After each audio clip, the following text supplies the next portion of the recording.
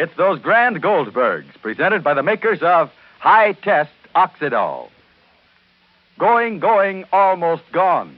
Yes, folks, I mean Oxidol's Jingle Jubilee. Only 2 more days and this great contest is over. Only 2 more days left to jingle your way into $1,100. So start jingling today.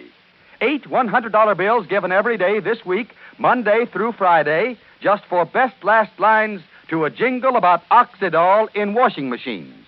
And besides all that, a $1,000 grand prize at the end of the week. $1,000 extra for the week's best daily winner. But today's Thursday, remember. So just today and tomorrow, that's all the time left to get in line for one of those $100 daily prizes and that $1,000 grand prize. So get your pencil right now, because here's the jingle. High Test Oxidol's a delight, said a clever young housewife named Wright. In my washing machine, it gets clothes so clean. Now you just add a last line that rhymes with Wright. A line that rhymes something like, they're really a marvelous sight, and send with your name and address and an Oxidol box top or facsimile to the Goldbergs, Cincinnati, Ohio. Now that's all it takes to line yourself up to win $1,100 before this great contest closes. Now your entry goes in today's contest if it's received today, in tomorrow's if it's postmarked before midnight tomorrow and received in Cincinnati not later than October 3rd. Now, originality, suitability, and aptness are what count. Residents of continental United States, Hawaii, and Canada are eligible. Winners are announced 1 week after each daily contest. Complete printed lists of winners are available upon written request to the Goldbergs, Cincinnati, Ohio, after the final contest. The same jingle is used throughout the contest. Now, your dealer has it and the rules, and you may send any number of entries, just so each is accompanied by an Oxidol box top or facsimile. So don't let anything stop you from sending 1 or more entries with your name and address to the Goldbergs, Cincinnati, Ohio, today. Now, to be sure and get in line for $1,100 before this great contest closes tomorrow. And wait after today's show for last Thursday's winners. And now, the Goldbergs. Well, the Goldbergs are riding home to New York, and very fast, too. The man they hired, a certain George Stark, is a daring driver. And yesterday, he beat a train to a certain small station. But why? Why? The Goldbergs wanted to know. And then he told them, surprisingly enough, that he was picking up his baby, which he intended taking to his mother. And then we heard what he said to the woman who brought the child. And it sounded very, very queer. What is Stark up to? Listen.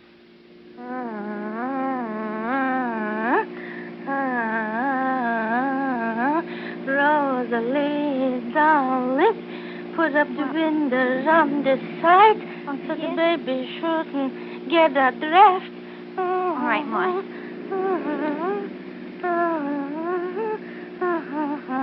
She's sleeping. She's sleeping very tightly. Baby's sleeping and Uncle David's sleeping in the trailer. It's all right. You can talk, Odette. She's fast asleep. It's all right. You can talk. Button up your neck, Rosalie, please. All right. Your baby's sleeping, George. That's good. You don't have a radio in this car, do you? No, why? Is there anything you want to hear? No, nothing special. Say, can I trouble you for a cigarette? I'll stop and get some later. I'm sorry, I only have a cigar. Well, I'll have to stop then. Rolling along. He seems awfully nervous to me, Ma. Who's Emily? The chauffeur. To me, too, Ma. Maybe a man alone with a child. You didn't see a newspaper this morning, did you? No. What's he want a newspaper for? Why, Samuel, on account of the war, maybe. He must be nervous. He wants to know. Everybody wants to know. It's like a fever. Why, Samuel, why did you, I don't know, Ma. What did he turn for? We're supposed to stay on Route 6. George, why did you turn off? I want to get some cigarettes. I want to get a newspaper. Well, we'll be putting on about 15 miles that way if we go through the town. That's all right. I'll make it up. Is the baby sleeping, Molly? Yeah, she's fast asleep. Say, George, there's a speed limit on these roads. The state troopers... Hey, troopers, where? No, I just said... Oh, I thought you said you saw one. Why, you afraid of them? No. Why should I be afraid of them? I just don't want it to cost you anything if we get caught speeding. Afraid? I got nothing to be afraid of. She nearly got up.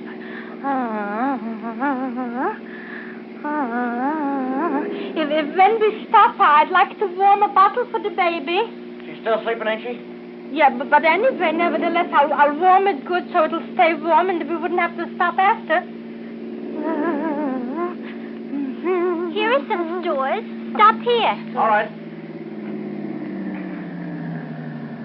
I'll go out and get your paper. No. That's all right. I'll be right back. Will you get me 2 cigars, please? Okay. Gee, what is he so nervous? Who isn't nervous these days? Who isn't nervous? How's the baby? Sweet. Well, I'm glad she's sleeping at least. I'm glad she's sleeping. Jake. Yeah? Just look. What? I just want you to look and don't get mad and don't howl. I just want you to look. Look. This is all hand-stitched, no? Oh. What? Here, look. Look at the baby's jacket. And if yes? And I mean, if yes, look, even the dress. All handmade, Jake. Jake, there's clothes and there's clothes. So what? Something awfully funny here. Please.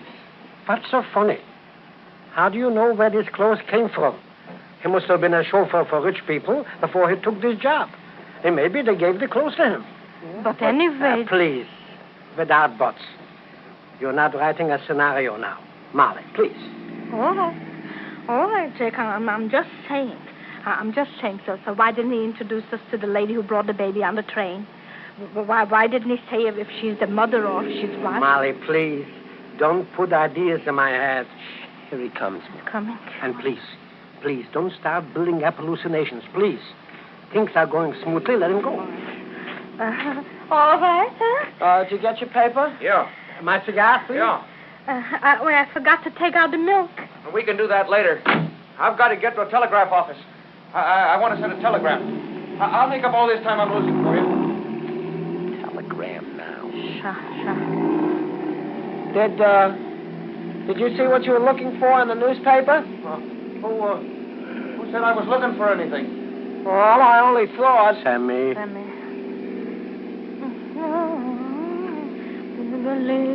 Here's the telegraph office. Oh, where? Over there on the other side of the street. Oh, I see it.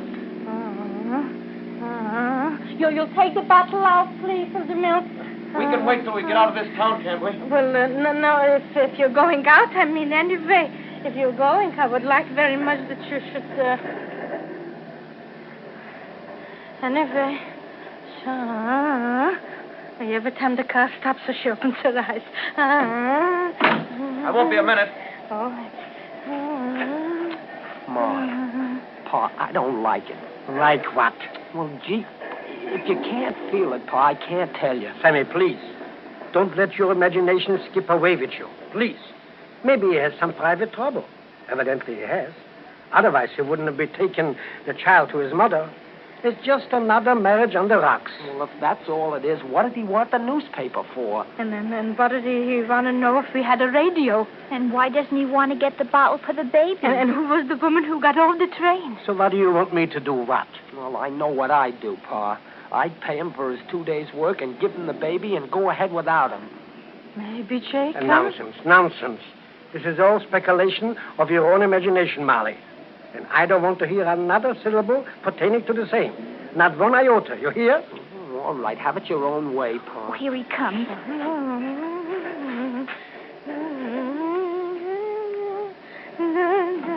Okay. Now, there won't be no more stops for me until I get the kid to my mother. That'll be sometime tonight. Oh, but just 1 minute, please, before you start the car. Just 1 minute. What is it, Molly? Well, take the baby a minute, Rosalie, please. What is it, Molly? Just 1 minute here, Rosalie, please. All right. Sure. I'll be right back. Where are you going? Where are you going? I'll be right back. I have to send a telegram also. To who? To somebody. Well, I'll go with you, boy. It's all right.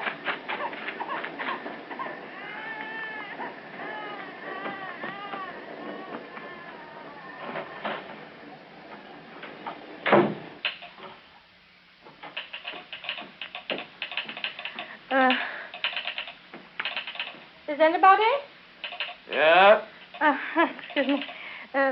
Pardon me, please. My son was just in here, and he sent a telegram. What? My son was here, and he just sent a telegram. And just this minute, he was here, and he went, and he left, and I think he gave you the wrong address. Would you mind showing me the telegram he sent, please?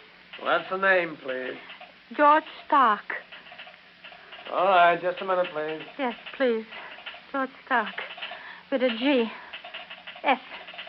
We're just sending that wire, lady. Would you mind if I see if he gave the right address? Let's see. It's sent to... Would you mind if I see it, please? No, I guess that's all right. You don't mind. Yeah. Thank you. Oh, thank you very much. Oh. Oh. Was that the right address? Yes. Yes. I'm afraid it was.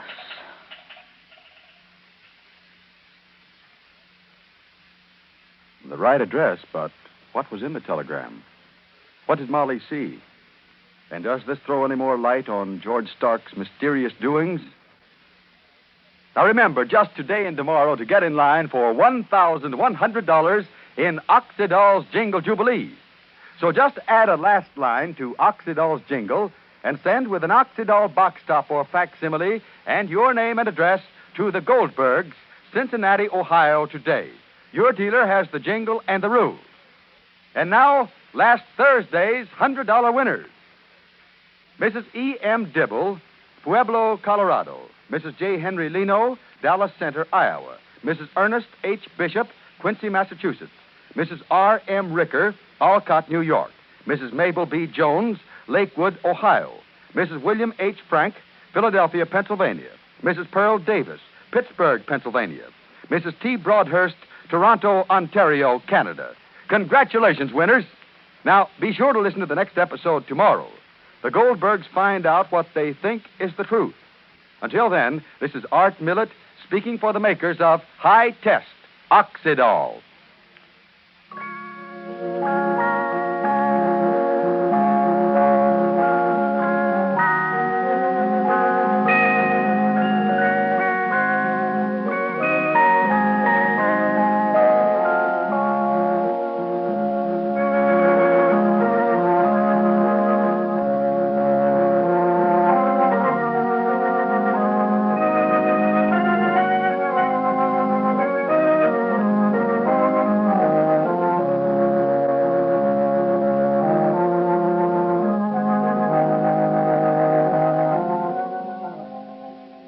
Now, here's an important time change announcement.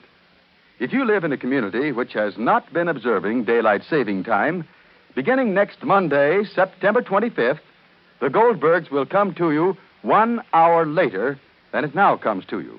If your community has been observing daylight saving time, there will be no change, of course. This program will come to you at the same time as always. It's important to have a radiantly fresh, attractive-looking complexion, and it's wise to use Camay, the gentle, thorough cleansing soap that helps bring out the natural beauty of your complexion. Try Camay, the safe, effective aid to complexion loveliness.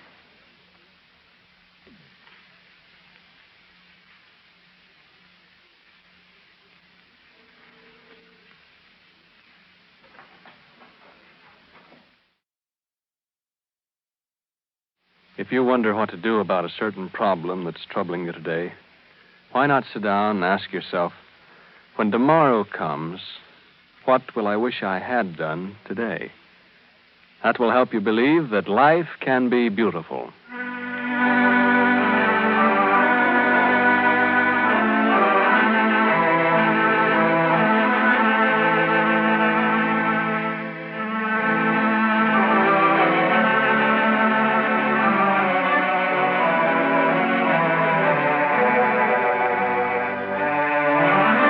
Life can be beautiful.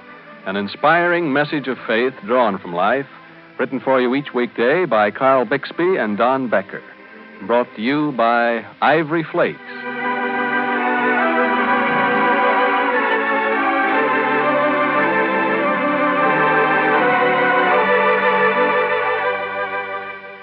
I want to tell you about a pair of stockings that belonged to Miss Helen Lupton. Now, these stockings were treated very hard by day. Miss Lupton's a nurse, you see, so her stockings had to walk an awful lot, climb stairs, and stretch and bend. But to make up for the way her stockings were treated in the daytime, Miss Lupton took good care of her stockings every night. Yep, every single night she washed these stockings out in gentle suds of pure ivory flakes. You see, Miss Lupton wanted her stockings to wear a long time. Say, after she'd worn them for 143 miles, they were still in good condition. That was their way of saying thank you for the wonderful care they got every night. See, Miss Lupton heard about ivory flakes when she took part in a stocking endurance test at the Berkshire Knitting Mill stage. Berkshire Knitting Mills, you know, make those beautiful Berkshire silk stockings. Well, they made this important rule during the stocking test.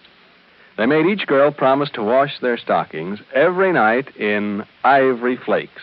Berkshire, you see, believes that nightly washing with this pure flake soap helps keep the silk thread strong, helps you get long wear. Well, Miss Lupton followed that rule, and looky, what happened? She got 143 miles of wear from one pair of stockings. And say, Miss Lupton says she's delighted because she proved to herself that you can really get a lot of wear even from sheer stockings with the proper care. She says, quote, "You can take my word for it. Washing stockings every night with ivory flakes is going to be a regular part of my life from now on. It only takes a minute or two, and it's a real saving," unquote. So, look, why not do as Miss Helen Lupton did? Use ivory flakes for your stockings every night, too. Get the thrifty large-size box and begin tonight. We can promise you this. With good hose to start with, and, of course, barring accidents, this nightly care with pure ivory flakes will help you get extra miles of wear from every pair.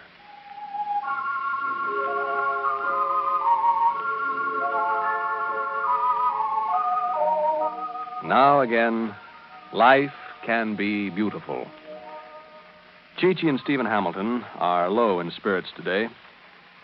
They tried to get work, and it was a pathetic effort because Stephen is still in his wheelchair and Chi-Chi isn't well equipped for a job. Until his accident, Stephen had a splendid chance to resume his law career in the office of Myron Henderson. After that, he wasn't wanted. Oddly enough, Stephen's accident brought him an offer from lawyer George Moore. But Stephen refused it because he believes the man is a shyster who wants to gain sympathy from juries with a crippled assistant. Seems as though Stephen was right because Moore also tried to persuade Chi-Chi to cash in on her recent publicity by accepting a theatrical engagement. Well, it's hard to have to refuse work for the sake of principles, especially when any other job is so hard to get. Now, the next day, morning in the slightly red bookshop. Crisp, cool morning, warmed by bright sunlight. No kind of a day for sadness and disillusionment. But Chi-Chi doesn't appear to be very happy as she sits curled up in Papa David's big leather chair. Old David Solomon walks back toward her slowly, sadly, wagging his head. Chichi, so you ain't finding it easy to be happy even on a nice morning like this? Crying with such big wet tears ain't the best way for starting out a new day, darling. Now, look, are you wanting Papa David's extra big handkerchief for wiping away the eyes? Eh? No. You know, it ain't having any fancy lace edges, but it's big, and it's absolutely okay for crying. And on account, you couldn't roll it up in a little ball like that one. Papa David, where's Stephen? Oh, he's in the back, Chichi, in his room, reading something or writing something, I don't know. Gosh, it was awful the way Stephen and me tried to find somebody that wanted us, and nobody did. I don't care so much for myself. I mean, I'm okay, but Stephen's still in a wheelchair, and it must be awful to be like that and get the idea that nobody wants you. no work for you to do? There's nothing worse, Laban. Did he keep on calling up lawyers and asking them? Yeah, like a bulldog he was with the telephone in his teeth and he wouldn't let it go. Even with his heart breaking up after every time he called the lawyer's office, and there was the same answer, no, he still kept on. Why didn't he just quit after a while when he saw there wasn't any use? Quit, Chichi? You know, once when we were alone in the bookshop before you came to live with us, I maybe had a little sneaking notion that Stephen was, like you said, a quitter on account he wouldn't brace up. But then you came, and now it's different. You see, Leighton, you said call up the lawyer's offices, so Stephen gave out with the promise that he would. So he did. Yeah, and nothing happened. Gosh, I bet it would have been better if I'd kept my mouth shut.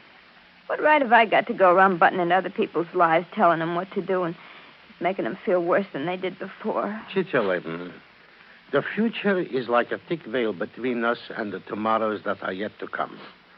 What's coming, we don't know. Only what we can see and touch and put our hands on. Mm-hmm.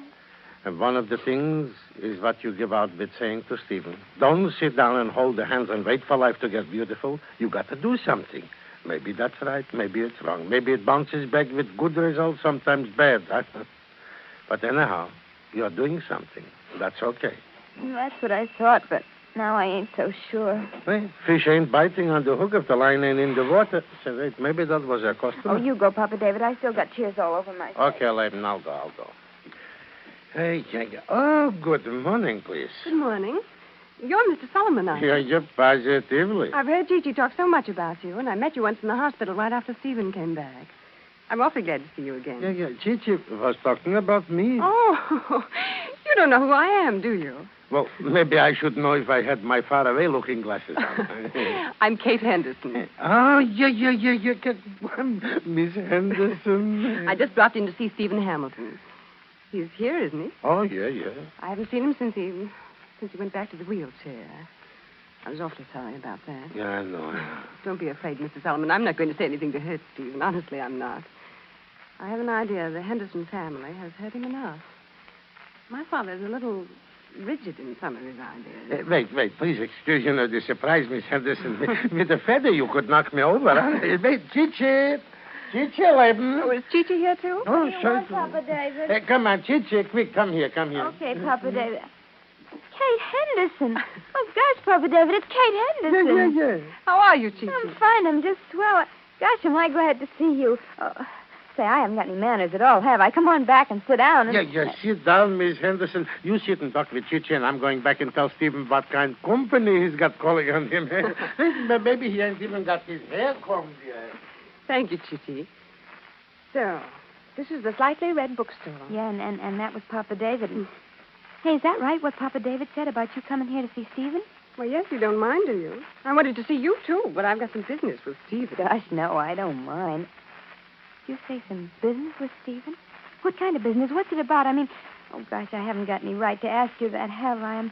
I'm afraid I'm too excited to remember about my manners. Oh, you don't have to worry about manners with me. We're old friends. Yeah, sure. Just sit down here. If you get down in Papa David's old chair, it's kind of hard to get out of it. Thanks. Well, Gigi, my honorable parent is fit to be tied. Is he? What do you mean? Mad. Mad as a wet hen. Oh, he is, huh? Mm-hmm. I don't know whether you know it or not, but it seems that Stephen has been calling around to other law offices in the city, trying to get a job. Well, what's wrong with that? Why, Dad thought Stephen was still on his payroll. Oh, you mean the checks he said he'd send to Stephen for a while just in case he got well? Yes. Several of his friends have told him Stephen's been calling around and asking for a job, and, well, you can imagine how Dad would feel. Yeah, I guess so. I mean, well, what do you mean? Is he really sore? Because is he going? Say, that's awful. Having your father mad at Stephen. It's awful. Well, maybe it isn't. You know, Dad's funny. He's just as sweet as he can be, but he's a lawyer, and sometimes he even seems to think like one of his musty old law books. I guess all lawyers are like that. Stephen too. By the way, didn't Stephen get the check Dad sent him and the letter? Oh, yes, he did. But he said he wasn't going to take charity. If he couldn't work, he wouldn't take Mr. Henderson's money, so that was out. Oh.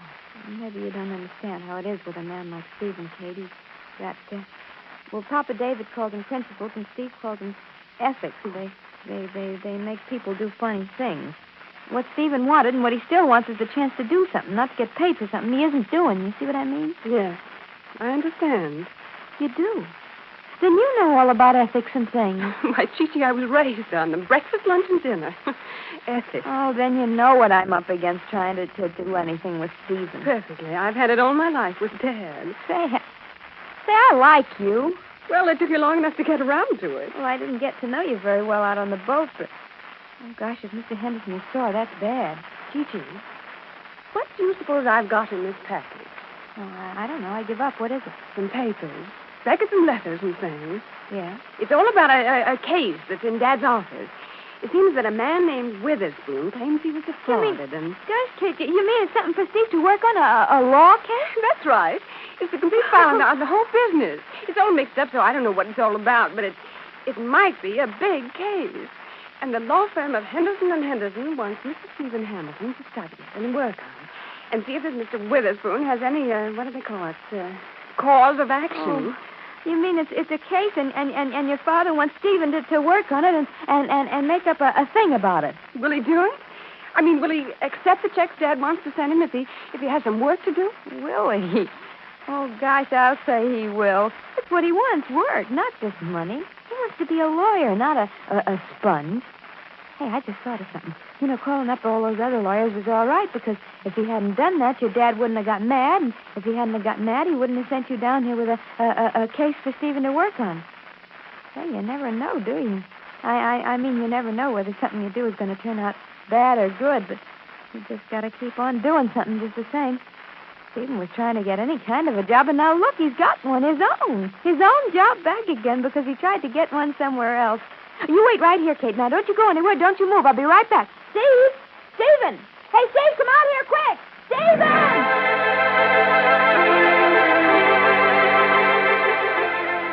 Well, Papa David certainly called that one. What difference does it make if you plant a seed and the plant grows somewhere else? Or, if you want to look at it this way, an arrow shot into the air comes home to roost.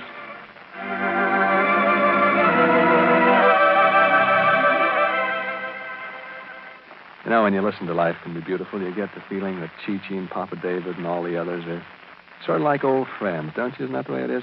Friends that you look forward to visiting with every day. Now, I never heard of anybody looking forward to dishwashing, but just the same, I know a lot of you feel friendly to the soap that helps your hands look nice and gives you speedy suds at the same time. Yes, ma'am, I mean good old Ivory Flakes. Of course, you know that Ivory Flakes are just thin flakes of pure ivory soap, the soap that's safe even for a baby skin. So that means Ivory Flakes is the only flake soap that gives your hands the protection of that famous ivory purity. The purity that helps your hands stay soft and smooth in spite of dishwashing. And what's more, you get Ivory's purity in this speedy, quick-dissolving flake form for so little cost. Why, one generous, large-sized box of Ivory Flakes will do all your dishes for about 3 weeks.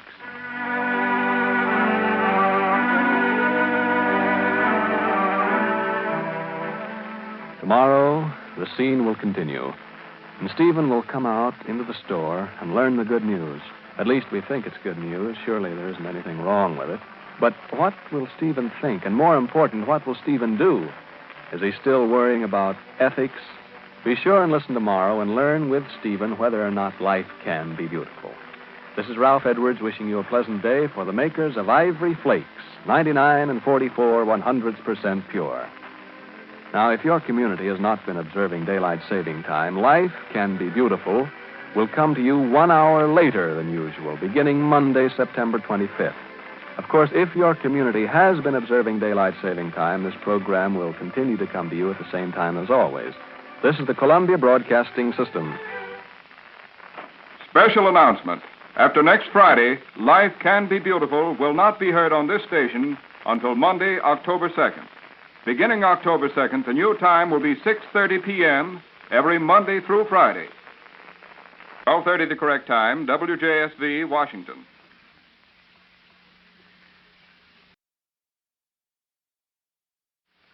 Dr. Brent, call surgery. Dr. Brent, call surgery. Dr. Brent, call surgery. Road of Life, the dynamic story of Dr. Jim Brent. Brought to you by the makers of New Chipso, the faster sudsing soap for easy wash days. Dr. Brent, call surgery. Dr. Brent, call surgery. Dr. Brent, call surgery. Dr. Brent, call surgery.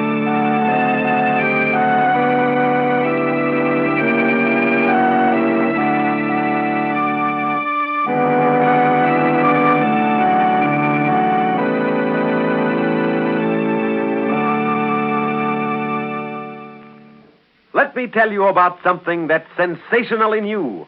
A wash day soap that in a recent dramatic speed test beat 8 of the most popular wash day soaps in America and beat them to a frazzle. What's its name? Here's its name, Chipso. It's the new, faster sudsing Chipso. It comes in the same familiar package, but what a difference in the soap. Oh, I know Chipso. It's a swell soap. I use it all the time. Sorry, but you've probably never used this Chipso. This new Chipso has just been announced after tests that prove things that hundreds of women could hardly believe. Because new Chipso has almost incredible speed. Listen, in one series of tests, we put new Chipso up against 8 of America's most popular wash day soaps. Hear that?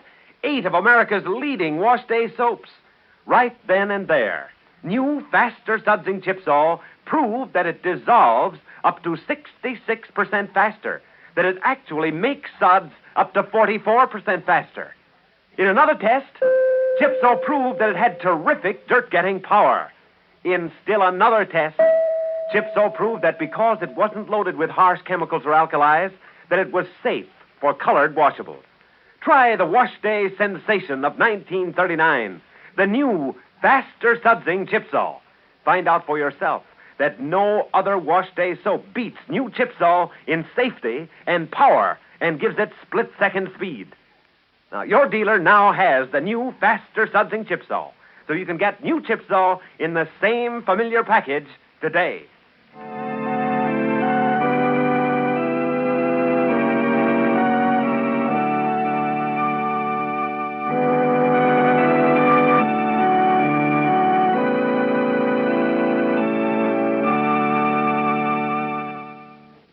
And now, Road of Life. Today marks the opening of the sensational trial of the people of the state of Illinois versus John McEwen, an 11-year-old boy against whom the grand jury returned an indictment for murder as the first count, manslaughter as the second. A momentous day for the impressionable youngster upon whom it will leave an indelible impression for the rest of his journey along the road of life. The courtroom is filled to capacity with thrill-seeking public. Every onlooker eager for a glimpse of the boy whom they've been discussing and reading about for over a week. The boy whom the newspapers have branded as a criminal. The jury has been selected, 12 men and women, who are to hand down a decision after hearing the state's attorney tear the defendant's reputation to shreds. After hearing the human appeal of Mr. Gregory, his counsel, a plea for leniency. And now as we enter the courtroom, we see Butch, bewildered, pathetic, sitting with Mr. Gregory. Judge Gray is about to address the clerk. And as we listen in, we hear...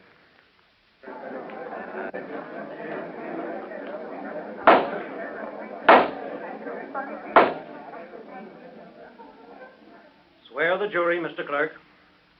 Kindly rise and raise your right hand. You and each of you do solemnly swear by the ever-living God that you will well and truly try the issues joined herein, and a true verdict render according to the law and evidence. We do.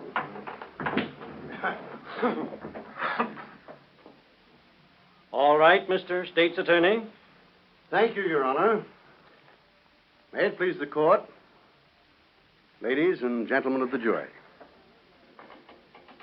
At this time, I would like to offer you my congratulations for having been selected to hear this, which may prove to be a very interesting and unusual case. After having been questioned by myself and the counsel for the defense, we feel that you men and women are of the type who are qualified to hear and judge this cause, which is now going to trial before you. Yours is an important duty, it is obvious. A young boy is on trial before you, and you are to determine fairly and impartially from the evidence which is given from the witness stand the guilt or innocence of the defendant. Now, when you took the jury box, you were not expected to leave all your life's experiences outside the courtroom. You were expected to use the same good sense and judgment that you use in all those experiences. Listen carefully to all the evidence, and based on those experiences and the knowledge which you obtained from them during your lifetime, you will be able to decide whether or not this boy is guilty of the crime with which he has been charged. At this time, I feel it is my duty to warn you that merely because this boy is but 11 years of age, you are not to consider that fact or let it govern your decision. After you've heard all the evidence, the court will instruct you that any infant over 10 years of age may be found guilty of any crime or misdemeanor if the evidence so warrants. I should also at this time like to warn you that the fact that a child is on trial should not affect or arouse your sympathy should the evidence indicate that he is guilty. The defense may and probably will, no doubt, attempt to play upon your sympathies and to win... Court, please. I'm going to object to the state's attorneys trying to influence the jury with whatever the case and the defense might be at this time. The objection is sustained. Thank you. Mr. State's Attorney, kindly confine yourself to outlining the case to the jury and remain within the province of an opening statement. I'm sorry, Your Honor. I meant no offense. Ladies and gentlemen of the jury, the question to be weighed is one that must be decided upon consideration of strict right only. If a crime recognized as such by our statute has been committed, if that crime be fixed upon the prisoner at the bar, then it is immaterial what his age is and what ulterior consideration might prompt you to wish that this cup might pass from his lips. Your sworn duty, your obligation as citizens concerned in the preservation of the social order, as friends of the law, and interested in its preservation, all speak with one voice. And that voice is awfully distinct. Do your duty, and let the consequences fall upon those who have recklessly, brutally, and criminally violated the most fundamental laws of society. Who has steeped his hands in the blood of his fellow being, and who denies doing so, is a wicked homicide. Your Honor, I don't know why the state's attorney insists on making his speech at this time. I believe that he should be warned to confine himself to the opening statement, which Your Honor permitted him to make at this time. Mr. State's Attorney, proceed with your outline. Very well, Your Honor. Ladies and gentlemen, this is the prosecution of John McEwen, the defendant, for the crime of murder and the crime of manslaughter. This accusation against the prisoner we expect to sustain by the following evidence. That on the 24th day of August last, John McEwen armed himself with a loaded pistol and with the intent to kill, did fire that pistol at one Margaret Allen, striking her in the right upper chest, and that as a result of that gunshot wound, Margaret Allen died. We intend to show that earlier in the day, this defendant had an argument with Margaret Allen, We intend to show that he sulked around that entire day, that as day grew to an end, the passion to take the life of Margaret Allen grew within the mind and breast of this defendant, and that on the date aforementioned, he turned upon the deceased and inflicted wounds from which Miss Allen died on the fourth day. This, ladies and gentlemen, is the simplest possible statement of the case. I've avoided the mention of circumstances which will necessarily appear in evidence. If we shall prove these facts by the testimony we shall bring forward, we will have made out our case. And your duty will be to award that crime the penalties prescribed by law. Order! Order in the court.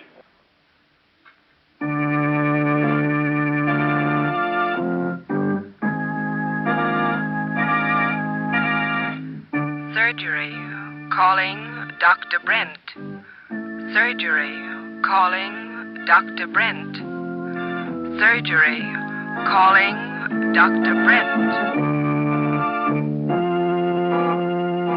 And so we leave the courtroom of Judge Gray as the state's attorney finishes his opening statement, which has been of little or no significance to the young boy who sits alternately staring at him, then at his three friends in the front row, Jim, Grandpa, and Dr. Thompson, whose serious expressions give way to reassuring looks as they feel Butch's eyes turn in their direction.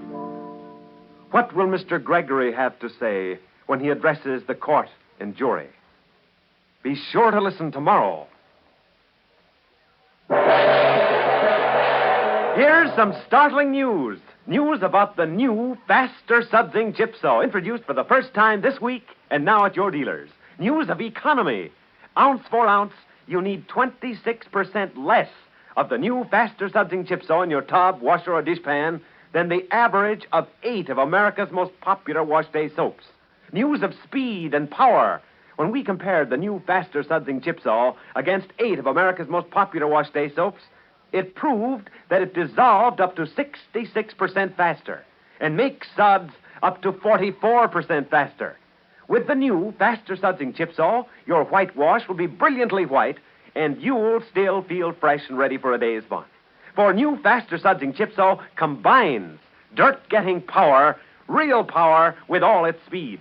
And here's the biggest news of all. If you don't agree that new, faster sudsing chip saw gives you everything we've promised, return the unused portion to your dealer and he'll refund your money. Get an economical package of the new, faster sudsing chip saw in the same familiar package today.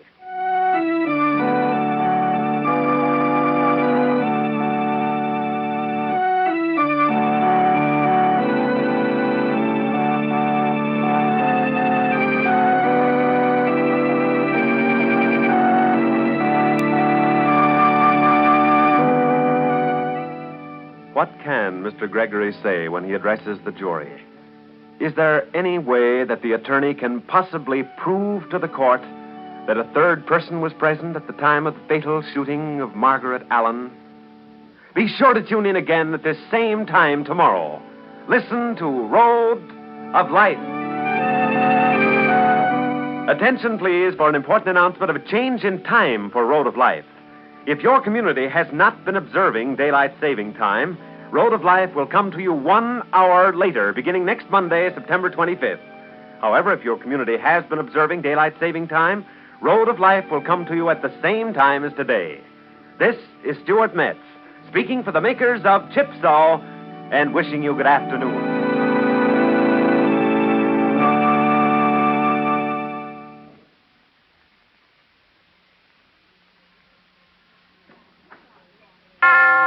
You want long wear from silk stockings, don't you? Well, the makers of famous hole-proof stockings say, wash every night in ivory flakes. Try this for extra wear from every pair. Wash your stockings every night in pure ivory flakes.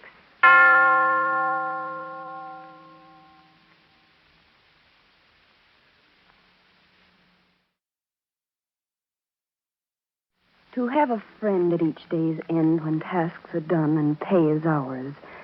To hold faith high and not ask why. To love someone. This day is ours.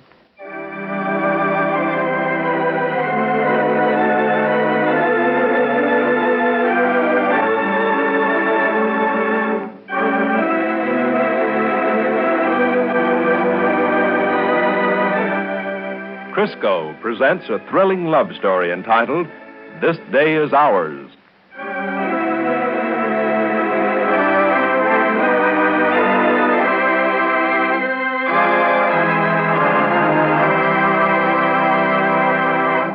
Say, here's a tip for all you ladies who expect to enter cake baking contests this fall. Now listen closely because I'm going to tell you how to walk off with practically every blue ribbon in the place. And here's how.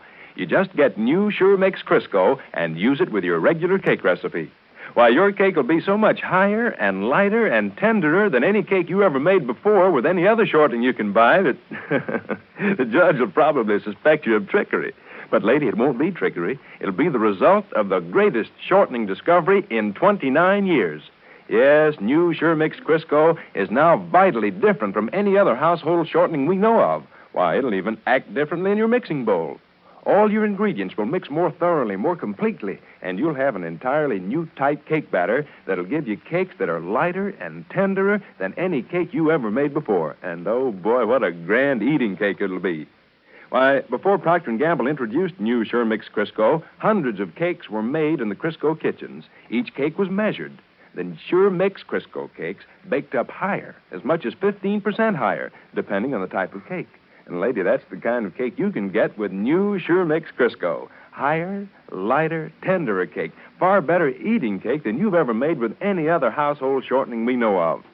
Now, when you go to get new Sure Mix Crisco, just ask for Crisco, because this new vitally improved shortening has been packed in the same familiar Crisco can with the same familiar Crisco label. There's been no change on the outside, but whew, what a change there is in the new Sure Mix Crisco inside.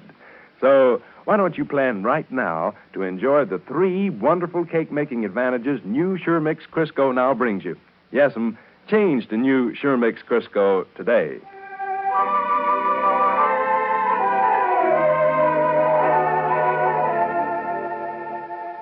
And now, this day is ours. Late last night, in Mrs. Simpson's boarding house, her lovely face lit by a shaft of moonlight, Eleanor was tense and drawn. Her eyes were heavy and weary from lack of sleep. And when Kurt said goodnight, she said, Kurt, I've been thinking of Myrtle and the things she said to me. If I thought I'd ever be as bitter and cynical toward marriage and life, I'd rather be dead, really, I would. Oh, hold me tight, Kurt. Hold me tight because I'm afraid. It's early the following evening. Kurt has been out looking for work all day, while Eleanor's been sewing and mending her meager wardrobe in preparation for her coming marriage. Now, alone in the front parlor after dinner, they sit in silence, both wrapped in deep thought. Finally, Eleanor looks at the shaggy-headed man she's promised to marry and says, Kurt, I feel terrible about last night, really, I do. Huh? I shouldn't have gone all to pieces and said what I did. Oh, there's nothing wrong in that, Duchess. I'm glad you told me how you feel because, well, I'm the guy you're going to marry, and I'm the guy who ought to know. Oh, Kurt, I'm afraid I'm an awful sissy. Well, that's okay with me. I don't like hard-boiled women anyway. But I shouldn't have let Myrtle Simpson break me up that way. But I couldn't help it, Kurt. She sat there and told me exactly how I felt about marrying you without a job or any real hope for the future. She looked right through me like a crystal gazer. Yeah. And then she explained she felt the same way just before she married Jimmy. That's what frightened me, Kurt. Now, look, Duchess, look. Come here. Relax, will you? Relax. Yeah, that's better. Now, what are you worrying about, huh? You got me, and I got you. Right? Yes. If we don't have anything else, we have that much. Sure. We've got each other, haven't we? Yeah. You know, I ain't much of a philosopher, Duchess, but this much I do know. A home, a family, all life has to begin just like we are. Man and woman. Mates. Adam and Eve didn't have anything, and they did all right, didn't they? I don't know my Bible very well, but I can't remember it saying anything about Eve getting bitter and cynical and fed up with married life. On account of they didn't have any money or pretty clothes. Of course, maybe I'm not a good guy like Adam was. Oh, yes, you are. At least you are to me. Well, then we can't miss. And you won't ever be like Myrtle. Well, you're not that type. I don't think Myrtle was either before she married Jimmy. I thought so at first, but I don't now, Kurt. That's why I was so scared. Maybe this marriage without money or any hope of money does something to you. Certainly did something to Myrtle. Now, look, I won't let it do anything to you, Duchess. I promise you. Kurt, do you think we did right in turning down Miss Farnsworth's job? Oh, we don't want to wait a whole year to get married, do we, Duchess? Huh? No, I guess not, Kurt. I don't. No, of course. Kurt, who's that? Huh? Oh, hello, Kurt. Hello. Hello, Jimmy. Is Grandma here? No, she isn't, Jimmy. I think she's out playing off that euchre tournament that she had last night. She tied with a Garfield Flash and upset the whole euchre world. Oh, Kurt, you clown. Of course she did. Eleanor, look, I hate to bother you with this, but...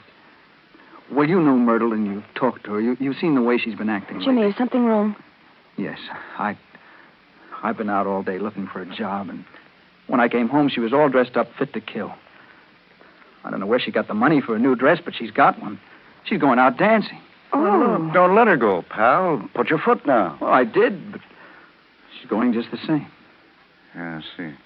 Say, Duchess, I'd like to talk to Jimmy alone. We'll step out for a minute. Do you mind? No, go ahead, Kurt. Okay. Come on, Jimmy.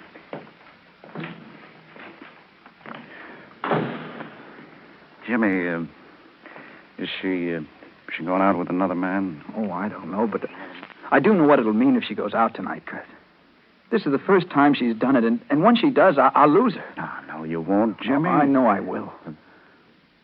She's sick of staying in that hole we live in. Sick of not having pretty clothes, not going out because I can't afford it. Oh, Kurt, I love her so much. I don't want to lose her.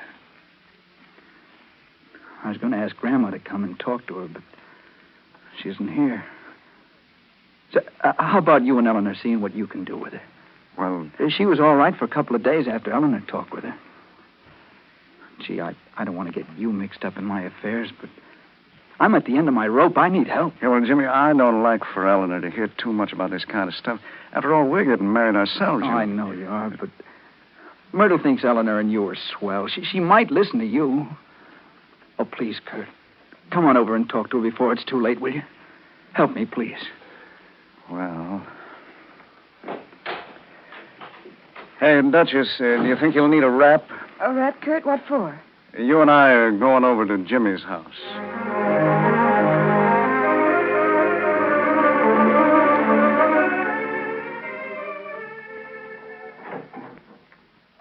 Well, hello, Kurt. Hello? Hello, Eleanor. Hello, Myrtle. What'd you do, Jimmy? Round up a convention? Why didn't you bring the police force while you were at it? Oh, listen, Myrtle, Eleanor and Kurt wanted to come over and talk to you. You aren't man enough to keep me here by yourself. You have to round up the whole neighborhood to help you. Now, wait a minute, Myrtle. Kurt, don't argue with her. Listen, Jimmy, what have you got to offer me in the way of entertainment? A 6-month-old 5-cent magazine and a glass of imitation root beer. We haven't even got a radio, and you want me to stay home when I got a chance to go out for once in my married life and have a good time and not be ashamed or worried whether my skin's showing through an old dirty dress. You got nerve enough to go over and blab to Kurt and Eleanor and make them think you're the pure abused husband whose wife is cruel and heartless and no account? Well, Jimmy, you may be right. As far as I'm concerned, we're all washed up. Okay, Myrtle. That's the way you feel. That's a lovely dress, Myrtle. Yes, I think it is, too. I hope you have a good time. Where are you going? Out. With Sammy Foster. I suppose you want to know that, too. Sammy Foster? Yes, Sammy Foster. He's asked me to go out dance with him, and I don't see any reasons why anything's wrong with that. Where'd you get that dress? Did he buy it for you? Yes. He sent it to the house this afternoon. I didn't want to take it at first, but when I tried it on, I couldn't send it back. It was too lovely. And I've been wanting to do something like this for too long a time to turn down the chance now. Who's Sammy Foster, Jimmy? Oh, he's a crooked lawyer in town. He's got a rotten reputation. Oh, Myrtle, please don't go out with that man. Well, what'll Grandma say and the people in town? Everybody knows him. Jimmy, for a whole year, I worried about what Grandma would think, what you would think, what the grocery man would think, the neighbors, the whole town. But now I'm through worrying about what people think. From now on, I'm going to worry about Myrtle and nobody else. There's no harm in my going out dancing tonight. Sammy Foster's a bachelor. He isn't in love with me, and I don't give two hoots in a canyon for him. But he's fun. He's alive. And he's got money enough to take me to places I haven't seen for over a year. He's got money enough to show me a good time for once in my life. But, Myrtle, it doesn't make sense. How can you have a good time with a man you don't care anything about if it's going to cost you the respect of the man you love, your husband? Listen, Eleanor. When you're married to Kurt for a whole year and you find out he can't give you the things a woman loves and wants, the little things that make a woman's life worth living, you'll whistle a different tune. Your head's all full of sugar plums and lovebirds right now, and you think I'm a selfish woman who ought to be tied to a post and lashed like they did in the Middle Ages. Well, maybe you're right, Eleanor. But wait until you're married to Kurt for a year. Let him be poor, without a job or even the hope of one, and you'll probably do just what I'm going to do.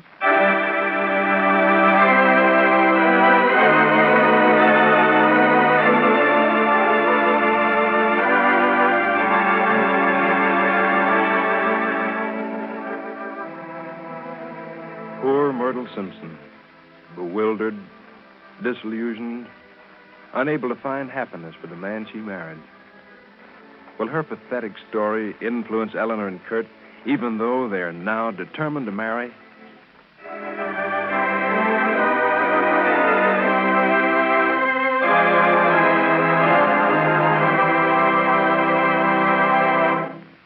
Say, the next time you shop for groceries, you'll probably hear more women than ever asking for Crisco. And you know why?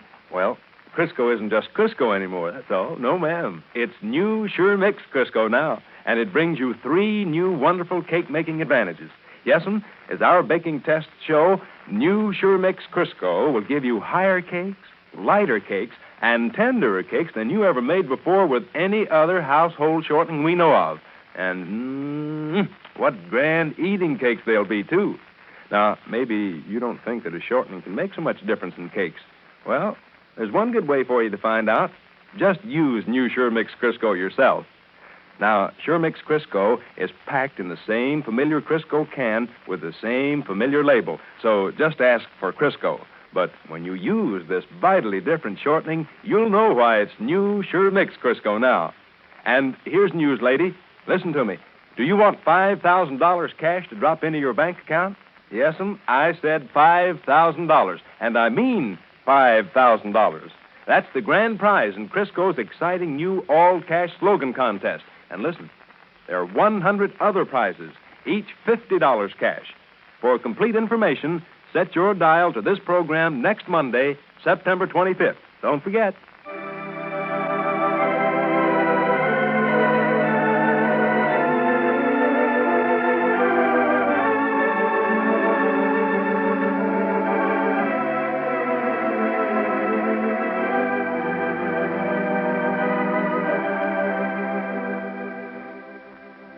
Now, tomorrow, Kurt Curtis talks turkey to Myrtle Simpson.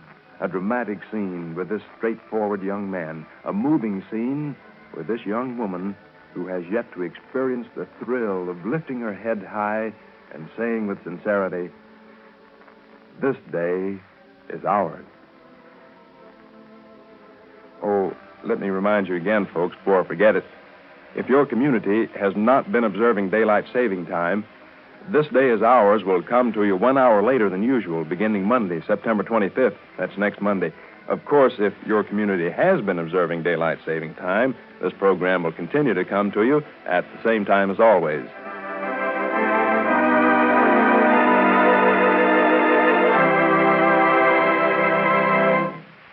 This is Melvin Allen wishing you a good day for the makers of Crisco. This is the Columbia Broadcasting System.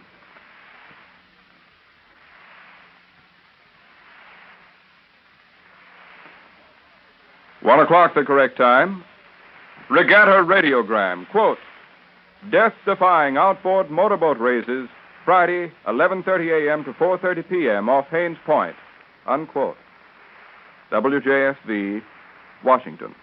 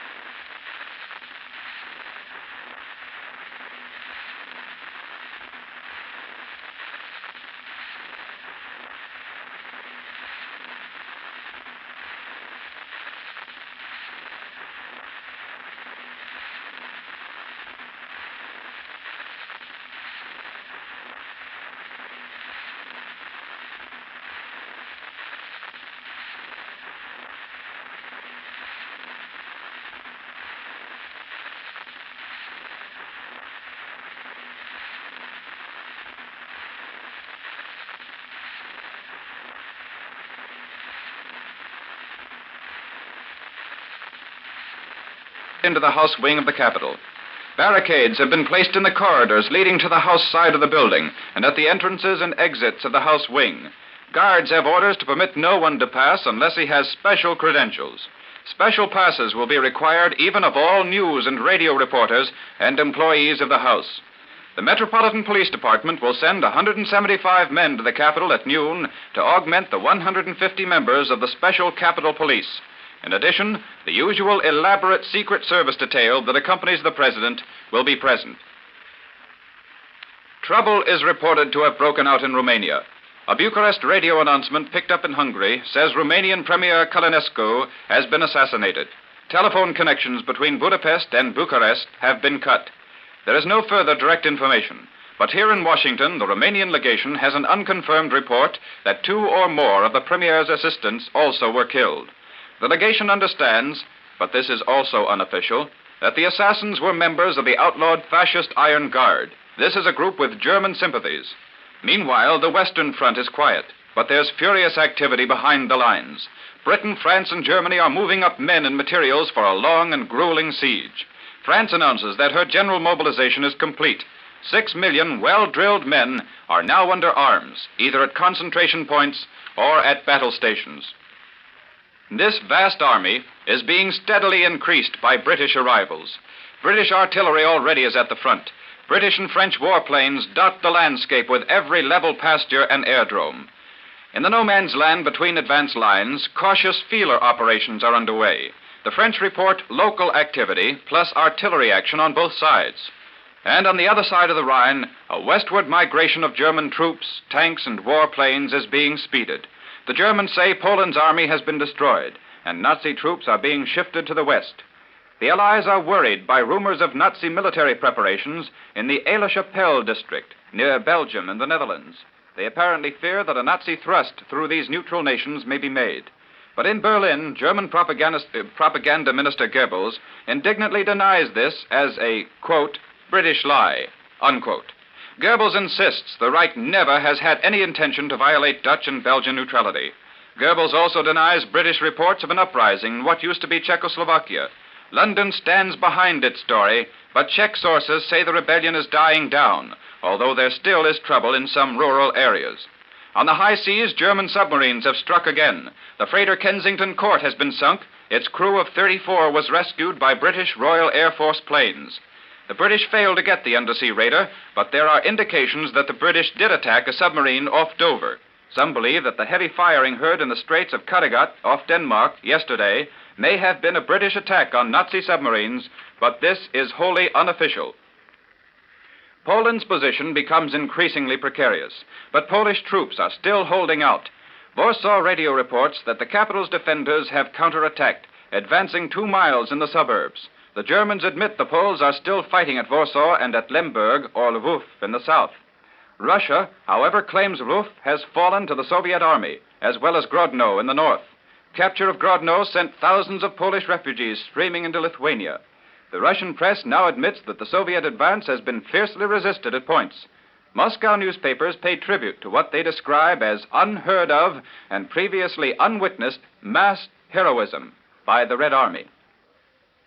Fortune magazine announced today that it had conducted a survey which indicated that almost 2/3 of the United States is opposed to strict isolation. The survey showed, the magazine said, that 83.1% of those surveyed want England, France, and Poland to win the war, but that 64.8% think they can win. Only 24.7% favored a complete embargo against the belligerents. The Retailers' National Council said today that rapid increases in food costs would impair the nation's purchasing power. Secretary of Labor Perkins revealed that the average cost of foodstuffs increased as much as 2% during the week ending September 19th. The Agricultural Advisory Council issued a statement contending that the public need have no fear of food shortages or runaway prices as a result of the European war. It pledged its fullest cooperation in meeting problems created by the conflict. Roscoe R. Rao, president of the Retailers' Council, an organization comprising 11 associations that represent more than 200,000 retail stores, said the nation's economic structure would be impaired by skyrocketing prices. The council was ready, he said, to offer its services in coordination of retailers in their efforts to safeguard the public interest. Stocks rallied on the New York Exchange today after a narrowly irregular opening. Most issues had small gains around noon. Railroad equipments were strong. Trading picked up immediately after noon, volume increased, and the whole market developed strength. How do you keep these always hungry youngsters of yours satisfied, Mother? Especially after school when their appetites are so keen and they say, "Gee, Mom, can I have something to eat?" Well, here's a good way. Sunshine Crispy Crackers, spread with peanut butter and a glass of milk. It's delicious as well as a nourishing combination. Children rush home from school for these old favorites. You know, children are as quick as grown-ups, yes, even quicker sometimes, to recognize the difference in crackers. They like the extra crispness and extra flavor of Sunshine Crispy, Krispy, Sunshine Crispy Crackers. They seem to know that crispy crackers make jams, jellies, peanut butter, and milk taste better. Buy some of these spreads and a package of Sunshine Crispy Crackers at your grocer's tomorrow. Your children will love them. A recording covering a full day of broadcasting at station WJSV is going to be placed in the files of the National Archives. The special recording is being made today, and this program to which you are now listening is now being recorded and preserved for posterity.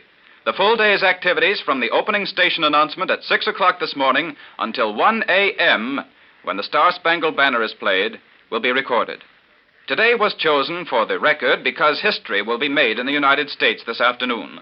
The recording will include the opening of the extra session of Congress and President Roosevelt's speech to that body. Arrangements are also being made to include a speech by Premier Daladier, direct from France, in case President Roosevelt's speech is finished on time. The District of Columbia Commissioners are scheduled to end hearings on the 1941 budget today. They'll hear the testimony of several local officials before attacking the problem of how to cut $13 million from the requests of the department directors. The heads of the departments have requested approximately $63 million, which is $13 million more than was provided in this year's budget. Officials are looking forward to an early settlement of the district truck drivers' strike. Howard Colvin, Department of Labor conciliator, said today that he expected definite developments sometime this afternoon. The drivers have been on strike over a week for higher wages. Dean Noble Powell of Washington Cathedral has not yet decided whether to become Bishop of Louisiana. Yesterday, Episcopalians met in New Orleans and elected him to the bishopric of that state. Today, he had not made up his mind whether to accept or decline. Last May, he rejected a similar offer on the grounds that he had work to complete at Washington, where he is warden of the College of Preachers.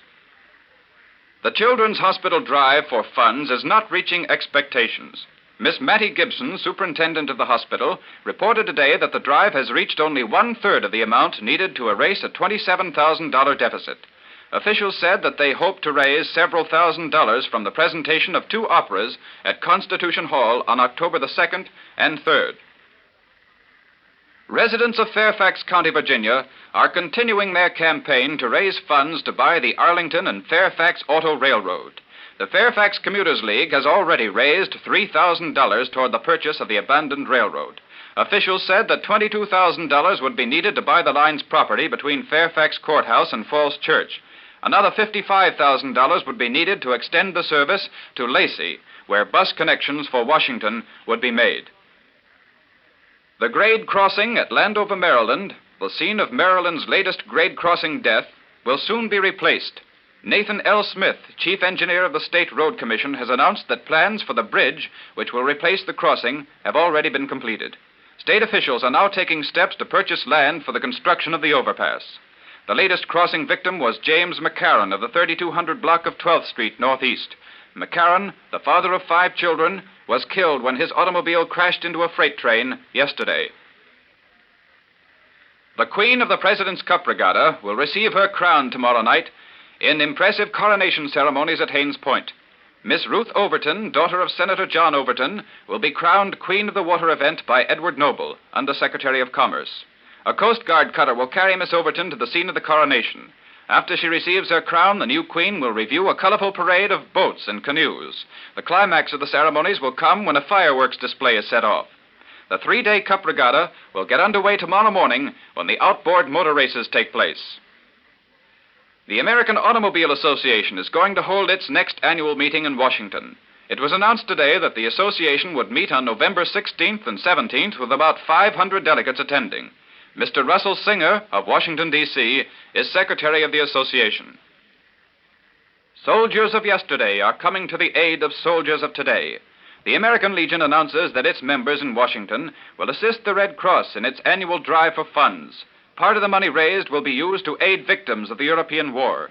Legionnaires have organized a separate roll call division and will solicit Red Cross memberships from small downtown stores. The special unit group of the Community Chest is stealing a march on other chest workers. This group of volunteers has already held its organization meeting and is ready to go to work soliciting in its particular field. Here's the weather forecast for the district and vicinity. Fair tonight and Friday. Cooler with lowest temperature about 54 degrees tonight. Slowly rising temperature Friday. Our farewell piece this afternoon concerns the ladies, bless 'em. The ladies, it seems, threaten to get the nation war-conscious if they don't watch out. At least that's what the Chicago and Illinois Hairdressers Association says. The association's convention in Chicago yesterday adopted this resolution. We believe feminine fashions should be designed on the principle of beauty and enchantment, not as a means of propaganda to make women war-conscious. We urge all hairdressers throughout the country to oppose war motifs and to ask cooperation of their patrons in refusing to wear clothes which in any way indicate a wartime fashion trend.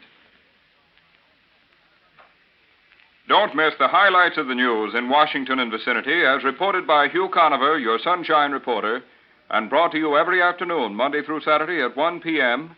by Loose Wiles Biscuit Company, bakers of those famous crispy crackers and the new Sunshine Graham crackers that are enriched with healthful vitamins and minerals. This is Columbia Station for the nation's capital. Here is a transcribed announcement.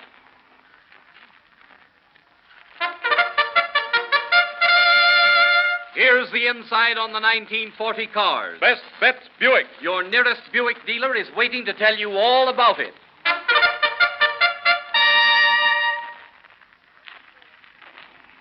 WJSV, Washington.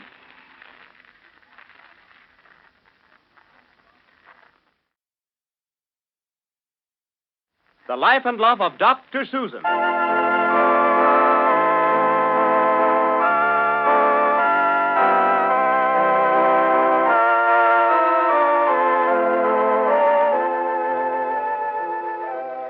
This story of an attractive young woman doctor who is trying to make life worthwhile for herself and her 2 young children is presented by the makers of Lux Toilet Soap. One of the hardest things in the world to decide is just what makes a woman attractive. Everybody has a different idea. Some men prefer red-headed girls, and some men like brunettes with curls. Some men like 'em small, other men like 'em tall, and some say a blonde is the sweetest of all. Some men say it's blue eyes that win. Some men like a soft, dimpled chin. But between you and me, every man will agree that he can't resist beautiful skin. There's no doubt about the fact that every man admires a woman with soft, smooth skin.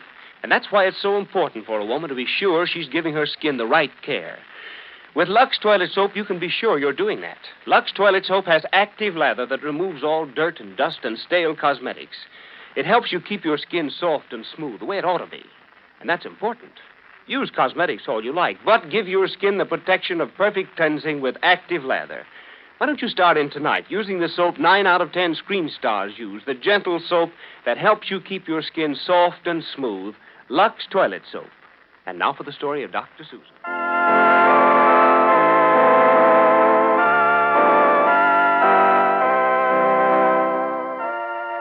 Yesterday, Dr. Susan Chandler heard from her 16-year-old cousin Nancy that Butch Bixby, the famous pitcher whose arm Susan had cured, has lost his nerve and is refusing to pitch in the big exhibition game. Nancy finally confessed that this was because Butch believed that Annabelle Waite, daughter of wealthy Joshua Waite, mayor of Valleydale, didn't ever want to see Butch again. Susan discovered that this belief was due to a lie cooked up by Annabelle's mother. Upon discovering the true state of affairs, Susan went immediately to the Waite house to talk to Annabelle. She pointed out that Annabelle was the only person in the world who could cure Butch's inferiority complex. As a result, Annabelle took her courage in both hands and decided to go to Butch and tell him she loved him. It is now late afternoon of the next day. Susan, her 12-year-old son Dick, and Skitty Van Rickenbacker, Nancy's fiancé, are sitting on the front steps waiting for a telegram telling them the results of the big exhibition ball game. They are shelling peas. Oh, dear. I hope Mr. Blodgett doesn't forget to wire us what happened. That game was scheduled to start at 2 o'clock. Must have been over nearly 2 hours ago. Maybe they went into extra innings, eh, Skitty? Well, they might have. I hope not. Butch's first game in such a long time. Those extra inning games are terribly hard. Maybe he was taken out. Maybe he didn't pitch at all, like Mr. Blodgett was afraid of. Of course he pitched. Annabelle made him, I hope. Oh, goodness, Dickie, don't be so pessimistic. Yeah, well, if everything is all right, why don't we get a letter from Mr. Blodgett? Sure, I don't know. Oh, dear, I put the last batch of peas in with the pods. Never mind, Dr. Susan. I'll pick them up. Oh, thanks, Kitty. Goodness, now I've upset the paper bag. I'm as nervous and jumpy as a hen on a griddle. Well, you're not the only one, Dr. Susan. When I speak to Nancy lately, either she doesn't hear me or she bursts into tears. I can't make out what's the matter with her. Oh, just remember, Skitty, Nancy's only 16. Girls that age very often have, moods. Besides, we're so anxious for Butch to be able to pitch again, we're all pretty upset and absent-minded. Well, I hope that's what it is. I wouldn't want to think Nancy had, changed her mind about me. Oh, women are nuts. Don't you believe it. Your mother's one of the sanest people I've ever known.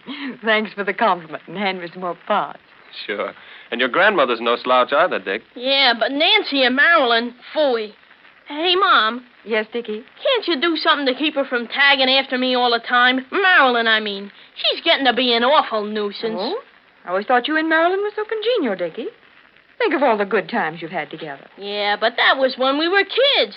Now that I've took to running around with the gang, well, gee whiz. Is running around with the gang so much more important than playing with your own sister? That's not the point. There comes a time in every fella's life when girls are superfluous. But I expect Marilyn's pretty lonely. Don't you think you could find some way to find time to play with her? Just now and then? Oh, gee whiz, Mom. Uh-oh. Look who's coming up the street. Oh, my goodness, Mrs. Waite. Still looking like a thundercloud. Want I should make a face at her, huh, Mom? Certainly not, Dick. Let's all be awfully busy and pretend we don't see her. Yes. And then she won't have a chance to snub us. It's no use, Mom. She's turning in here. Goodness, what do you suppose has happened now? Hello, Mrs. Waite. Isn't it a beautiful day? Come on up and sit down. I intend to come up, but I won't sit down. This is the last time I'll accept any Chandler hospitality ever. Why, Isabel Waite. I just came over to tell you I've received a telegram from Annabelle. Was it good news? No. She married that wretched ball player this afternoon, the minute the game was over. Mr. Blodgett was best man. Oh, no wonder we haven't heard from him. He was probably so excited he forgot all about telegrams. Oh, this is no joking matter. Annabelle's life is ruined, and it's all your fault, Susan Chandler. Never mind the details. Did Butch play? Was his arm okay? I suppose so. Annabelle said he pitched a shutout, whatever that means. Whoopee! It means he's terrific. You should be very proud of your new son-in-law, Mrs. Waite. Proud? Oh, if he ever dares show his face in this town again, I'll slap it. Oh, you're so bitter. Annabelle's your only child. How can you begrudge her happiness? She was my child, you mean. She doesn't belong to me anymore. I have nothing more to do with her. You saw to that. Well, let me tell you, Susan Chandler, you're going to regret sending Annabelle off last night. I'm going to see to that if it takes the rest of my life. Isabel, please. You're only hurting yourself. It's bad for you. Go home and lie down. You'll feel differently about things after you've had a good night's sleep. You don't think I can do anything to hurt you, do you? No, we don't, so there. Dickie. And that reminds me, you, Richard. Who, me? Yes, you. There's a vacant lot opposite the school where you boys play, I believe. Sure. That's where me and the rest of the Valleydale Comets practice baseball and football. Not anymore, you don't. That vacant lot belongs to me. If any one of you so much as sets foot on it, I'll have you arrested for trespassing. Yeah, but gee whiz, there isn't any other lot big enough for baseball. That means we couldn't play anymore. Yes, that's too bad, isn't it? And when you break the news to your friends, tell them they have Dr. Susan Chandler to thank for being put off of the property. Isabel, you can't. That's so unfair. Dickie's done nothing to hurt you. No, but he's your son. I'm going to make you pay for what you've done to my daughter. Goodbye, Susan Chandler. And remember, this is just the beginning. The old hatchet face. I'd like to kick her teeth in. Dickie, don't. She'll hear you. Suppose she does. Gee whiz, Mom, now look what you've done. Do you have to go and get mixed up with that old battle axe? I knew she was mad at me. But I never thought she'd take it out on the children. What? Suddenly feel kind of cold. There's not much warmth from the sun anymore, is there? Oh, Dickie, will you run upstairs and get me a sweater? No, get your own sweater. Dick. Well, I gotta go over and tell Bum and Tubby and the rest of the gang what's happened. Mrs. Waite can't really do you any harm, can she, Susan? Even if she is the mayor's wife? Well, I wouldn't have thought so a few minutes ago, Skitty. Now, I'm not so sure. Why, Dr. Susan, you're shivering. Shall I go and get you that sweater? No, thanks, Kitty. I think I'll just go inside. Oh, excuse me, Cousin Susan. I was just coming out. Oh, that's all right, Nancy. Come along. Oh, no, after you. You've got all those bags and bowls and things. I'll hold the screen open. Oh, thanks. Has anybody heard anything from Bush? Yes, he won the game. Oh, did Cousin Susan say he lost the game? No, he won it.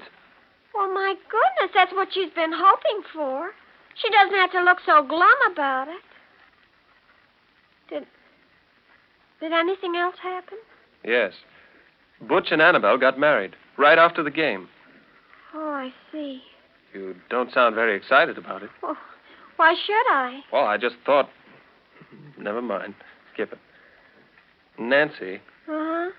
you know, it seems sort of funny sitting home like this. What do you mean, funny?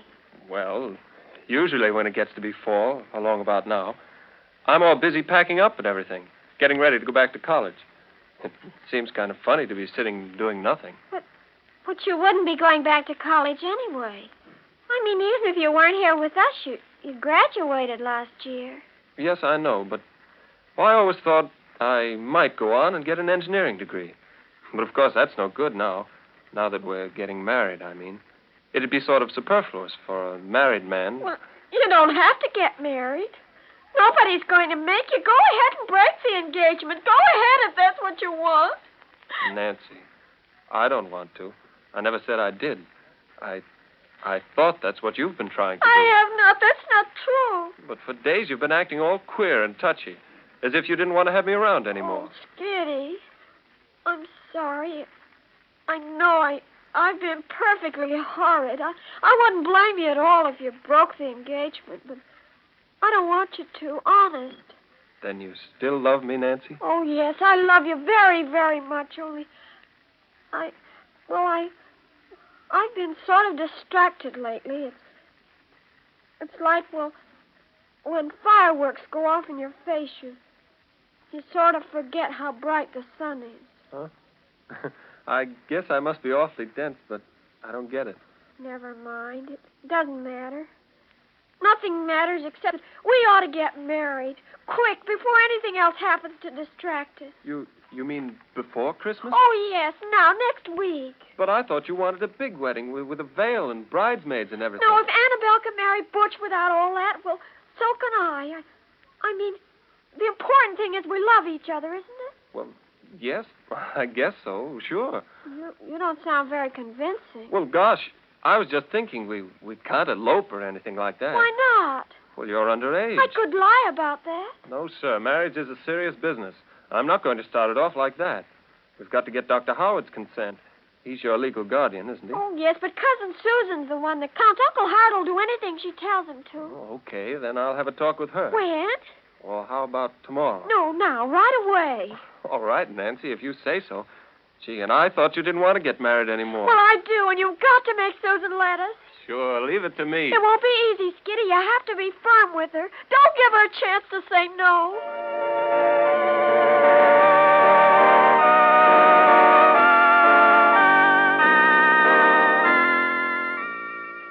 What will Susan say when Skitty tells her that he and Nancy want to get married right away? Listen in tomorrow at this same time and hear how Skitty has a change of mind and how Nancy's jealousy leads her to a bitter accusation. Today we're going to have a little musical geography. Some people live in the Blue Ridge Mountains of Virginia. Some people live by the beautiful Ohio. And some people live underneath the Carolina moon.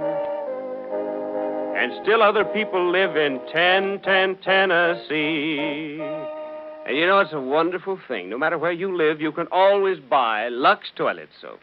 Wherever you are, this fine white soap with active lather is available to you. And because of this wide distribution and large sale, you can buy Lux toilet soap for only a few pennies. And that's important to every woman who wants to run her house beautifully and economically. Because Lux toilet soap is as fine a soap as money can buy. In it are only the finest ingredients. A cake of Lux toilet soap is solid and firm and long-lasting. You'll be proud to have luxurious white Lux toilet soap in your house. And don't forget, a few small pennies is all you have to give to get Lux soap, no matter where you live, whether you're in Troy or Butte or Cedarhurst. Get Lux soap today, that's September 21st. Why wait until September 22nd, 3rd, or 4th? Get Lux soap today, that's September 21st.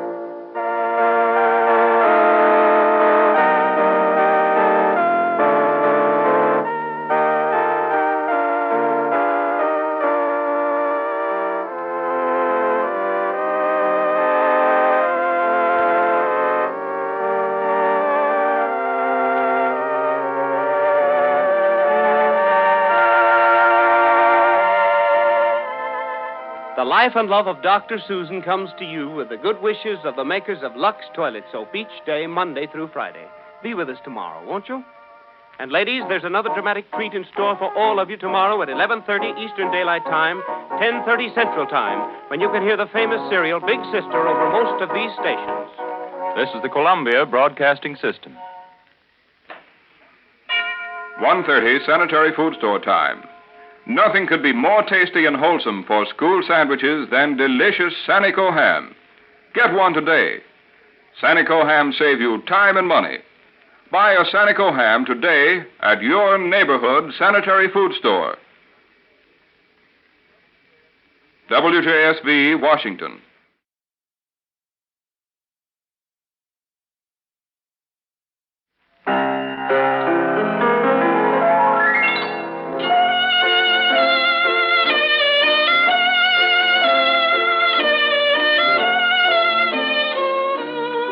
Seal Test presents the dramatic serial, Your Family and Mine. Are you coming to the New York World's Fair? Then don't forget to stop in at the Seal Test building for a glimpse of what Seal Test's scientific supervision of milk, ice cream, and other dairy products is doing to protect your family's health. Seal Test Incorporated and its member companies are under one common ownership.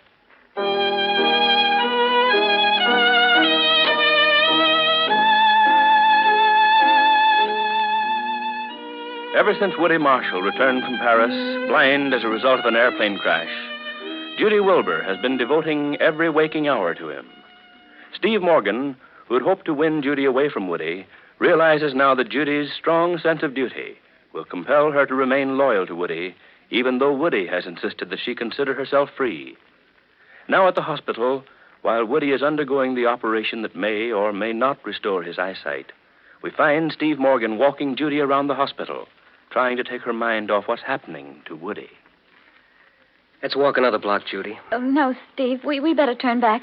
Just another block. I'd like to get back to the hospital, Steve. They've finished by now. But even if they have, they're not going to let you see him right away. Please, Steve, I'd like to go back anyway. All right. Thanks. For what? Your mother asked me to take you for a walk, and I can't get you more than 2 blocks away from the hospital. Steve, I haven't had a chance to say this before, but Ever since Woody came back from Paris, you've been swell. So I've been swell, have I?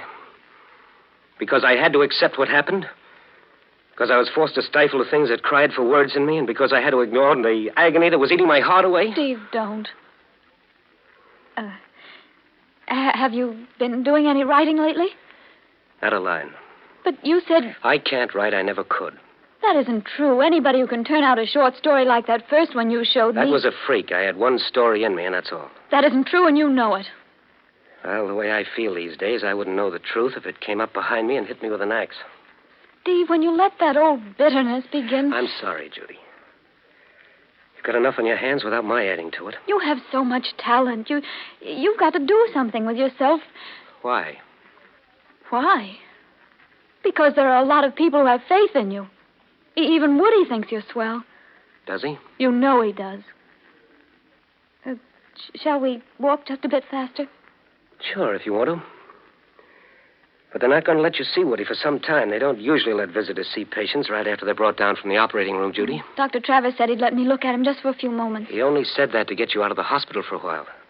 Oh. Steve, what did Woody have to say to you? Why did he send for you before the operation? Wasn't anything important. What was it?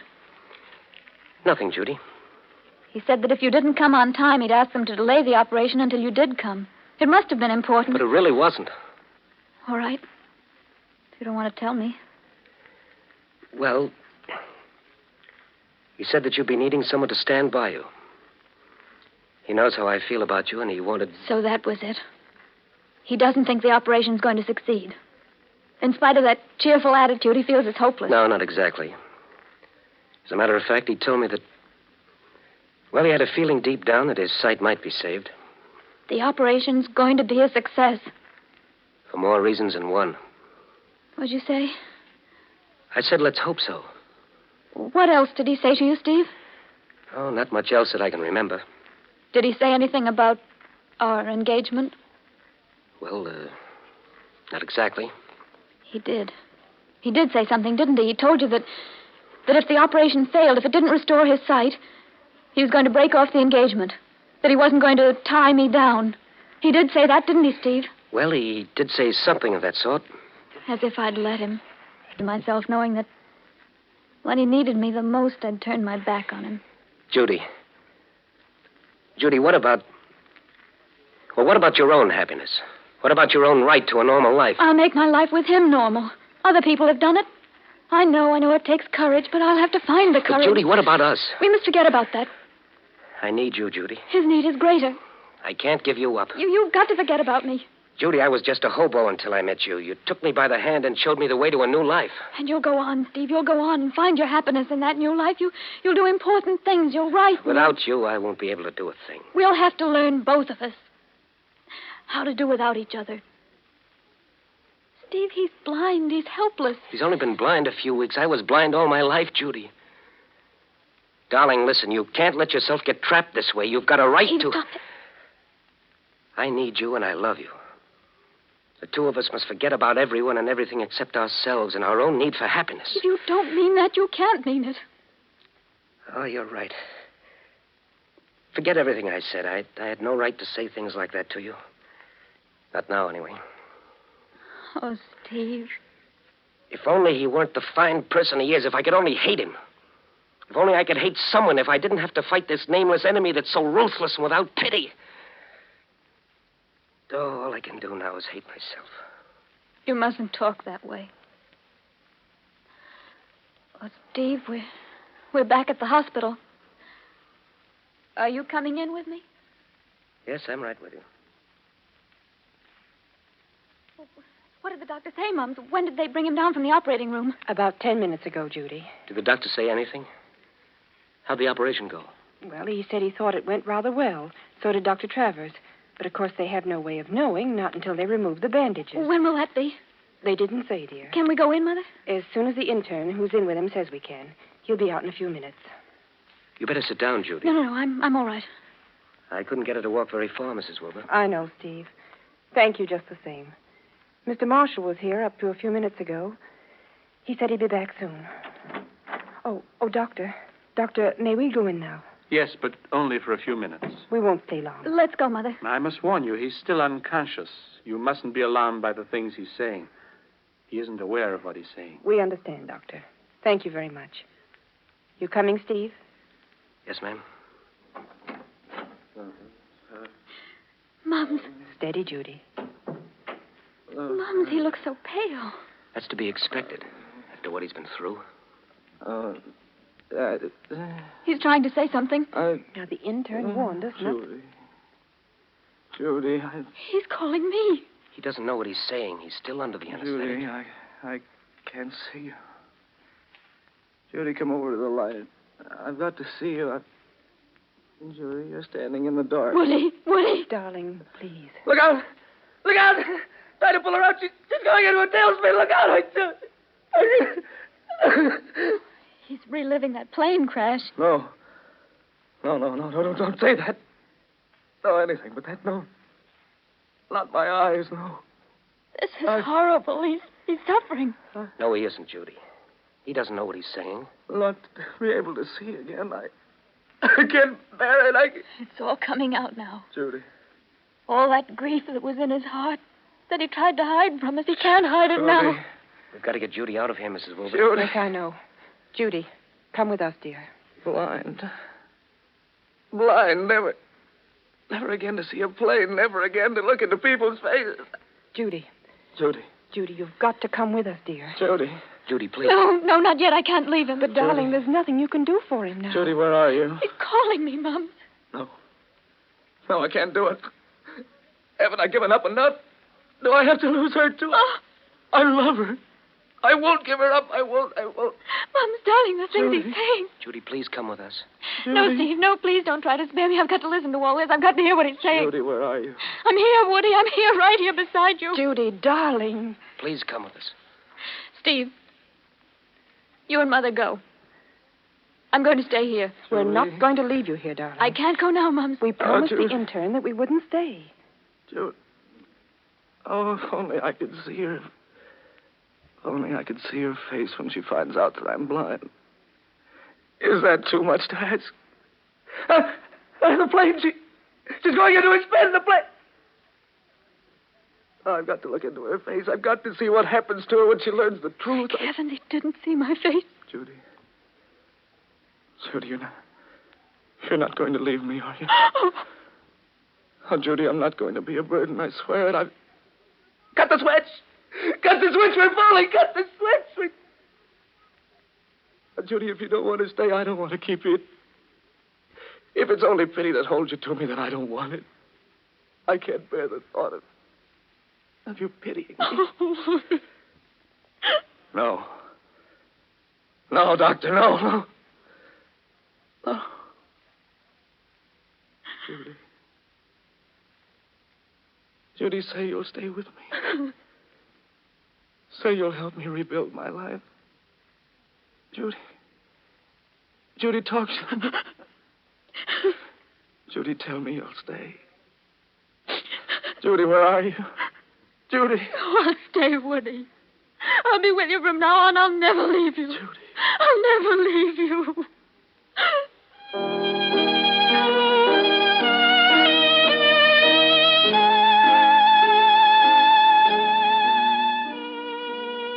And so we leave Judy Wilbur, promising to remain loyal to the unconscious Woody. What will happen in the grim days to come? Will Woody recover his sight? Will Judy keep her vow? Well, be sure to listen tomorrow. Now, what to serve for dessert tonight? What to serve that is delicious and different, that has novelty and originality? That's the question.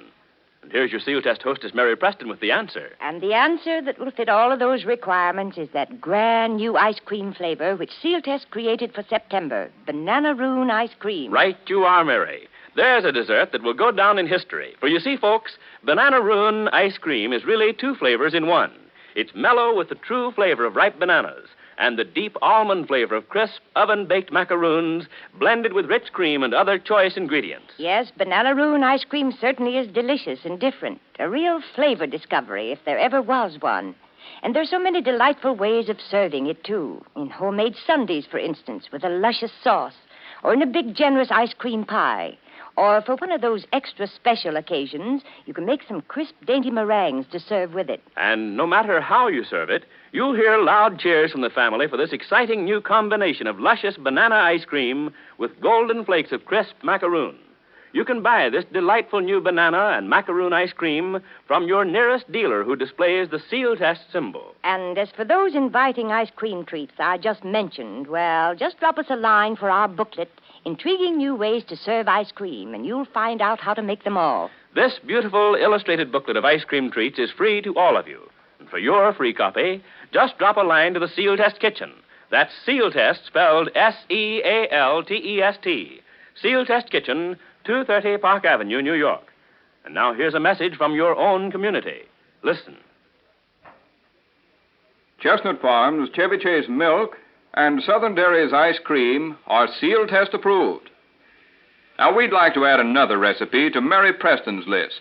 It's a recipe for the most delicious banana royal you'd ever want to taste. And it's simple as ABC. You merely stop at the nearest soda fountain serving Southern Dairy's ice cream and ask for their special banana royal. We promise you a treat you'll long remember. Imagine a cool, creamy round of that one and only Southern Dairy's Banana-Roon ice cream, ringed around with sweet, ripe bananas and crowned with chocolate sauce and fluffy whipped cream. Delicious doesn't half describe it. Next time you pass a Southern Dairy's soda fountain, don't pass it. Stop and treat yourself to one of those perfectly grand banana royals.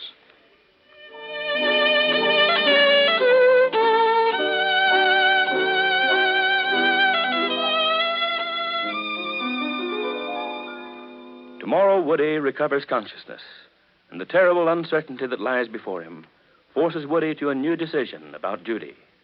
Be sure to listen for another gripping chapter in the dramatic story of the Goldbergs of High Falls. Until then, this is Ford Bond signing off for your family and mine.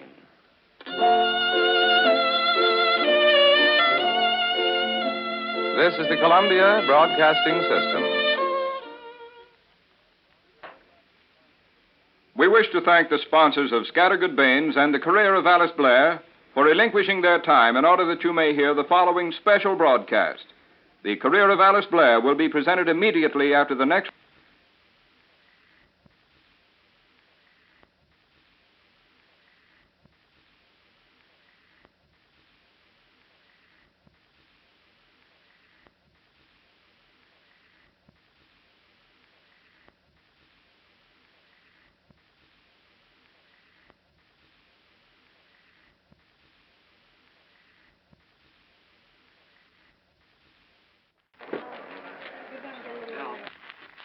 We wish to call to your attention that Manhattan Mother, sponsored by the makers of Chip-So, usually heard at 9:30 a.m. Eastern Daylight Saving Time, will be presented a half hour earlier at 9 a.m. Eastern Standard Time, beginning Monday, September 25th. In a few minutes, we will take you to Washington for the proceedings at the historic special session of Congress. The President of the United States will address a joint session of Congress in person on the issue of the neutrality law. But first, here is the latest news from other parts of the world, news which occurred while Congress gathered into special session. Close attention is directed at Romania today. There, the Premier, Armand Călinescu, has been assassinated. This led to reports that important developments, perhaps of a revolutionary nature, are underway in the Romanian capital, Bucharest. But up to this moment, there is nothing to bear out those reports. Filing its news under a Bucharest dateline, the United Press said that 6 youthful assassins shot and killed Premier Călinescu, who was a vigorous foe of the pro-Nazi Iron Guard. The killing took place while the Premier was driving by automobile to the Royal Palace, where it was believed he was to have an interview with King Carol. The government of Romania, headed by Premier Călinescu, had suppressed the Iron Guard organization on charges of terrorism. The dispatch from Bucharest goes on. The assassins approached Călinescu's automobile from behind a parked car on the main street of Bucharest. The Premier's automobile was blocked for the moment, either by accident or intentionally, by a large truck. The truck lumbered across the street, blocking a line of traffic. The Premier's automobile slowed down. The 6 assassins leaped from their hiding place and ran toward it. One of them yanked open the door of the car. Then the shots were fired. Călinescu was taken to the nearby university hospital and pronounced dead. And a few seconds later, the Bucharest radio station interrupted a musical program and a voice shouted, "Călinescu is killed." And now the very latest word from Bucharest, filed just 9 minutes ago, said that 2 of the assassins of the premier committed suicide by shooting tonight in Bucharest when they were surrounded in a midtown store. Guards cut off their escape. There is no word yet about the other attackers, and a clear picture as to whether this is an isolated attack or the forerunner of other events is not available. Briefly now, the news of other capitals. London published a white paper in which it is stated that Germany answered Great Britain's ultimatum on September the 2nd, an ultimatum which, you remember, demanded withdrawal of Nazi troops from Poland with a threat to answer any aggressive action on the part of England with the same weapons and in the same form. Berlin said today that Soviet War Commissar Voroshilov may visit the German capital early in October to return the visit of a German military mission to Moscow. There is no confirmation from Russia about this so far. 5 announced today that all details of its general mobilization are complete, meaning that 6 million men are under arms and ready for their war duties. It was also stated that British preparations in France are proceeding on a large scale. The French said that Allied aircraft shot down 2 German planes and that Captain von Richthofen, son of the World War ace, had been killed. It is stated that 1/5 of the German submarine fleet at sea has been destroyed. Further unconfirmed reports say that the liner Bremen is in British hands. Fighting still goes on in Poland. By all indications, up to this moment, Warsaw still holds out under heavy siege, but still holds out at that.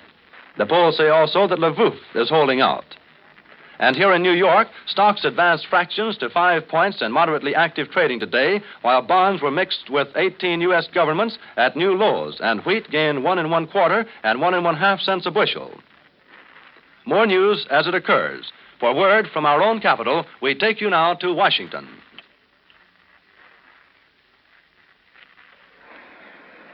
Washington, D.C., September 21st. The Congress of the United States convenes in extra session. This is John Charles Daly speaking from the House of Representatives, called into this session by the President of the United States by a proclamation issued on September 13th. Today at noon, the House of Representatives and the United States Senate met, organized, and recessed until 1:50 Eastern Standard Time, 2:50 Eastern Daylight Saving Time. Then the Senate and the House will convene in joint session to hear the President of the United States deliver his message reviewing the neutrality laws of the country.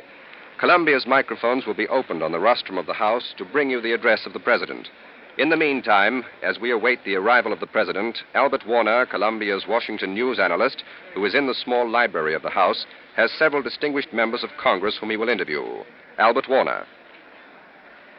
One of the congressmen we have here is Senator Austin, Assistant Minority Leader of the Senate, who comes from rock-ribbed Republican Vermont. The senator was one of those invited to the President's conference yesterday on neutrality revision. Senator, can you tell us something about what you think is ahead in the session? Mr. Warner, the preservation of American institutions and peace is the immediate objective. The means to be used is the question. My judgment is that repeal of the embargo, leaving our government independent to take any action that may be adapted to known conditions in the future, would be the most neutral act of government and therefore the least partial and the least provocative. Retention of the embargo is not regarded as impartial. It helps Germany. It deprives Britain and France of a lawful advantage they possess through geographical location and command of the seas. The distinction between neutrality and qualified neutrality ought to be regarded when we take our first step. Repeal of the embargo would place the government in a truly neutral attitude. Repeal of the embargo, accompanied by reenactment of the cash and carry provision, would place the government as such in an attitude of semi-neutrality. Only one step should now be taken. This is necessary for the record. This step should be entirely neutral and impartial. There is only one act within our contemplation which constitutes that step, and that is repeal of the Embargo Act of 1937. There we should stop for the present. There we would be under the rules of international law. These rules forbid the government participating for or against either side. These rules do not require the government to prohibit its nationals from commerce. Later, if the circumstances should require some further act by the government, which is not wholly impartial, such as reenacting the cash and carry provision covering both munitions and contraband of war, the government could take that step deliberately and candidly admit the fact that its act is not entirely impartial. Therefore, I prefer the first alternative.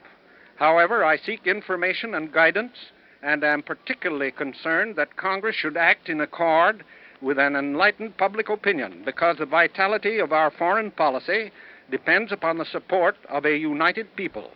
I have voluminous mail on this subject, for which I am grateful. I shall try to answer each letter with a view to encouraging continued interest and expression by the American people. Finally, the country should feel reassured by the knowledge that, regardless of preferences respecting methods, we have a united Congress on the objective of peace. Thank you, Senator Austin. And now, Representative Bruce Barton, a Republican representing a district in the heart of Manhattan Island in New York City. You've just been on the floor, Mr. Barton. Can you tell us what the atmosphere in the House is? Well, I would say that the atmosphere in the House is profoundly serious and strikingly free from partisan thought or purpose. It seems to me that the members of Congress have come back to Washington with only one idea, and that is to arrive at an honorable and effective agreement which may save our people from the ravages and the heartbreak of another foreign war. I think no man who has the honor to occupy a seat in this Congress can fail to be impressed with the solemn character of this meeting. On September 3rd, less than 3 weeks ago, parliamentary government ceased to function in every great nation of the world, with the single exception of the United States. The parliaments of England and France continued to convene, but only to register the decrees of what have now become virtually autocratic governments. No nation can successfully conduct a modern war without surrendering itself to autocracy. Thus, our Congress, meeting today, is the one last outpost of real representative government, the one free forum where men and women can express their convictions with no censorship. Nowhere else in the world is there left a national legislative body where the people can make their influence directly felt.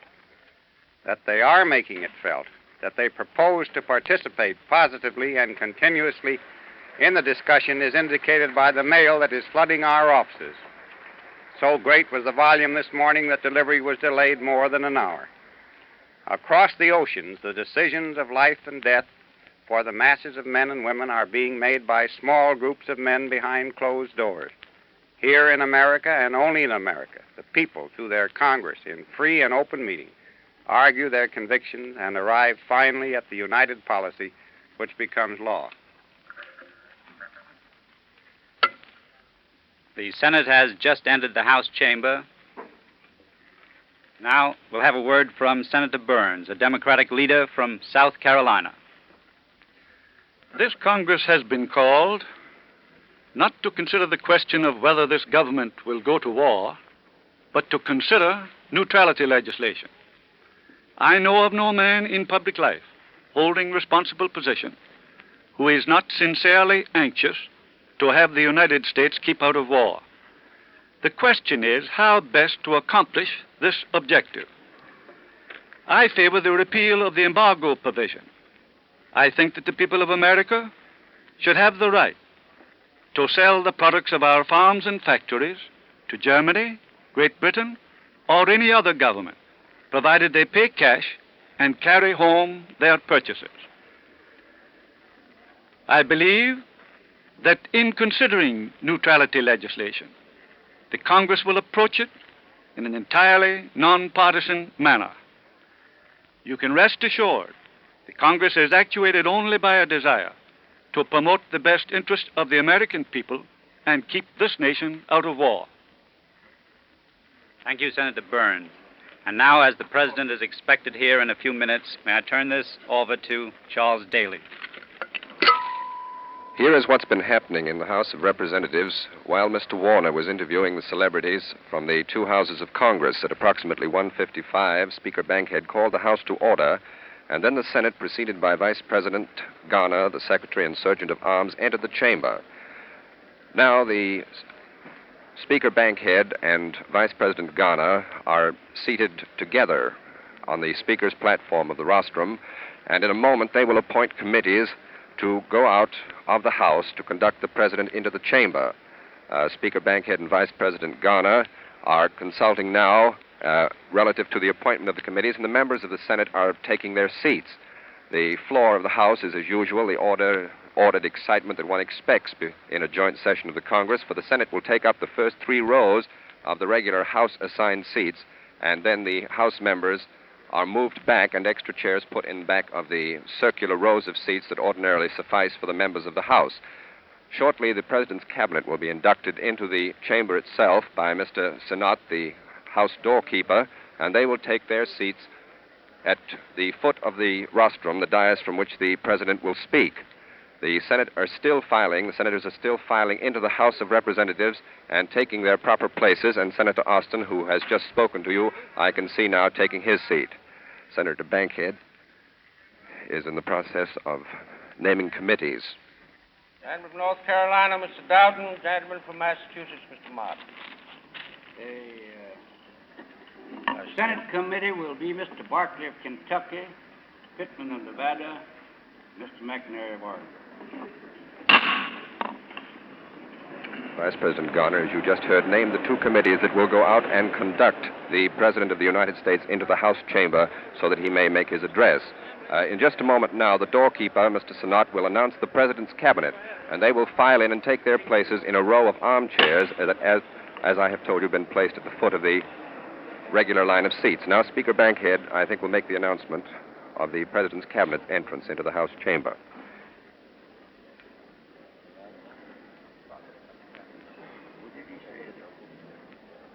Speaker Bankhead and Mr. Garner are consulting, I believe, on the order and precedence of the stays. Now the members of the President's cabinet are coming into the House from one of the front doors beside the rostrum rather than the center door to which they're usually inducted. I can see Postmaster General Farley, Secretary of State Cordell Hull, Secretary Wallace of Agriculture,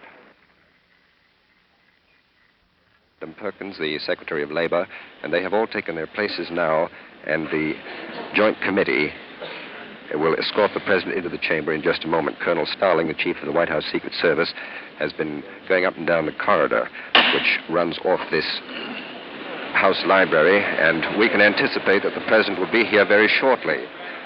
This is the 25th time that Congress has had a special session since its organization 150 years ago. John Adams was the first president to call a special session. He summoned the 5th Congress to meet on May 15th in 1797 to consider suspension of diplomatic relations with France. Thomas Jefferson and James Madison each found it necessary to call 2 extraordinary sessions, and Mr. Lincoln called another just before the Civil War. The greatest number of special sessions have been summoned by Woodrow Wilson and Franklin D. Roosevelt, 3 each. Mr. Roosevelt's first extraordinary session of Congress was in March of 1933 to pass emergency New Deal laws. The second was in October of 1937 to enact the social, labor, and farm legislation, and this special session that has convened today makes the third. Right now, the members of the House and the Senate are all sitting quietly in their seats. The galleries, as to be expected, are filled to overflowing, and standees are standing at all of the doors.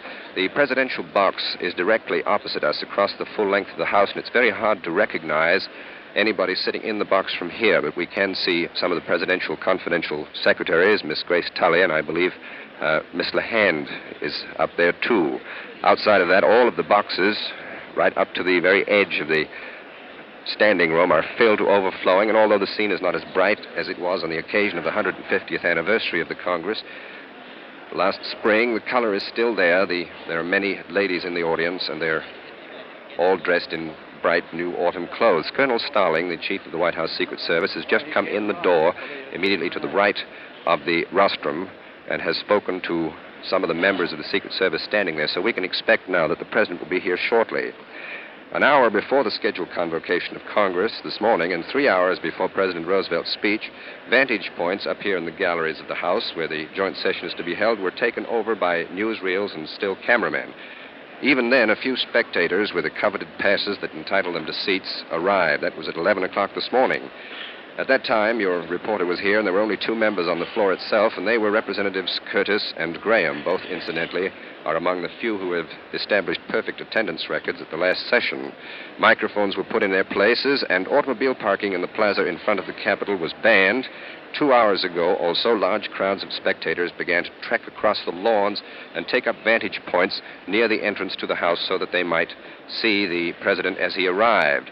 Over on the Senate side, your reporter was there this morning, too, before this Congress was convened to hear the president's address. Vice President Garner was at his office very early, we were told, and was talking about his pecan crop and the bantam chickens in Uvalde, Texas, where he lives. A few senators, including Senator McCarran of Nevada, meticulously attired in a cutaway, strolled about the chamber. And the Senate galleries, strangely, were crowded, although the Senate's only task was to march to the House chamber to hear the president's message. Page boys who had had their vacations interrupted by the special session were making very sure that the senators' inkwells were filled and that pen points and pens and such things were in place for a busy week, or perhaps the busy weeks which are to follow. Now the House is sitting there in order, waiting for the president to come in, and we've just received a signal that the president has started down the corridor, which leads directly into the House itself.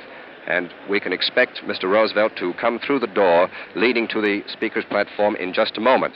At that time, of course, the whole House will rise, and undoubtedly we will hear an ovation for Mr. Roosevelt. There always is one when he comes into this House to speak before the 2 sessions of Congress. Speaker Bankhead and Vice President Garner are presiding jointly, of course, over this joint session. And as I told you, they are sitting together up where the Speaker normally sits alone. That is a marble dais which is in back of the Speaker's rostrum in itself, where President Roosevelt will make his speech. Up overhead, the sun is shining brightly through the glassed-in window, and we can see the famed coffin that is the Speaker for the House amplifying system. And now Colonel Starling is coming through the side entrance to the House of Representatives, and President Roosevelt can be seen through the door going down the corridor with Secretary Early. Mr. Bankhead has just announced the President of the United States, and here's the ovation for the President.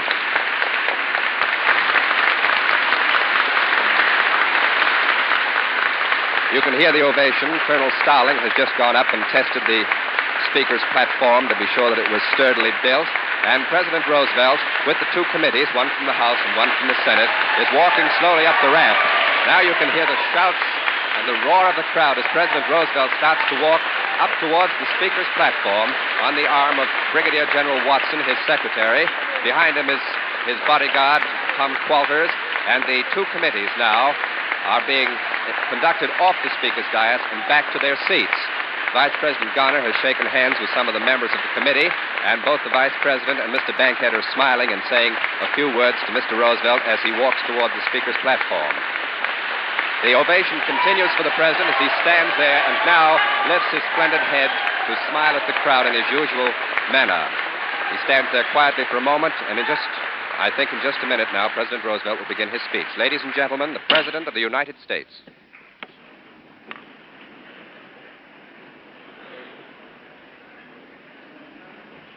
I have the distinguished honor of presenting the President of the United States.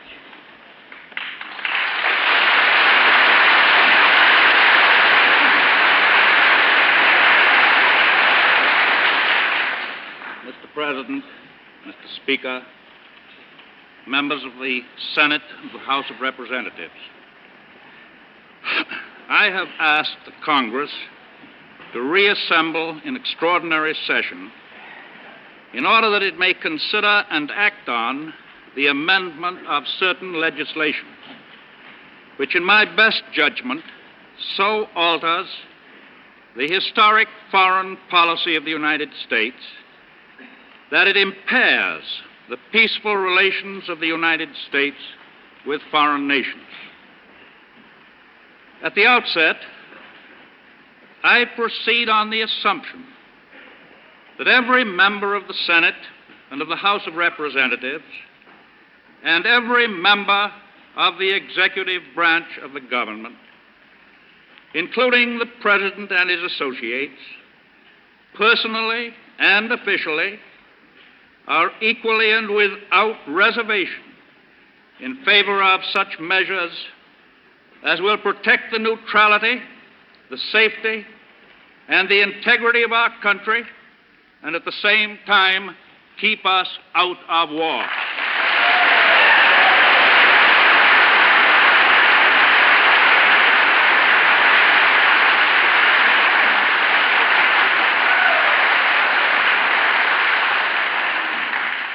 Because I am wholly willing to ascribe an honorable desire for peace to those who hold different views from my own as to what those measures should be, I trust that these gentlemen will be sufficiently generous to ascribe equally lofty purposes to those with whom they disagree.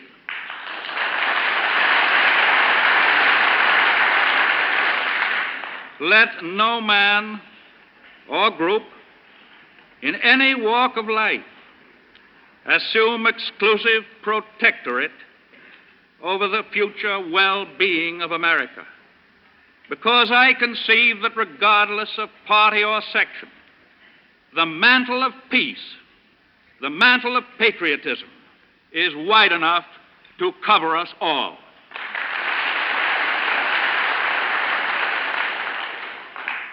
Let no group assume the exclusive label of the peace bloc. We all belong to it.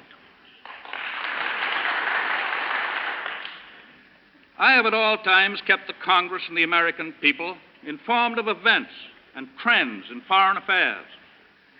I now review them in a spirit of understatement. Since 1931, the use of force instead of the council table has constantly increased in disputes between nations, except in the Western Hemisphere, where in all those years there has been only one war, now happily terminated. During those years also, the building up of vast armies and navies and storehouses of war has proceeded abroad with growing speed and intensity. But during these years, and extending back even to the days of the Kellogg-Briand Pact, the United States has constantly, consistently, and conscientiously done all in its power to encourage peaceful settlements, to bring about reduction of armaments, and to avert threatened wars. We have done this not only because any war anywhere necessarily hurts American security and American prosperity, but because of the more important fact that any war anywhere retards the progress of morality and religion and impairs the security of civilization itself. For many years, the primary purpose of our foreign policy has been that this nation and this government should strive to the utmost to aid in avoiding war among nations.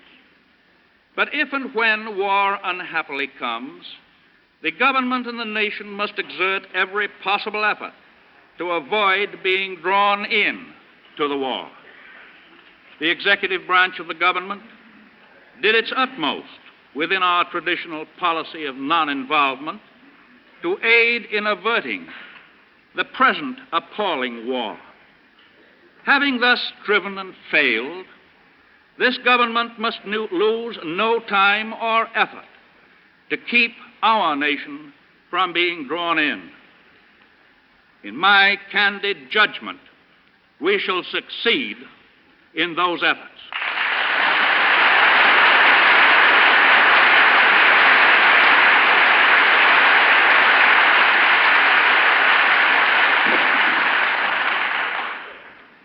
We are proud of the historical record of the United States and of all the Americas.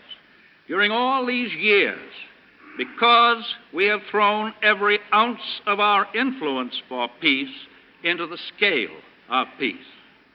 I note in passing what you will all remember, the long debates of the past on the subject of what constitutes aggression, on the methods of determining who the aggressor might be, and on who the aggressor in past wars had been. Academically, this may have been instructive, as it may have been of interest to historians to discuss the pros and the cons and the rights of the wrong and wrongs of the World War during the decade that followed it. But in the light of problems of today, problems of tomorrow, responsibility for acts of aggression is not concealed, and the writing of the record can safely be left to future historians. There has been sufficient realism in the United States to see how close to our own shores came dangerous paths which were being followed on other continents. Last January, I told the Congress that a war which threatened to envelop the world in flames has been averted, but it has become increasingly clear that peace is not assured. By April last, new tensions had developed. A new crisis was in the making. Several nations with whom we had had friendly, diplomatic, and commercial relations had lost or were in the process of losing their independent identity and their very sovereignty.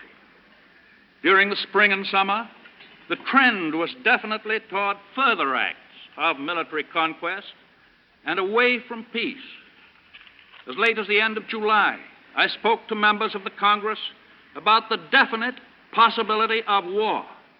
I should have called it the probability of war. And last January also, I spoke to this Congress of the need for further warning of new threats of conquest, military and economic, of challenge to religion, to democracy, and to international good faith. I said an ordering of society which relegates religion, democracy, and good faith among nations to the background can find no place within it for the ideals of the Prince of Peace. The United States rejects such an ordering and retains its ancient faith.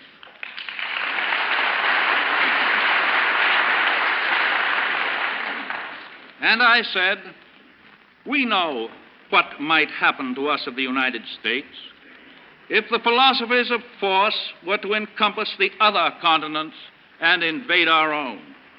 We, no more than other nations, can afford to be surrounded by the enemies of our faith and our humanity. Fortunate it is, therefore, that in this Western Hemisphere we have under a common ideal of democratic government a rich diversity of resources and of peoples functioning together in mutual respect and peace. And last January, in the same message, I also said, we have learned that when we deliberately try to legislate neutrality, our neutrality laws may operate unevenly and unfairly, may actually give aid to an aggressor and deny it to the victim. The instinct of self-preservation should warn us that we ought not to let that happen anymore.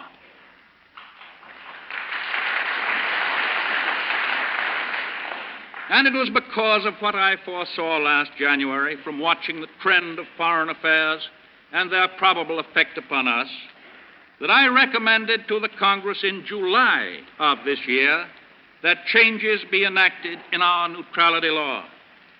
The essentials for American peace in this war-torn world have not changed since last January or last July. And that is why I ask you again to re-examine our own legislation. Go back a little. Beginning with the foundation of our constitutional government in the year 1789, the American policy in respect to belligerent nations, with one notable exception, was based on international law. Be it remembered that what we call international law has always had as its primary objectives the avoidance of causes of war and the prevention of the extension of war. The single exception to which I refer was the policy adopted by this nation during the Napoleonic Wars, when, seeking to avoid involvement, we acted for some years under the so-called Embargo and Non-Intercourse Acts. That policy turned out to be a disastrous failure. First, because it brought our own nation close to ruin, and second, because it was the major cause of bringing us into active participation in European wars in our own War of 1812. And it is merely reciting history to recall to you that one of the results of the policy of embargo and non-intercourse was the burning in 1814 a part of this capital in which we are assembled today. Our next deviation, by statute, from the sound principles of neutrality and peace through international law did not come for 130 years. It was the so-called Neutrality Act of 1935, only 4 years ago, an act continued in force by the joint resolution of May 1st, 1937. Despite grave doubts expressed as to its wisdom by many senators and representatives and by officials charged with the conduct of our foreign relations, including myself, I regret that the Congress passed that act. I regret equally that I signed that act. On July 14th of this year, I asked the Congress in the cause of peace and in the interest of real American neutrality and security to take action to change that act. I now ask again that such action be taken in respect to that part of the act which is wholly inconsistent with ancient precepts of the laws of nations, the embargo provisions. I ask it because they are, in my opinion, most vitally dangerous to American neutrality, American security, and above all, American peace.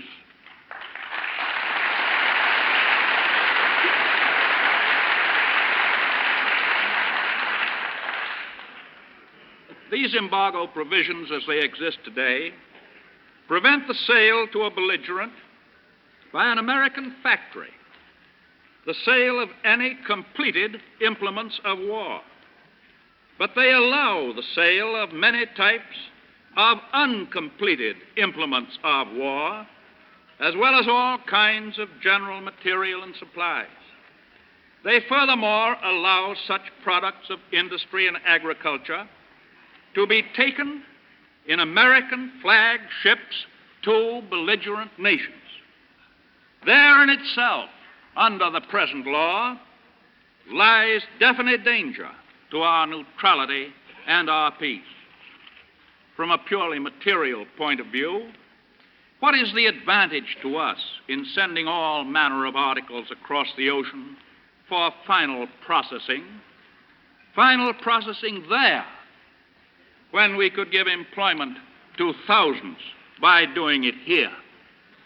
Incidentally, and again, from the material point of view, by such employment here, we automatically aid in building up our own national defense.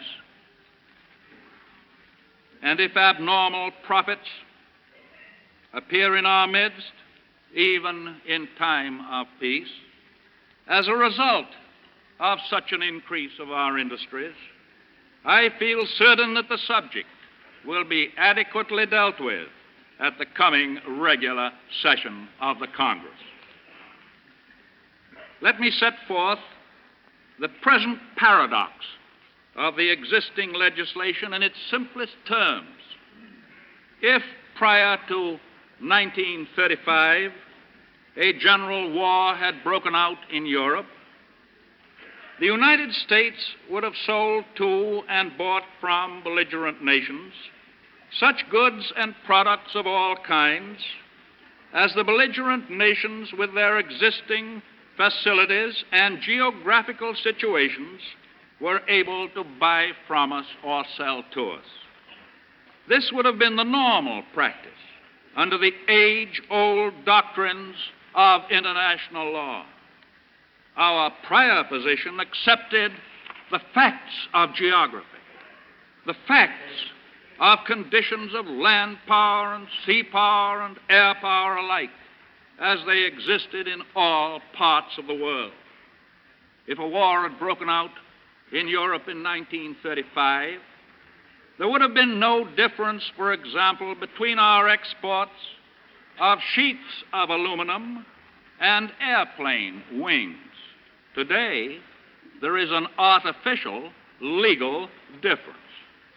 Before 1935, there would have been no difference between the export of cotton and the export of gun cotton. Today, there is. Before 1935, there would have been no difference between the shipment of brass tubing in pipe form and brass tubing in shell form. Today, there is. Before 1935, there would have been no difference between the export of a motor truck and an armored motor truck. Today, there is. Let us be factual. Let us recognize that a belligerent nation often needs wheat and lard and cotton for the survival of its population just as much as it needs anti-aircraft guns and anti-submarine depth charges. Let those who seek to retain the present embargo position be wholly consistent. Let them seek new legislation to cut off cotton and copper and meat and wheat and 1,000 other articles from all of the nations at war. Yes, I seek a greater consistency through the repeal of the embargo provisions and a return to international law. I seek reenactment of the historic and traditional American policy, which, except for the disastrous interlude of the embargo and non-intercourse laws, more than a century and a quarter ago, has served us well from the very beginning of our constitutional existence. It has been erroneously said that return to that policy might bring us nearer war. I give to you my deep and unalterable conviction, based on years of experience as a worker in the field of international peace, that by the repeal of the embargo, the United States will more probably remain at peace than if the law remains as it stands today.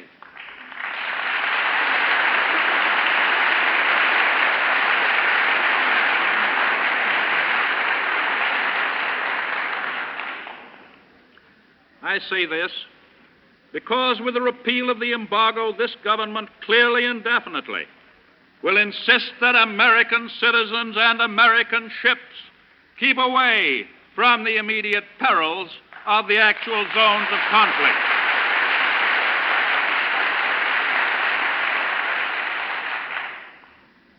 And so, I think that repeal of the embargo and a return to international law are the crux of the issue that faces us. the enactment of the embargo provisions did more than merely reverse our traditional policy. It had the effect of putting land powers on the same footing as naval powers, so far as seaborne commerce was concerned. A land power which threatened war could thus feel assured in advance that any prospective sea power antagonist would be weakened through denial of its ancient right to buy anything, anywhere. This, 4 years ago, began to give a definite advantage to one belligerent as against another, not through his own strength or geographical position, but through an affirmative act on the part of the United States. Removal of the embargo is merely reverting to the sounder international practice and pursuing in time of war, as in time of peace, our ordinary trade policies. This will be liked by some and disliked by others, depending on the view they take of the present war. But that is not the issue. The step I recommend is to put this country back on a solid footing of real and traditional neutrality.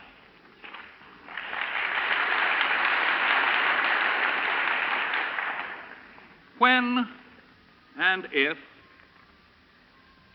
I don't like even to mention the word if, I'd rather say when the repeal of the embargo is accomplished, certain other phases of policy reinforcing American safety should be considered. And while nearly all of us are in agreement on their objectives, the only question relates to method. I believe that American merchant vessels should, as far as possible, be restricted from entering war zones.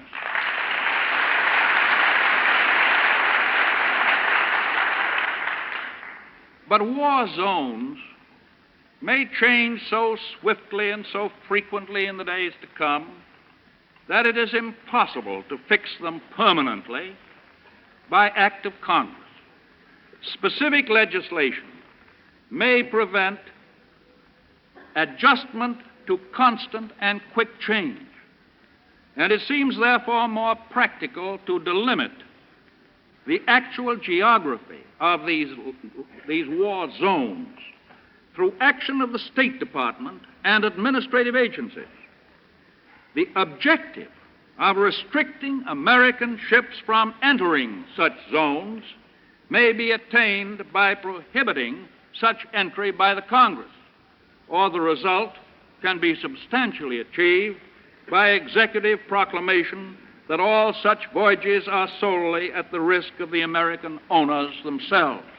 The second objective is to prevent American citizens from traveling on belligerent vessels or traveling in danger areas. This can be accomplished also either by legislation, through continuance in force of certain provisions of existing law, or by proclamation making it clear to all Americans that any such travel is at their own risk. The third objective, requiring the foreign buyer to take transfer of title in this country to commodities purchased by belligerents, is also a result that can be attained by legislation or substantially achieved through due notice by proclamation. The fourth objective is the preventing of war credits to belligerents.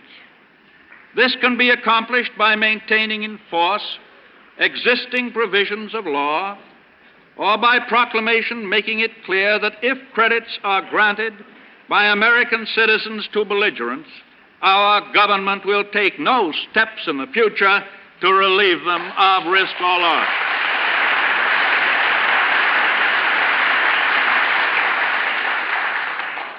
The result of these last two objectives will be to require all purchases to be made in cash and cargoes to be carried in the purchaser's own ships at the purchaser's own risk.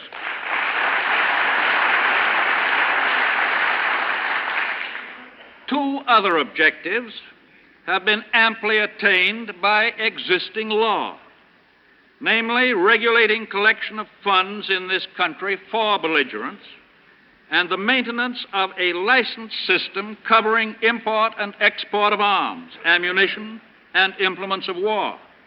Under present enactments, such arms cannot be carried to belligerent countries on American vessels, and this provision should not be disturbed. The Congress, of course, should make its own choice of the method by which these safeguards are to be attained, so long as the method chosen will meet the needs of new and changing day-to-day situations and dangers. To those who say that this program would involve a step toward war on our part, I reply that it offers far greater safeguards than we now possess or have ever possessed to protect American lives and property from danger. It is a positive program for giving safety. This means less likelihood of incidents and controversies which tend to draw us into conflict as they unhappily did before the last World War. There lies the road to peace. The position of the executive branch of the government is that the age-old and time-honored doctrine of international law, coupled with these positive safeguards, is better calculated than any other means to keep us out of war.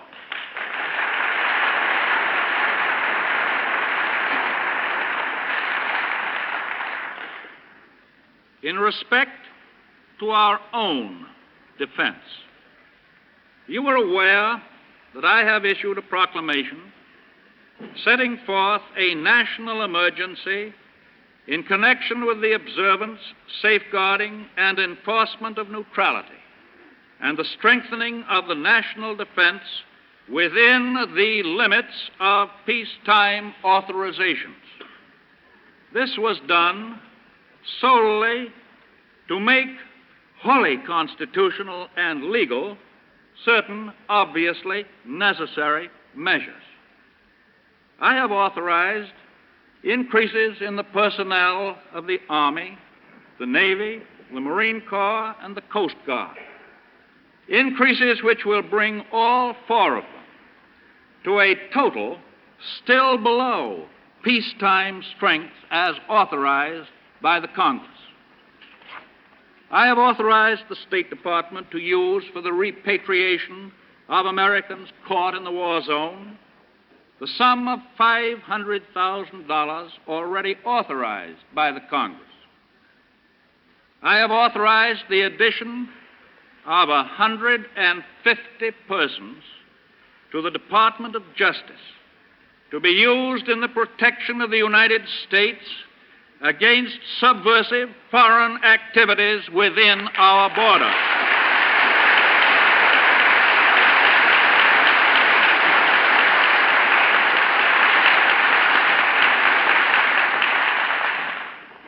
At this time, I ask for no further authority from the Congress.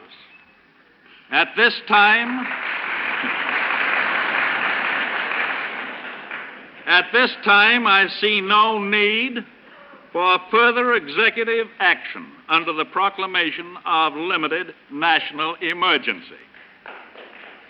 Therefore, I see no impelling reason for the consideration of other legislation at this extraordinary session of the Congress.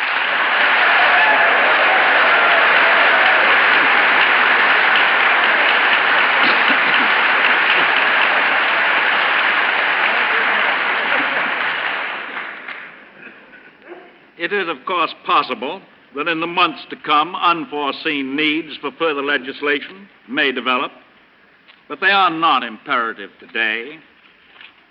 These perilous days demand cooperation between us, without a trace of partisanship.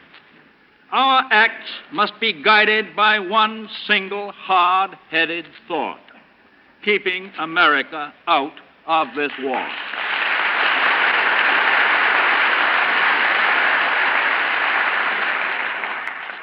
In that spirit, I am asking the leaders of the two major parties in the Senate and the House of Representatives to remain in Washington between the close of this extraordinary session and the beginning of the regular session on January 3rd, 1940.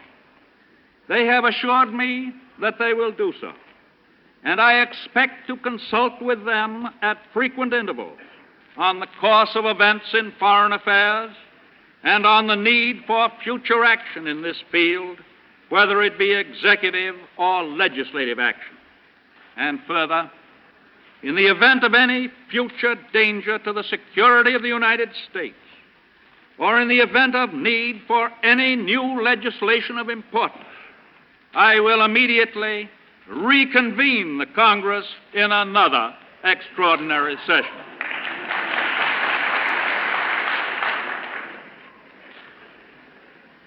I should like to be able to offer the hope that the shadow over the world might swiftly pass. I cannot. The facts compel my stating with candor that darker periods may lie ahead. The disaster is not of our making. No act of ours engendered the forces which assault the foundations of civilization. And yet, we find ourselves affected to the core. Our currents of commerce are changing. Our minds are filled with new problems. Our position in world affairs has already been altered. In such circumstances, our policy must be to appreciate in the deepest sense the true American interest. Rightly consider this interest is not selfish.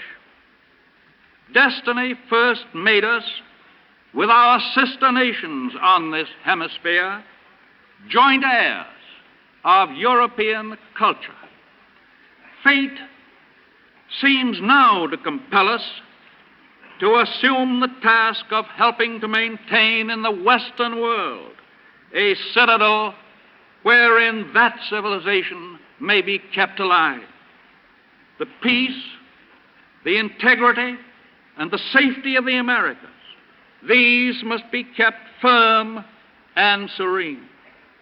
In a period when it is sometimes said that free discussion is no longer compatible with national safety, may you, by your deeds, show the world that we of the United States are one people, of one mind, one spirit, one clear resolution, walking before God in the light of the living.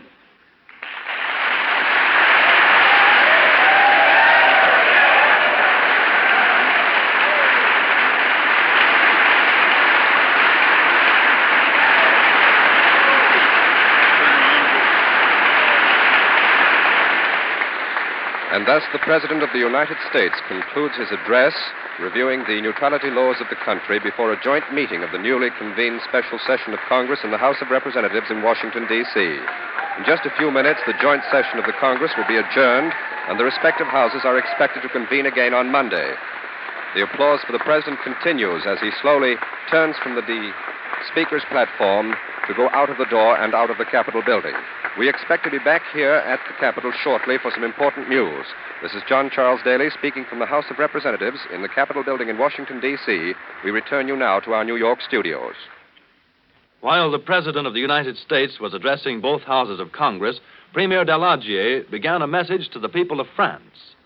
Later, our translator, who has been listening to the speech over shortwave radio, will give you a free resume of the entire message. In the meantime, we will listen to Premier Daladier's concluding remarks. We take you now to Paris. Bretagne ou en Alsace. Elle ne renouvelle pas ses méthodes. Elle cherche partout des sens in quarte pour trahir leur patrie. Elle espère trouver des achats pour en signer la déchéance et en consacrer la servitude. Mais la France tout entière s'est dressée. Il n'y a pas chez nous de traîtres, mais un peuple unanime, courageux, résolu, qui inscrit sur ses drapeaux la liberté ou la mort. Après tant de mensonges et tant de reniements, la propagande allemande n'a plus maintenant qu'un dernier espoir. Celui de dissocier les forces qui vont briser sa marche vers la domination du monde. Il est clair que la propagande allemande n'a plus maintenant que deux objets. Elle veut séparer la France de l'Angleterre. Elle veut désunir les Français entre eux. Mais quand les Français entendent les ondes ennemies leur dire que cette guerre est la guerre de l'Angleterre, ils répondent non, c'est la guerre d'Hitler. Comment faire croire à des Français qui, depuis des mois, sentent grandir le péril sur leurs propres frontières, qu'ils font la guerre pour la Grande-Bretagne? La propagande allemande a tort de ne pas changer de procédé quand elle déborde le territoire du Reich. Les Français connaissent par l'expérience, autant que par le sentiment, la valeur de l'amitié britannique. Ils voient la marine de l'Angleterre casser et détruire les sous-marins allemands. Ces avions combattent dans notre ciel. Ces fils, non plus volontaires, mais soldats par devoir, rejoindre les soldats de France aux frontières de notre patrie. Ils savent aussi qu'un même idéal de liberté et de dignité humaine fait battre le cœur de la France, de l'Angleterre et des centaines de millions d'hommes qui, dans leurs empires immenses, dévouent toute leur force à la cause commune. La radio hitlérienne peut reprendre ce thème à l'infini. Pas un Français ne peut en être dupe. Plus ridicule encore est l'espoir de dresser des Français contre leur patrie. Monsieur Goebbels ou son successeur peut faire entendre à sa radio des voix de femmes qui prétendent parler au nom des mères françaises. Ces employés de sa propagande peuvent lire leur appel, qui n'est qu'une offense à la douleur des mères véritables. Un Français déshonoré, traître à son pays, peut s'apitoyer dans les studios allemands sur le destin de nos soldats. Aucun d'entre vous ne peut être pris à des pièges aussi grossiers. Ce chantage aux sentiments les plus nobles ne fait que soulever votre dégoût et que raffermir votre volonté. Car la propagande allemande a pu mentir sur tout, mais il est une chose sur laquelle elle ne saurait vous tromper, vous abuser, c'est votre amour pour la France.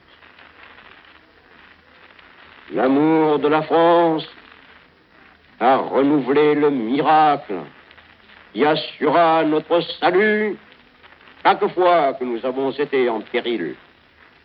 Dans l'épreuve, notre communauté nationale devient de jour en jour plus ardente et plus fraternelle. Nous faisons la guerre parce que nous ne voulons pas que la France soit asservie. Pour son salut, nous mettrons en œuvre toutes nos forces. Nous continuerons à prendre toutes les mesures d'ordre intérieur, de discipline, d'économie, afin que le pays tout entier participe à l'effort commun. Nous ne permettrons pas que certains s'enrichissent pendant que d'autres donneraient leur sang. Nous sommes calmes et résolus. Nous ne sommes pas hantés, comme nos ennemis, par la crainte d'une guerre longue. Nous ne pensons qu'à une chose, à la victoire totale. Cette victoire, nous la considérerons comme acquise. Dès que nous pourrons créer, fonder la paix sur des bases solides, dès que nous pourrons enfin apporter à la France la sécurité définitive que les entreprises hitlériennes lui ont retirée depuis 3 années. L'épreuve est dure. Les sacrifices seront douloureux. Mais la France a vaincu de plus grands périls. Nul n'a jamais pu la détruire. Et il vient toujours une heure où les forces morales qui font l'armature des grandes nations pacifiques leur donnent la victoire. Ces forces morales, elles animent toutes nos armées que le péril n'a pas prises au dépourvu. Elles ont les moyens qui permettent de résister et de vaincre. Elles ont le courage, elles ont la science, elles ont la foi.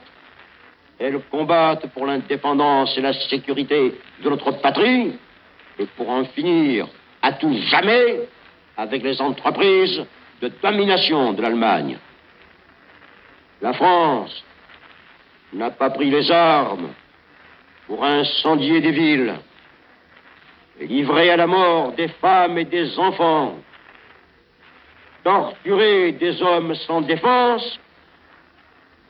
Elle a pris les armes pour une cause juste et humaine, et c'est pour cela qu'elle aura la victoire. Mesdames, Messieurs, vous venez d'entendre M. Édouard Daladier, président du Conseil des ministres.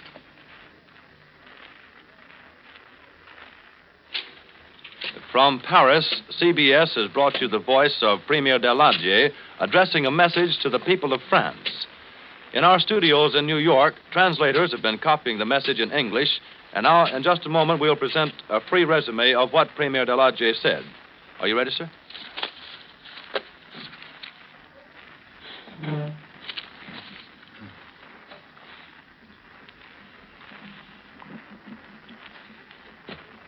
Monsieur Daladier, French Prime Minister, said that for 20 days France has been at war. I want to tell you, he said, of the military and diplomatic conditions of our fight. I want to tell you, soldiers of France, what your duty is. You are a nation of free men, and you must remain free men always. I have just visited the front and seen our positions on German territory.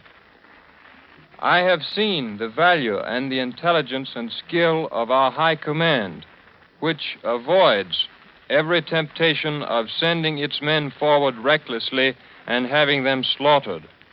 I have admired our soldiers. I have seen with emotion and am proud of our gallant soldiers who fight because Germany has tried to use force against us, and we want to be finished once and for all with this atmosphere of threat and force. We must fight this force that tries to crush France. The Hitler domination already exercises a reign of terror over Germany. German domination has also crushed Poland, but before Poland, also Czechoslovakia and Austria. The efforts of all those who have tried for peace, because the destruction of Poland was prepared in advance by the threat of force and secret treaties, certain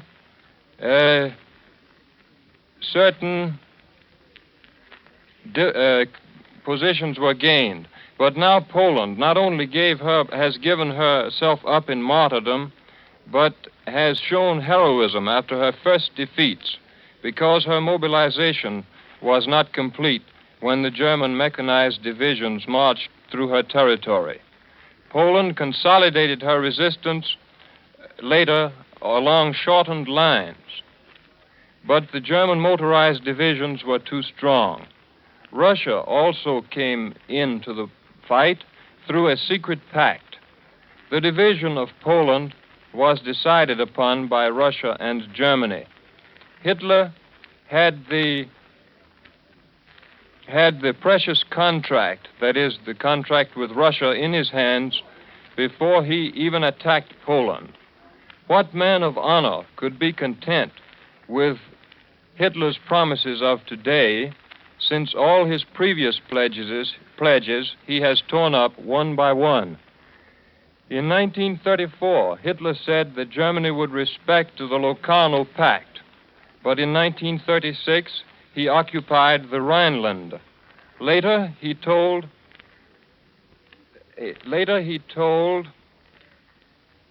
the world that Germany would never annex Austria. Then he did annex Austria. On the 26th of September, he said the Sudetens were the last problem to be resolved by Germany. But on the 29th of September, at Munich, he promised us, and me personally, that he would not annex the Czechoslovaks because he wanted only, he said, the purity of the German race. But on March 13th, Prague was occupied.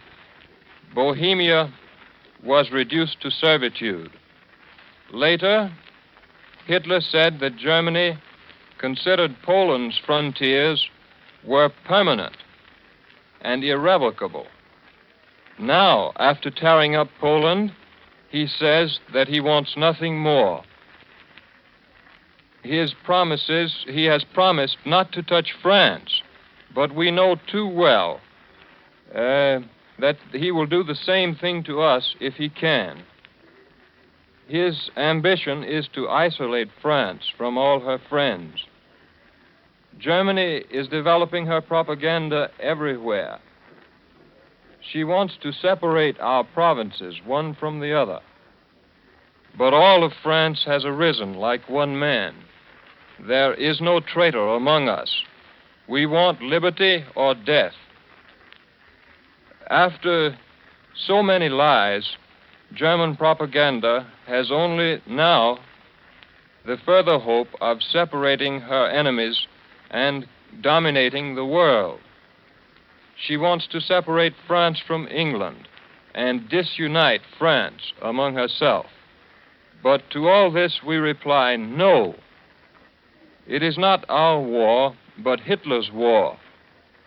We are fighting for ourselves and for Great Britain. German propaganda is making a great mistake in not changing its tactics. The British fleet, Monsieur Daladier said, and her planes are fighting gallantly, and her soldiers are joining ours for liberty and human dignity. Our two immense empires, that is, the French and British empires, are united. We will not be Hitler's dupes. The German radio, he said, has been using all sorts of tactics, notably that of having women speak, trying to imitate French mothers in order to plead with their sons not to fight. But our soldiers, said Monsieur Daladier, cannot be caught in such a trap. Your dignity, he said, in speaking to the French soldiers, will be aroused. Germany cannot deceive your love for France.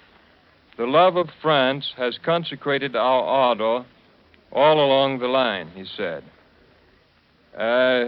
We are threatened, and we are fighting not to be slaves. We will take every measure of discipline within our country, said Monsieur Daladier, in order to fight the good fight. We are calm and resolute and are not haunted by the fear of a long war. We want the final victory, and then we want to found a peace on a sound basis. The test will be hard, he warned the French soldiers. The sacrifices will be grievous. But France has always conquered. every peril, he said, and with her moral strength has won every victory. The French army has courage, science, and faith, said Monsieur Daladier. We will finish this time, once and for all, with Germany's efforts of domination. We are fighting now for justice and humanity, and we will have victory. And that, ladies and gentlemen, was our translator in New York giving you a free resume of the message Premier Daladier delivered to the people of France. The message was begun while President Roosevelt in Washington was addressing both houses of Congress. Now, the latest news from Bucharest, Romania, where Premier Călinescu was shot and killed today. It is officially announced in Bucharest that members of the outlawed pro-Nazi Iron Guard killed the Romanian premier. The announcement called the attack cowardly. It said the assassins were arrested. And it said further that a new premier will be sworn in right away in advance of a meeting of the Crown Council with King Carol. Romanian officials said that order prevails throughout the country. The German news agency, meanwhile, says that the Nazis didn't do the deed.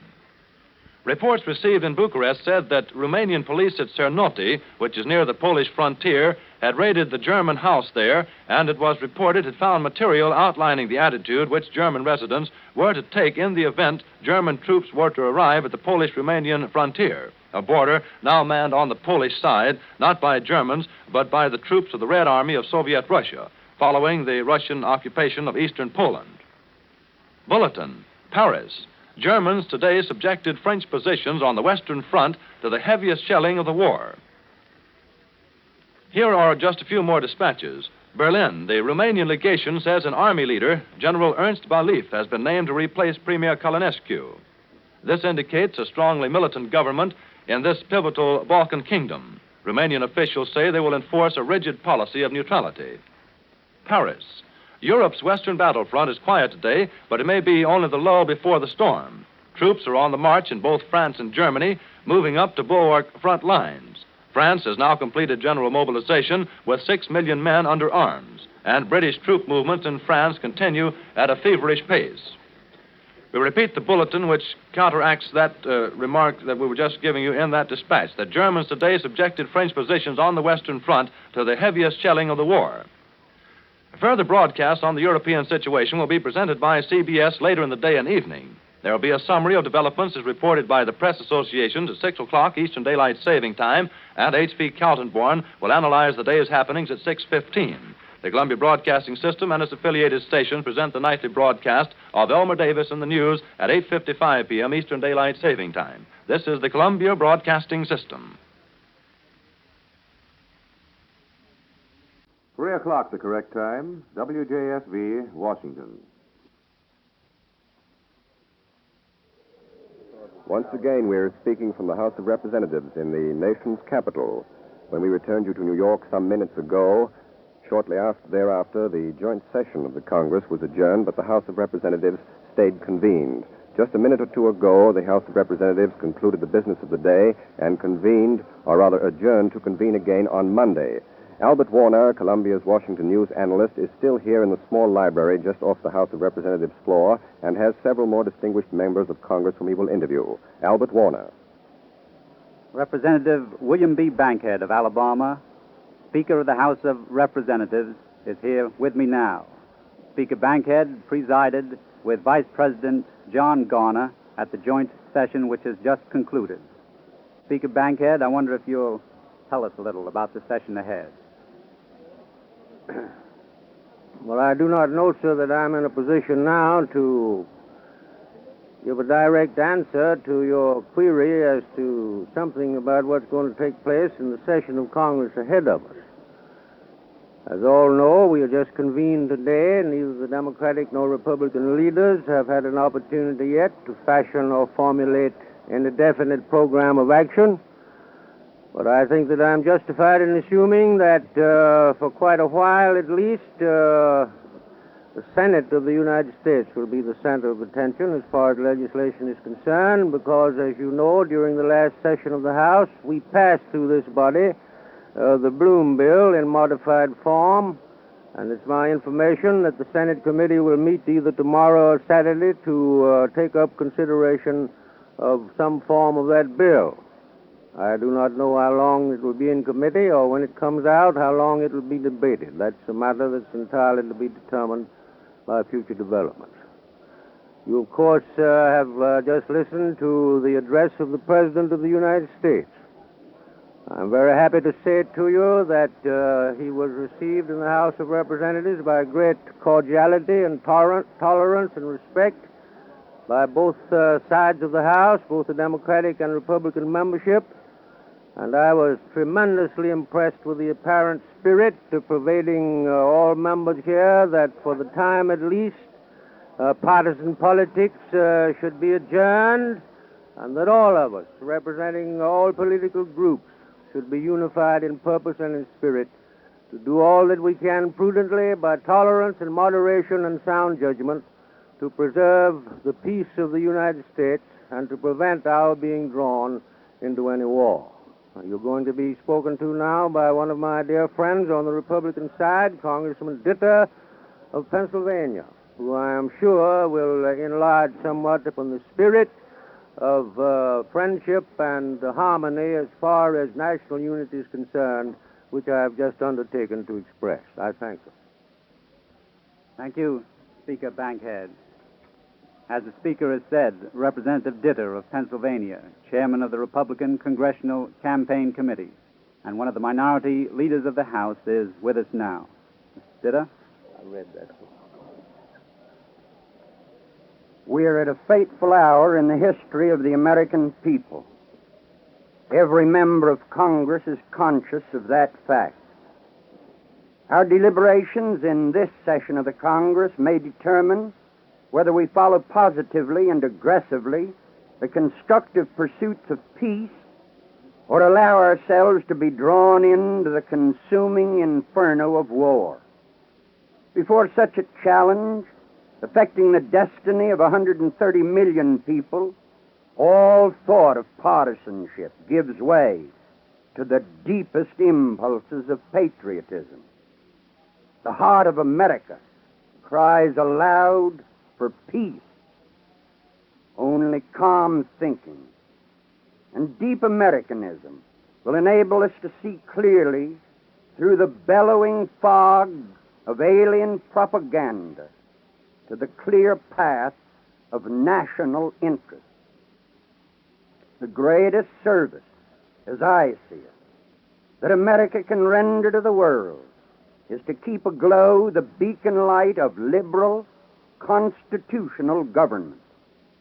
That light is the hope, and the only hope, I might say, of the world today. At this time, we should support wholeheartedly the President's plea for a unity of purpose. And I feel that that unity of purpose can best be expressed in his own words when he said, and I quote, "Despite what happens in continents overseas, the United States of America shall and must remain. As long ago the father of our country prayed that it might remain, unentangled and free. And it's in this spirit that the House of Representatives, Republican and Democrat, convened today to try to solve the great and perplexing problem." Thank you, Mr. Ditter. We have just heard from Speaker Bankhead of the House of Representatives and Representative Ditter, Chairman of the Republican Congressional Campaign Committee. Now, we may turn this back to Mr. Daley. And while Mr. Warner is attempting to contact Mr. Bloom, the representative from New York, it might be interesting to review once again the history of the special sessions of Congress. This session today was the 25th Congress that has had a special session since its organization 150 years ago. John Adams was the first president to call a special session. He summoned the 5th Congress to meet May 15th, 1797, to consider suspension of diplomatic relations with France. Thomas Jefferson and James Madison each found it necessary to call 2 extraordinary meetings because of the split between the United States and Great Britain, which led eventually to the War of 1812.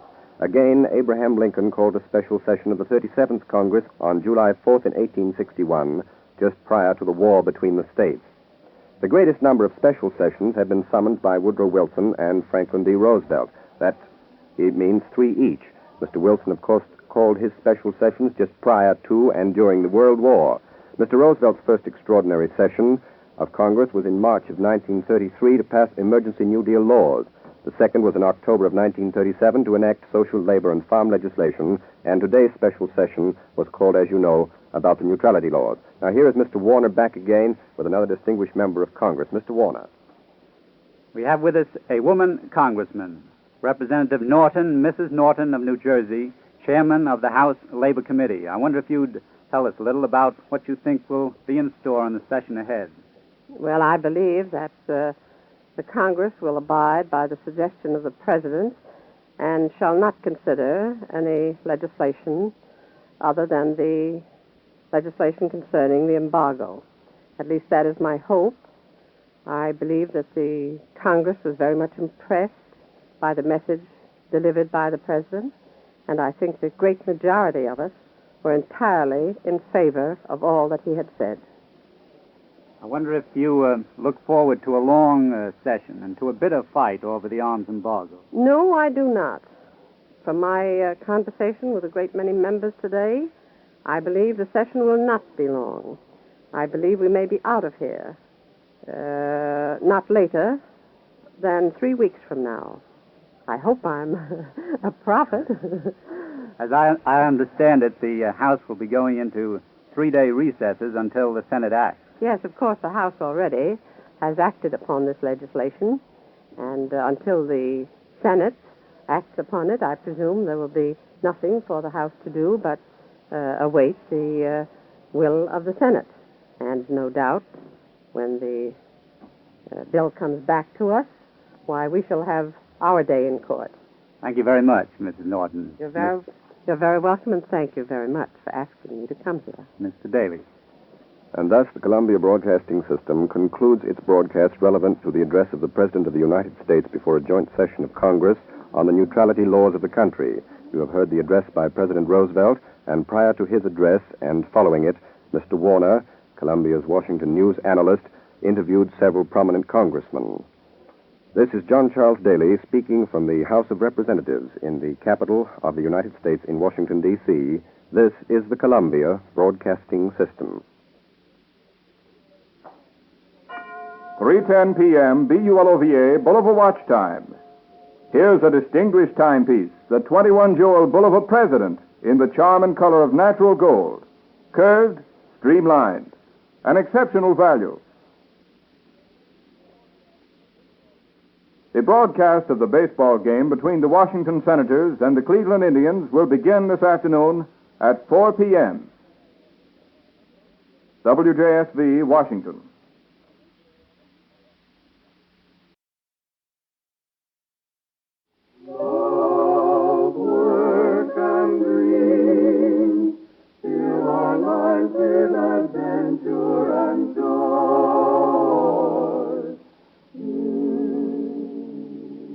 The career of Alice Blair, the transcribed true-to-life story of a lovely girl fighting for fame and happiness, facing the problems, the heartaches, and thrills on the ladder to success.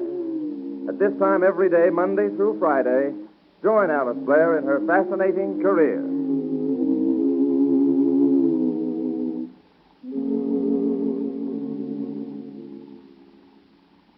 It was the poet Wordsworth who said, "The world is too much with us. Late and soon, getting and spending, we lay waste our powers."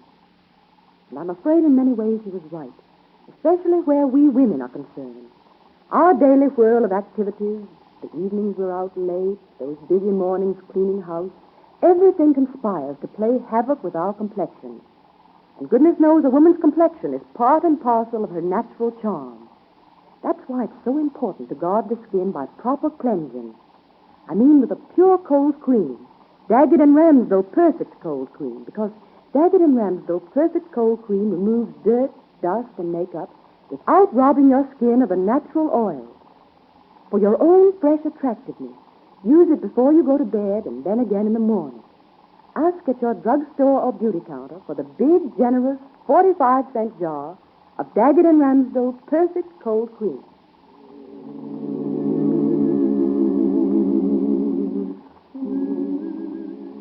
Alice has had an exciting and eventful afternoon at Mercury Studios. William Waldron, the top director, is to direct Alice in her screen test, and the young actor, Barry Clayton, at his own request, is to play with her in the scene. Both Waldron and Clayton were deeply impressed by the scripts Alice brought to use in the test, and Waldron was more than enthusiastic over Alice's reading of the scene. Of course, she carefully evaded all their questions as to who had written it. For Alice promised Carl E. Bright she would, under no conditions, mention that he was the writer. The feud between Carl and Hollywood is notorious. Home at the apartment. Uncle Andy, waiting for Alice, hears a tap at the door. A tap that becomes more familiar as the days in Hollywood go on. Don't need to give myself 3 guesses who that is. It's that lady from next door again. Oh, hello there, Myra. Hello, Andy. The kettle's on. Come on in and have a cup of nice hot tea. Hot tea on a day like this? Of course. Why, there's nothing so refreshing. Come on. Well, it sounds mighty attractive, but I'm expecting Alice any minute now, and I just don't think I'd better leave. We could leave the door to my apartment open. Then we'd hear her when she comes upstairs. Well, I think maybe I'd just better stay here. Well, everything's all set out, so if you change your mind... All set out, did you say? Uh-huh. Well, come on. I'll come in just for a spell, and we'll leave the door open. That's fine. Oh, Myra, you know, you shouldn't put yourself out this way. Maybe I like doing it. Now I'll pour the tea. You know, there's nothing more gracious than a woman presiding over a tea table. Uh-huh. But a tea table should be set with gleaming silver to make the picture complete. Oh, I hadn't missed the gleaming silver. To me, the picture is already quite complete. How nice of you. And there's plenty of time for all that gleaming silver someday when you get a home of your own. Oh, don't, please. Oh, surely you didn't take offense to what I said. Oh, no, of course not. It's only that the idea of a home is so far from my mind. You see, Andy, I've battled alone and, well, you take 2 lumps of sugar and no lemon. No. How did you remember that? How could I forget it? There you are. Oh, thank you. You know, it seems to me, even if a woman does follow a career as her life work and chooses to battle through alone, as you say, there's still no reason why she can't have her own home and even have the gleaming silver. Oh, of course, if her career is a highly successful one. You know, I wonder sometimes if I've chosen the right path. Andy. I had a chance to go on location for 2 weeks. Yes? I'm not going because of you. Oh, now, see here, Mary, you can't let us interfere with your work like that. Can't I? Well, I just couldn't bear to go away for 2 weeks. You don't know what it's meant having you and Alice so close by. Well, for the first time, this little apartment has seemed like a real home to me.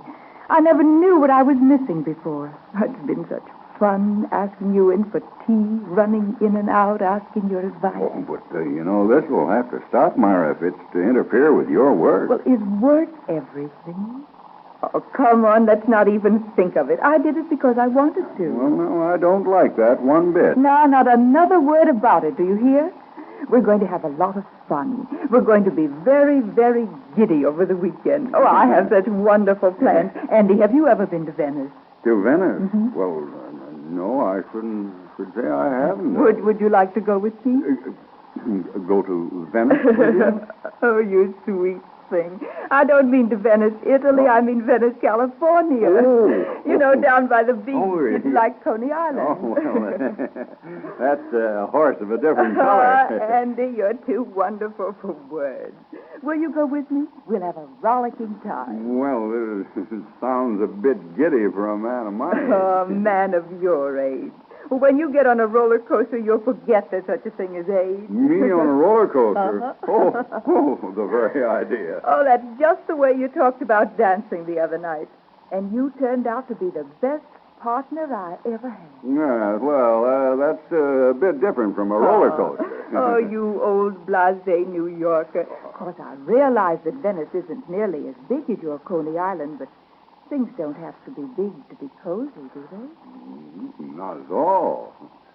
Your apartment, for instance. It would be such a lot of fun. Me on a roller coaster. Zooming through space. I don't know. I just don't take to those things. Oh, you never know how much you like a thing till you try. And I promise you won't fall out because I'd hang on, very, very tight. Well, I don't know. I may consider it after all. If I coaxed very, very hard. Well, and you say you would hang on very, very tight? Uh-huh. Well. Straight or so in one uncle. Is he in here by any Oh, chance? hello there, Alice. Hello. Come on in. We left the door open so I'd hear you when you came. You mean so I'd hear you? Heard you laughing clear down the front hall. What's the big joke? Don't you dare tell. Oh, no, not in a million years. Have some tea, Alice. No, thanks. Oh, come on, Alice. You sit down and have a cup while you tell us all about what happened today. Let me pour it for you. Thanks, I really don't care for any. It's too hot. Oh, that's just a notion some folks have, that you get all steamed up over a hot drink. Now, when you come right down to it, there's nothing more refreshing on a hot afternoon than a cup of hot tea. It cools you off much quicker than a cold drink does. Now, am I right, Myra? You absolutely are. Come on, Alice, join us. No, thanks, really. I have to start learning lines anyway. Have to be at the studio at the crack of dawn. Oh. Want to help me with the lines, Uncle Andy? Oh, wait till he has another cup of tea. Then I'll send him in. No, I think I've had all that's good for me. And it's been a very stimulating afternoon, Myra, especially the first part. The first part? Oh, you just wait. I'll show you what real stimulation is. It's a promise, remember? Oh, I'm remembering all right. Say, what are you two talking about anyway? What's the big mystery? Should we let her in on the secret, Myra? Don't you dare. No, can't let you in on it. No, sir, you're too young. You wouldn't understand. That's the hateful kind of a remark you make to a growing child. Well, enjoy the tea, Myra. We'll do it again whenever you say the word. See you later. Oh, I tell you, you should have tried some of that tea. It really does cool you off. Being with that woman never cools me off. Oh, now, see here, Chickadee. Don't go off on a tangent. Gee, good to get home. Now, I don't know why you rear up the way you do. Myra just puts herself out to be a good friend to her. Mm-hmm. You know, it's sort of sad and pathetic. She's been alone so much. Having us here, she said, made the place seem sort of homelike. Mm-hmm. I really got a bit upset, though. She turned down a call to go on location for 2 weeks, just so she could be around here and enjoy our company. Well, that sort of puts us on the spot, doesn't it? What are we supposed to do? Stay around and entertain her? Oh, we'll make it up to her some way. Say, what was the big secret? You both acted like you'd swallowed a mouse or something. Oh, no, we didn't do anything of the kind. I heard you laughing when I came up the stairs. What was it, anyway? Oh, it wasn't anything at all. Well, if it wasn't anything at all, why don't you tell me what it was? You're just magnifying the whole thing. It was a little joke that Myra and I had, that's all. Nothing more than that. Well, why act so mysterious about it? We weren't doing anything of the kind. You said yourself, should we let her in on the secret? Now, see here. Just because you're my favorite niece is no reason for you to check up on every little thing I'm thinking and every little joke I'm sharing with someone else. Oh, I'm not checking up on you, Uncle Andy, but we've always done everything together, especially since we've been out here. Well, there are a lot of things you do that I don't check into, much as I think they ought to be sometimes. No, sir, you just mind your own business, young lady, and let your uncle have his private life. Oh, I'm sorry. I had no intention of interfering with your private life. No. Don't get huffy, dear. Well, I'm not huffy. You'll find out in due time what it is we're talking about. When will I find out? When it's over and done with, and not before.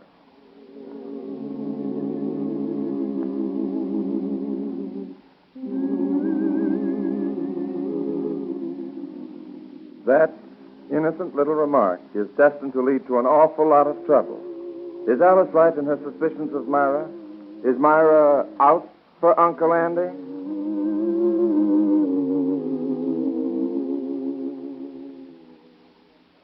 If there's one place on earth where a man looks like a bull in a china shop, that's a beauty parlor. But I was in just such a spot the other afternoon. You see, I had a date with a lovely creature, and because she was going to be late, she told me to meet her there. Did I feel silly and embarrassed? However, I did learn something. Women pay far more attention to their complexions than we men ever realize. And when I spoke to my date about the matter, she said, no woman can afford to neglect her skin. With a man's typically blunt curiosity, I asked her what she used on her complexion. And she replied, if you must know, I always cleanse with Daggett and Ramsdell Perfect Cold Cream. And judging from how fresh and soft and absolutely irresistible her complexion is, I guess there must be something to this idea of cleansing your face with Daggett and Ramsdell Cold Cream every day. Why not try that 25-cent jar? Remember the name, Daggett and Ramsdell. The name you can trust.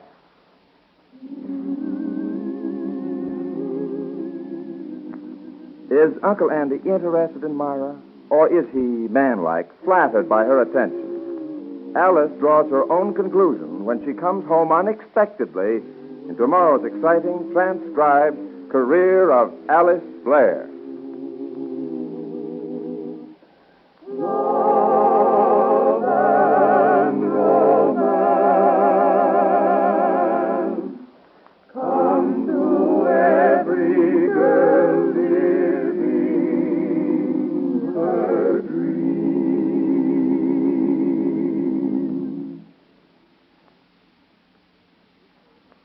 Are you faced with no more swimming for a while, no driving your car with the top down, no sitting out in the cool breezes to avoid the heat?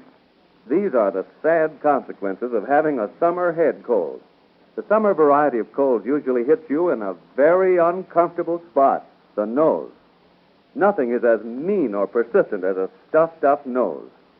You can't stop a cold from running its course, but you don't have to put up with all the discomfort. You can do something about it. Just apply Mistol drops.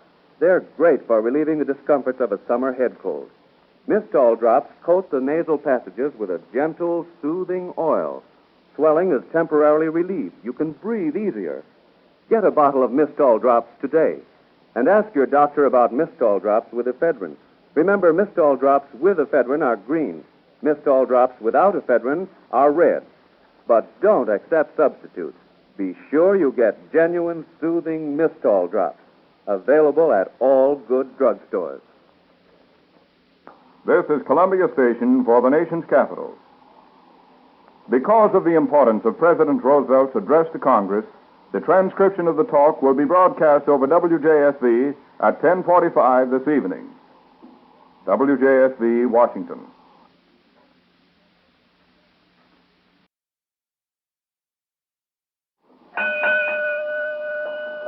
Good afternoon. This is your Arrow News reporter with last-minute hit-the-spot news brought to you 4 times daily through the courtesy of Arrow Beer and Ale. Arrow Beer has that famous flavor that made it a big favorite in Washington and that today makes Arrow the fastest-growing beer in the city. You'll like Arrow's fine taste. It's smooth, not sweet.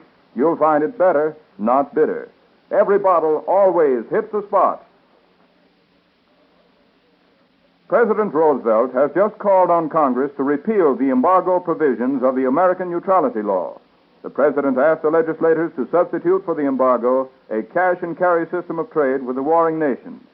Mr. Roosevelt urged Congress, which was convened in extraordinary joint session, to work with one single hard-headed thought, namely, keeping America out of this war. President Roosevelt's address, together with other activities at the special session of the United States Congress, was covered fully by the Columbia Broadcasting System and station WJSV, ending just a short time ago. It will therefore not be necessary at this time to repeat details already broadcast. Meanwhile, the White House has disclosed that President Roosevelt plans to leave Washington Friday for a weekend at Hyde Park to observe the 85th anniversary of his mother's birth. Mrs. Sarah Delano Roosevelt celebrated her 85th birthday today. 6 youthful assassins shot and killed Premier Amon Calanescu of Romania this afternoon. The premier was a vigorous foe of the pro-Nazi Iron Guard organization. The assassination occurred while the premier was driving by automobile to the Royal Paris. The premier was 46 years old. He also held at the time several other cabinet portfolios, including the Ministry of War. During his regime, the government had suppressed the Nazi-minded Iron Guard organization, charging it with terrorism in Romania. 2 of the assassins of Premier Calanescu committed suicide by shooting tonight when surrounded in a midtown store, guards cutting off their escape. The Romanian legation in Berlin reports that an army marshal, General Ernest Balit, has been appointed as Romania's new premier. This indicates a strong militant government in the little Balkan kingdom, which has suddenly become a pivotal state in Europe. According to the legation, the cabinet has issued a statement stressing that order prevailed throughout the nation despite the assassination of Premier Calanescu. More details of the ill-fated diplomatic steps which led to the outbreak of the new European war were made public by the British government today. A white paper was issued saying that Germany answered Great Britain's ultimatum of September 2nd for withdrawal of Nazi troops from Poland, with a threat to answer any aggressive action on the part of England with the same weapons and in the same form. There's a lot of speculation just now over what is happening at sea. The British government will not comment on reports that the Bremen has been captured by British warships, nor is there any statement about battles at sea, nor an explanation of heavy firing heard off the Danish coast. Radio broadcasts from Warsaw today, according to a report from London, say the beleaguered metropolis still is Polish. Colonel Lipinski, the Poles' official broadcaster, reports that the Poles in Warsaw are carrying on their fight against the Germans and have even scored minor victories in a few Warsaw suburbs. However, Lipinski announces that 3 flights of 40 German planes did great damage yesterday. He reports that Polish anti-aircraft fire brought down 7 German craft, but he adds that those which were not shot down destroyed what was left of the Royal Castle, the Art Academy's National Museum, and the Central Institute for Physical Training. Jan Paderewski, now in Paris, says Poland's sacrifice has not been in vain. The world-famous Polish pianist and wartime premier of Poland believes his country's resistance has given the Allies time to make the preparations which will lead them to victory. Meanwhile, Europe's western battlefront is quiet today, but it may be only the lull before the storm. Troops are on the march in both France and Germany, moving up to bulwark front lines. France has now completed general mobilization with 6 million men under arms, and British troop movements in France continue at a feverish pace. Listen in again for the Arrow News Reporter, brought to you by the Globe Brewing Company, Baltimore, at 5:30 this afternoon. Remember, when you order beer, be sure to ask for Arrow, the beer with the famous flavor. Joe King speaking. This is Columbia Station for the nation's capital. WJSV, Washington.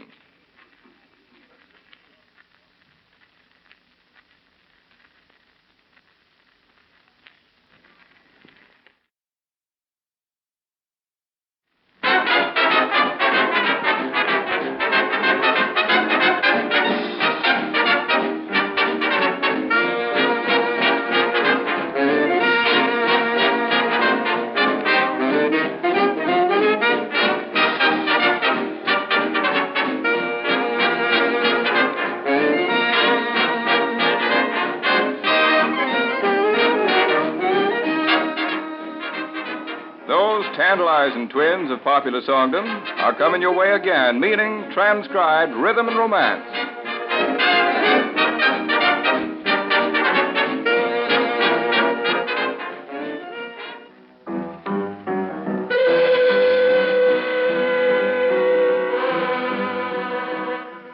Speaking of romance, here it is in the person of lovely Marion Forbes singing with Freddie Monroe's music, The Lamp is Low.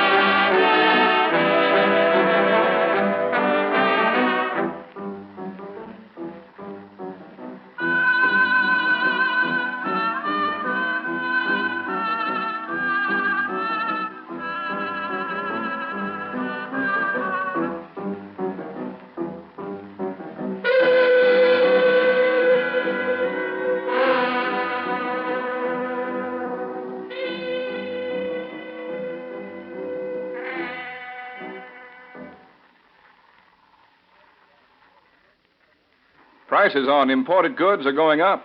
Furs, for example. Insurance rates for transporting furs from Central Europe have jumped 3,000%. Imagine the effect on fur prices. Zlotnik the furrier, however, prepared. Months ago, Mr. Zlotnik bought heavily of the choicest imported fur pelts. And now these gorgeous furs are available at Zlotnik's at original price levels. If you mean to buy a new fur coat, be forewarned by this good advice from Zlotnik the furrier. Now is the time to buy your furs. Gorgeous furs, original prices at Zlotnik's individual terms may be arranged. Zlotnik the furrier at the sign of the Big White Bear, 12th and G Streets.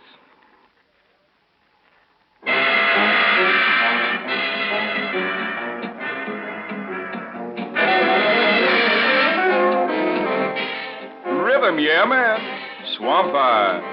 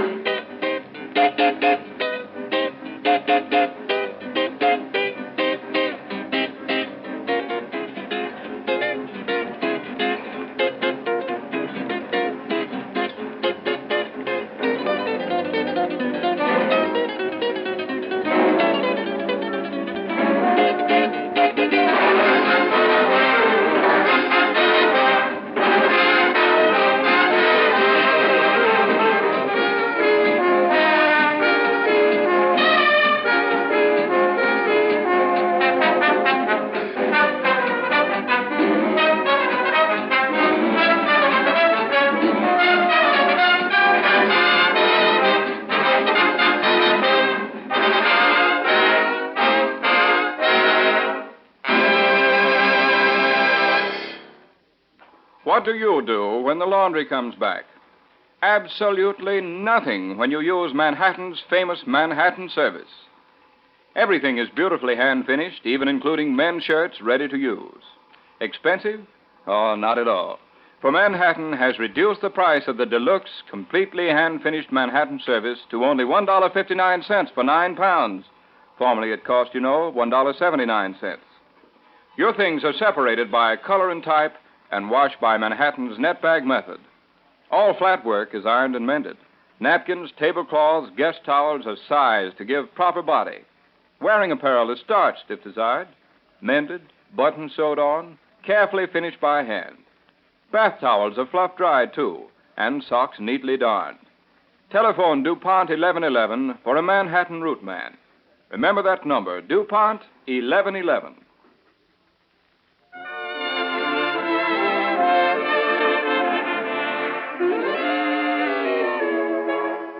Bob Halsey plays now Dick Heath singing of romance in One Night of Love.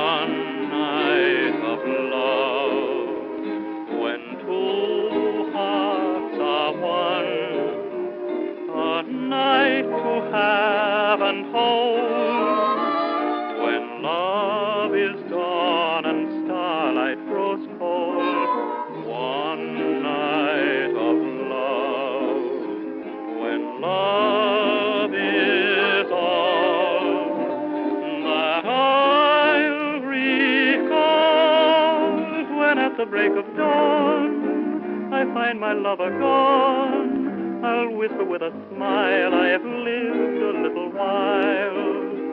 I've known one night of love.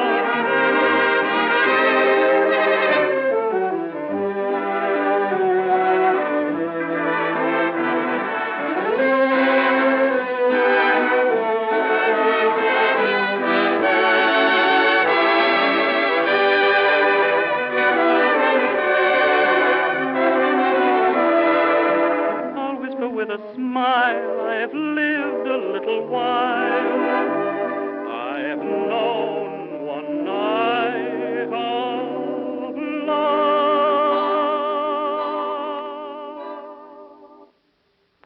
Different, delicious, delightful.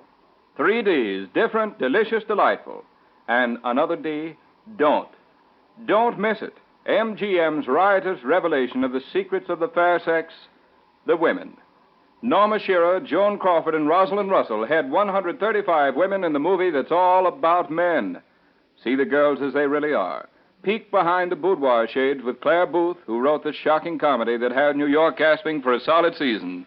Debutantes and dowagers, sirens and stenographers, they're all in it. And they've all got their hair down. Roar, "'Tain't so," or shriek with delight, but don't miss the women. It's the sock comedy thrill of the season, and it's coming to Lowe's Palace tomorrow with a special midnight show tonight. Plan now to attend tonight's midnight show of the women. The women will treat the men.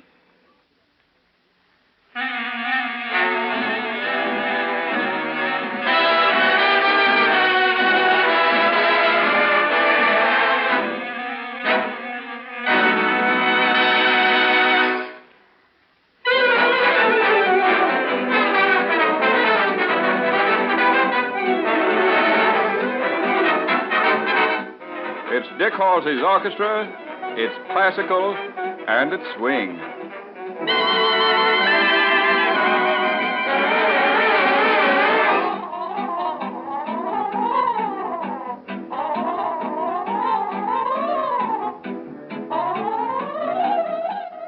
And by the way, the broadcast of the baseball game between the Washington Senators and the Cleveland Indians will begin in just about 18 minutes from now at 4 p.m.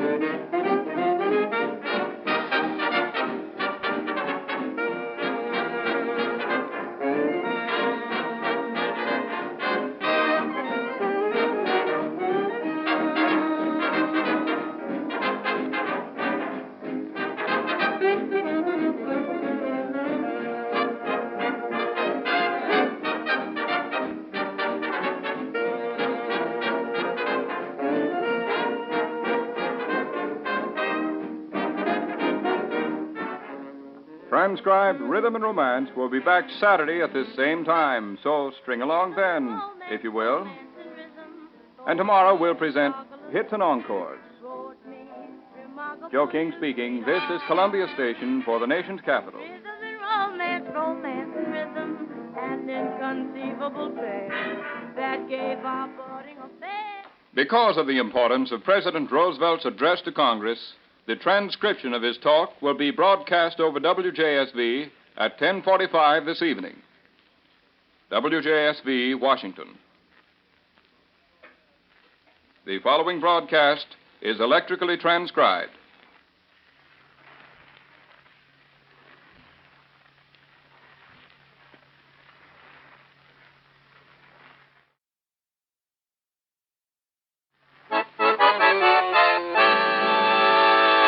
Presenting Scattergood Baines.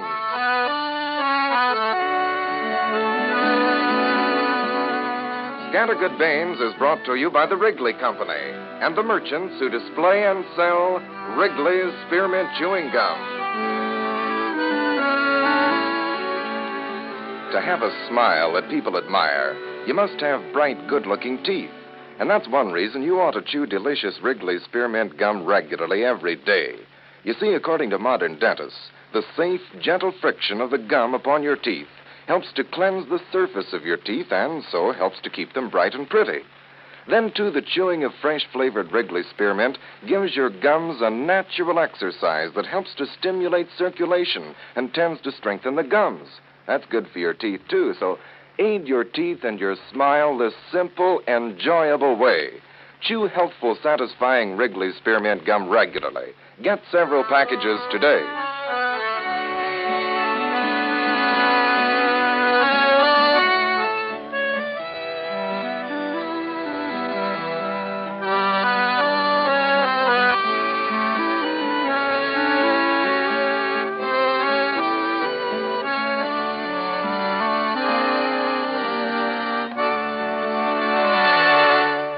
And now we continue the story of Scattergood Baines. For the first time since he began his campaign to rid Cold River of the gambler, Jerry Nagel, Scattergood Baines is beginning to feel that he is making progress, despite the opposition of certain Cold River citizens. He has won over Vern Sanders, young publisher of the Cold River Independent, and Vern is even now in the city in an effort to confirm Scattergood's belief that Nagel must have a criminal record. And yesterday, within Pliny Pickett's hearing, Scattergood made an obvious and evidently successful attempt to arouse active jealousy in Nagel toward young Bob Hathaway, in whom Nagel's wife, Polly, has displayed marked interest. And now, as we return to Scattergood's store only a moment or two after Nagel abruptly departed, Pliny has come from the back room where he overheard Scattergood baiting Nagel and is speaking his mind concerning his old friend's action. For God's sake, Scattergood, you know that you're fixing to get Bob Hathaway shot. Well, I calculate the situation is serious, Planny, but don't hardly look for nothing that drastic. God darn, Scattergood, do you know what you was saying to that man, Nagel? Yeah, I think maybe I could repeat the conversation. Not word for word. Well, but... don't you know that when you start planting suspicions in a man's mind, suggesting that his wife's been making sheep eyes at somebody else, why, if he's any man at all, he's going to go gunning for the object of her affection. Meaning Bob Hathaway? Me meaning? You. You was the one that put the finger on Bob. I guess Nagel's seen Bob around before I ever seen him. That ain't the question. It's one thing for him to see Bob cluttering up his parlor morning, noon, and night. It's another thing to have a third party incinerating that it ain't all that it should be. Tried it all, Planny. It ain't all it should be. Yeah, well, after what you said to Nagel, Bob would do well to get himself fitted for a bulletproof vest. Yeah, well, you can suggest that to him if you want to when he comes in. Is Bob coming here to the store? Yeah, I asked him to drop around this afternoon. Talked with him on the phone just before you come in. Well, I don't know how you're going to have the cheek to face him after what you've just been telling Nagel about him. Pliny, didn't it never occur to you that when a man gets as deep entrenched in a place as Nagel is, it's a pretty hard job to rout him out single-handed? Well, what's that got to do with your telling him that Bob Hathaway Just to gain myself an ally, son. Pretty powerful ally, too. Ally? Who's that? A monster, Pliny. Monster? Now, look-a-here, Scattergood. Just cut out your Sphinx act. 'Cause it don't go with me, and I ain't going to... Green-eyed monster, Pliny. Jealousy, you know. And if I can get it to work to harness for me, I shouldn't be surprised but what it'll be a big help towards pulling the Nagel menace right out of this community. I don't get it. No, well, no reason why you should. You mean you're counting on Nagel pulling stakes just 'cause his wife's been making goo-goo eyes with Bob Hathaway? Quiet, here comes Bob past the window now. Well, I'm going to finish what I was saying anyhow. Yeah. And that's that I think you've took leave of your reason, Scattergood. The very Yeah, come idea on in, of- Bob. Good afternoon, Mr. Baines. Hiya. Mr. Pickett. Hi, Bob. Say, Scattergood, I got my commission check on that Nagel order. You did? How much for? $511. Here, you want to see it? Yeah. Yes, sir, that's what it says. $511. Well, by George, that's fine, Bob. Does that mean you're all finished up out to Nagel's place? Now, if you'll take my advice, Bob, you better be finished up out there. Why is that, Mr. Pickett? Cause Scattergood... Just a minute, Planny. Let Bob answer my question. Well, maybe you just assumed that I wasn't here at all. Well, now, that's a good idea you brung up, Planny. Bye. Bye. You mean you want I should leave you talk to Bob alone? Yep, just like you suggested. Well, you'll have plenty of time to talk to him before I'll be back. Goodbye. Goodbye. Did he really get sore about it? No. Planny has to have them little flourishes every now and then. You'll be back in tomorrow. Won't recollect a thing about it. Bob. But what did he get mad about so quick? Planny's that way. He bruises easy, but he heals quick. Yes, but he made some remark about... What did he mean I better be finished up out at Nagel's? I was coming to that myself, Bob.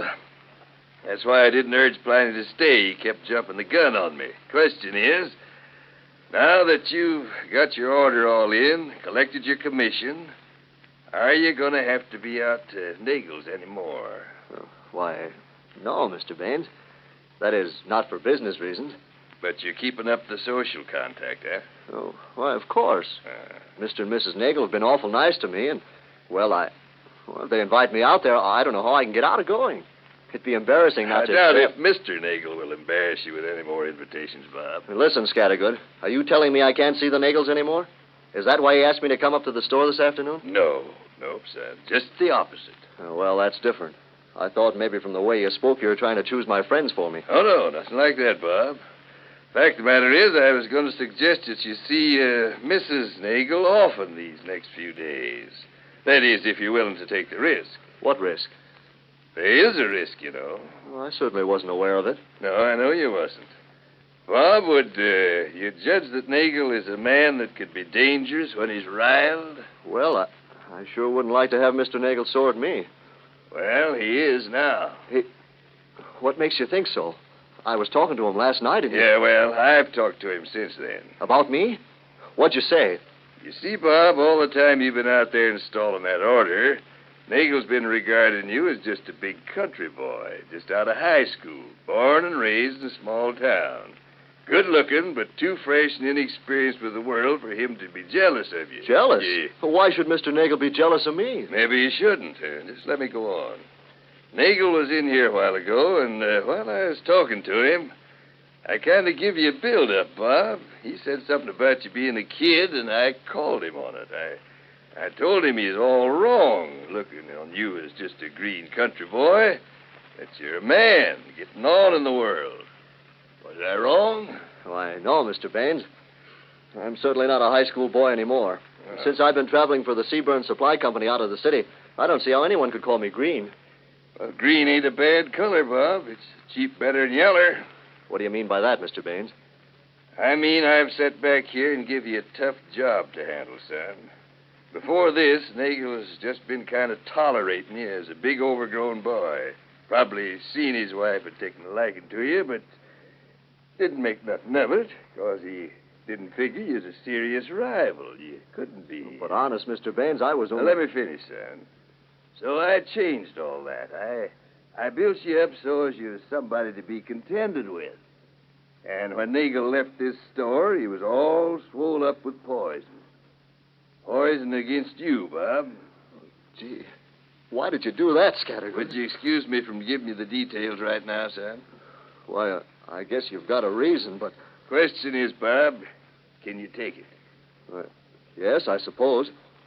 But why do you say that? 'Cause I want you to watch your steps, son. I'm counting on you to do something for me. And a heap depends on whether you got the nerve. Nerve? What are you asking me to do? Just this.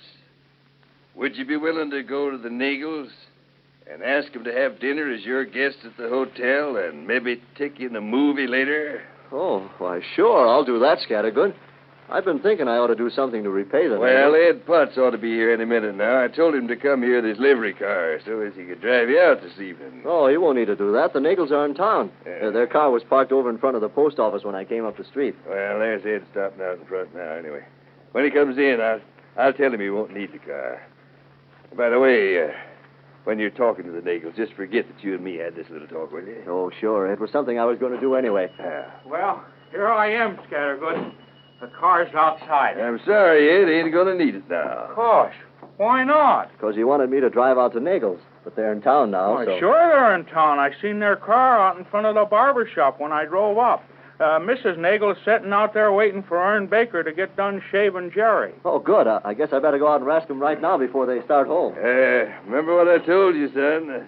Don't overstep your mark. I'll take care of it, Scattergood. Say, wait a minute, pal. Wait a minute. I'll go with you. Well, what was it you was going to ask the Nagels, Bob? Just a social invitation, Ed. They've entertained me, and I wanted to return the favor. Sure. Hey, Polly. Oh, hello there, Bob. She is pretty, ain't she? I certainly am glad to find you sitting out here in your car. It saves me a trip out to your place. Oh, no. Is the trip out to our place so disagreeable as all that? Oh, why, no, I didn't mean it quite that way. Now that you've finished with that old order, I suppose you won't even think of coming to see little me anymore. Oh, howdy, Mr. Nagel. Hiya, Potts. Move over, Polly. I'll drive. What are you doing here, Hathaway? Why, Mr. Nagel, I was wondering if you and Mrs. Nagel, you've been so nice to entertain me, I just thought maybe you and Mrs. Nagel would be willing to be my guests for dinner some night over at the hotel. And then maybe we could take in a movie later. Oh, grand. That'd be simply wonderful, Bob. Listen, bright boy, you ain't as dumb as you act. You know that my business won't let me get away any night. Well, I could go, couldn't I, Jerry? Why, yes, of course, if you... I'd be glad to take Mrs. Nagel. Yeah? So you would. So what? Listen to me, you overgrown hick. If I catch you so much as speaking to Mrs. Nagel here again, I'm going to mash your puss in, see? But, Mr. Nagel, let me explain, please. Jerry Nagel, you... I can't think of anything nasty enough to call you. Yes, so I am. So what? So this is what? This is one time you went too far, and I'll get even with you. And I can, too, and you know how I can.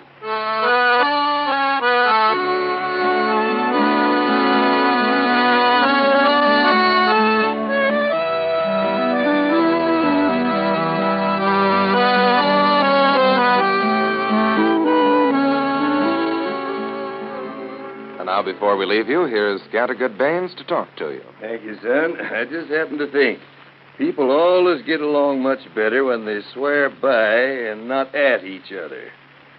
And did you ever notice how much easier it is to get along with folks instead of worrying and fretting about how to get even with them? You know, a body just can't be mean and happy at the same time. Any more than an orange can be sweet and sour. And say, speaking about being happy, there's one surefire way to help keep your youngster feeling happy, and that's to give him some fresh-tasting Wrigley's spearmint gum to chew every day. Little folks sure do go for that lively, cooling flavor of real tender spearmint leaves, the flavor for which Wrigley's spearmint is famous. You know, chewing is one of the favorite pastimes of most kiddies, and that's most likely because growing teeth need a lot of vigorous exercise. But say, when it's your youngster, you want to be sure he's protected. You want to know that when he gets that urging to chew, he has something clean and pure and wholesome to chew on. So, it's wise to always have a supply of healthful Wrigley's spearmint in the house. I suggest that when you're at the store today, you get several packages of delicious Wrigley's spearmint chewing gum off that big counter display. Let your youngster chew it every day, and you enjoy it, too. Well, I got to be getting.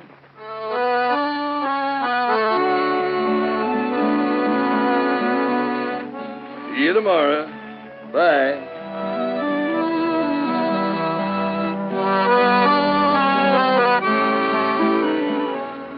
If you enjoyed today's episode of Scattergood Baines, tell your storekeeper so. He makes this program possible with his large display of Wrigley's Spearmint Chewing Gum. And listen in again tomorrow at this same time for Scattergood Baines, presented for your enjoyment Monday through Friday of each week. This is the Columbia Broadcasting System. The preceding broadcast was electrically transcribed. This is Columbia Station for the nation's capital. Because of the importance of President Roosevelt's recent address to Congress, the transcription of the talk will be broadcast over WJSV at 10:45 this evening.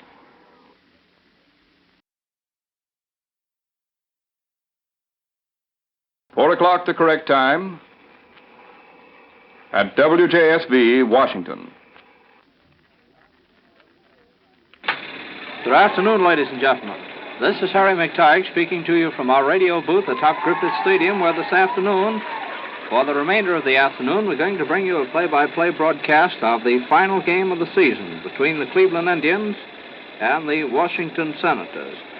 The first half of the fourth inning just concluded. There's no score in the ball game. And before the last half of the fourth inning gets underway, we're going to give you the lineups and then turn you over to your Wheaties play-by-play announcer, Walter Johnson. The lineup for the Cleveland Indians finds Lou Boudreau at shortstop, Roy Weatherly in left field, Ben Chapman in center field, Sammy Hale at second base, Bruce Campbell in right field, Ken Keltner at third base, Oscar Grimes at first base, Raleigh Hemsley catch, and Al Milner, a left-hander, on the mound.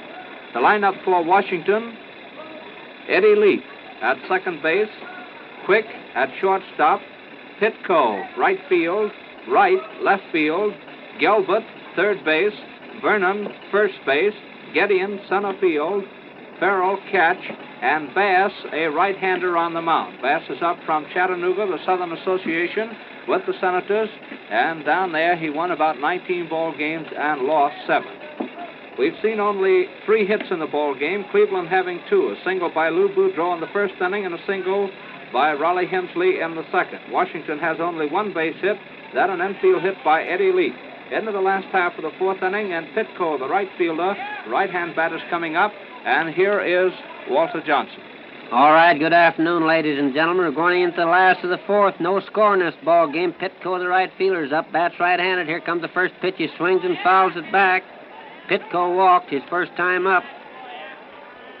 Al Milner, left-hander, pitching out there for the Cleveland Indians, has allowed only 1 hit, an infield single. Here comes the next pitch. It's a fastball. It's outside, 1-1.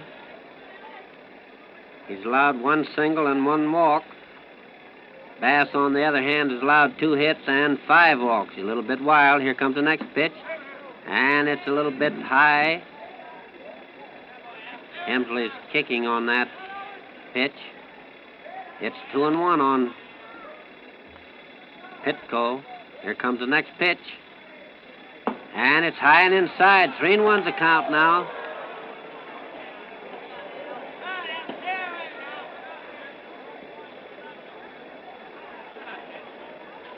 Milner starts his wind-up again. Here it comes. He swings and misses. Pitco had a good cut at that ball, but missed. And the count's 3-2. Last half of the fourth. Nobody out. Nobody on. Here comes the next pitch. He swings, hits the fly, going into right field. Bruce Campbell is coming over there. He's under it, waiting. And he's out. Pitco flies out to Campbell in right field for the first out. Taft Wright comes up now. Taft playing left field, bats left-handed.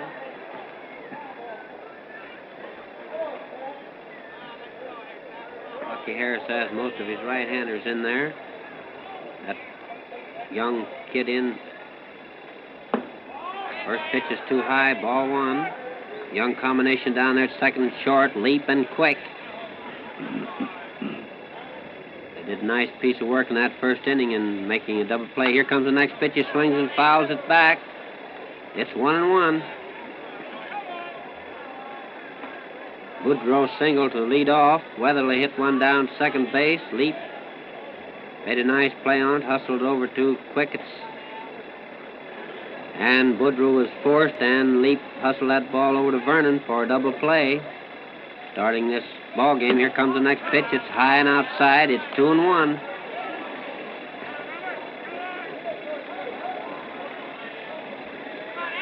This is ladies' day out here. Quite a few of the fair sex out. Here comes the next pitch. He swings, hits a high fly right straight up. Back of home plate.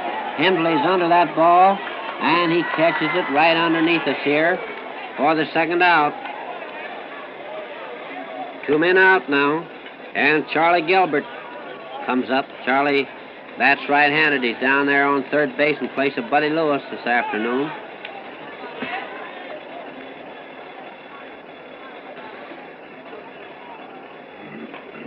This has developed into a pitcher's battle out there so far. Here comes the first pitch on Gilbert's. It's high and outside, ball 1.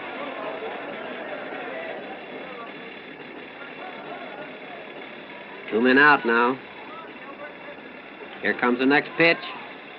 And it's a little bit too high, ball 2. 2-0.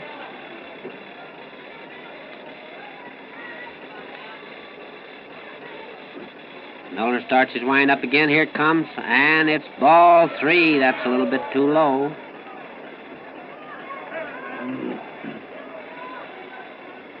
Three nothing on Charlie Gilbert. Milner starts his wind-up. Here comes a pitch, and it's right down there for strike 1. 3-1. Milner starts his wind-up again. Here it comes. And it's strike 2. It took that inside corner. 3-2. Starts his wind-up again. Here it comes. He swings, hits the fly going into right field. Campbell's going all the way over there near the line. It's up there. It hits that against that wall. Bounce out in there. Gilbert pulls up at second base with a 2-base hit. That ball was right down that right field line, hit up on the wall.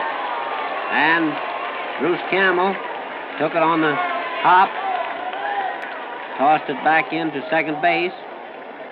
Charlie Gilbert pulled up, standing at second base with a 2-base hit. And Vernon, the first baseman, comes up now. Vernon bats left-handed. Here comes the first pitch on Vernon. It's a little bit low and inside. Ball 1.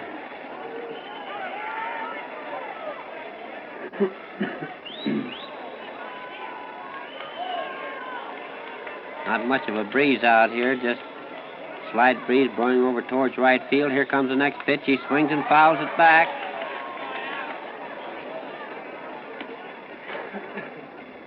It's 1-1. Milner has another ball out there now.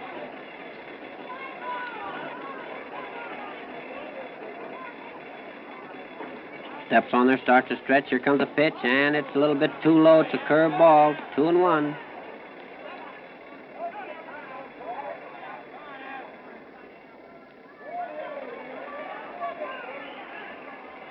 Milner gets the sign. He's watching Charlie Gilbert back there on second. Starts to stretch. Here comes a pitch, and it's strike 2. That took that outside corner. Vernon didn't like that, and neither did the ladies in the stand. They're giving the umpire a lot of boos down there. It's 2-2. 2 men out. Last half the fourth. No score. Here comes the next pitch. He swings and fouls one down in left field stand. Taken by a lone spectator down there. He had no competition, so he just took his time to get that ball. Milner has another ball. Steps on there. Here comes the pitch. He swings and fouls one right straight back at us here. Hembley comes back, but he can't get it. Ball hits the screen back here. So the umpire tosses out another ball to Milner, and the count remains 2-2.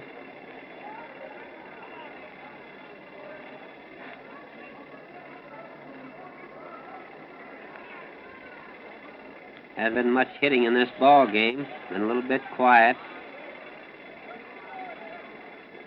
Here comes the next pitch. He swings, hits the ground ball back to second base. Sammy Hale comes up with, there's a play to first, and he's out. That's a close play down there. Vernon hit a roller just past Milnor. He reached for it but couldn't quite touch it. Sammy Hale hustled in and got it over to first. And the sides retired with no runs, one hit, no errors, and one man left to score at the end of 4 innings. 0-0.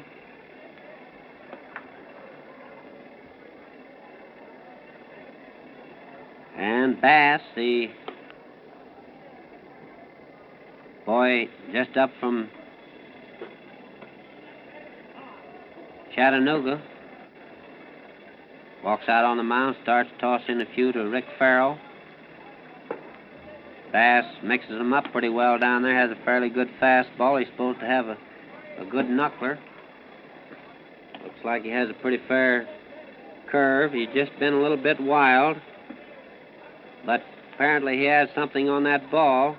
He's had 3 and 2 on most of the batters, and usually when they get a pitcher where he's got to come down in there to him, they're get a hold of that ball, but they're hitting a little bit late, those right-handers hitting that ball off the right field. He's all warmed up, and Goodrow, shortstop, comes up.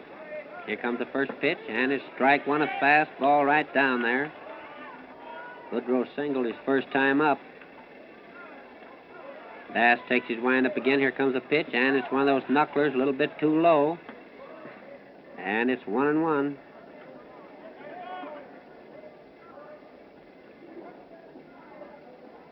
Takes his wind up. Here comes the pitch. He swings and hits one right back. Bass takes it on a big hop, tosses to Vernon, and Goodrow is out. One man out. And Roy Weatherly, left fielder, comes up. He bats left-handed.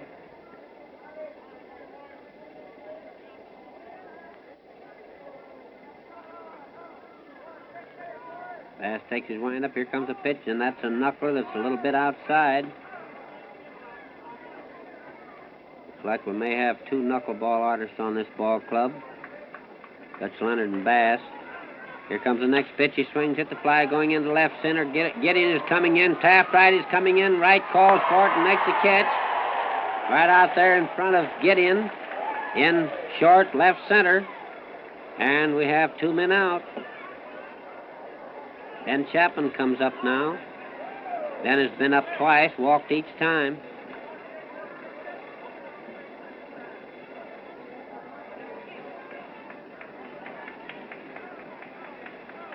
Bass takes his wind up. Here comes the pitch. And it's a curve ball. Came right over there for strike 1.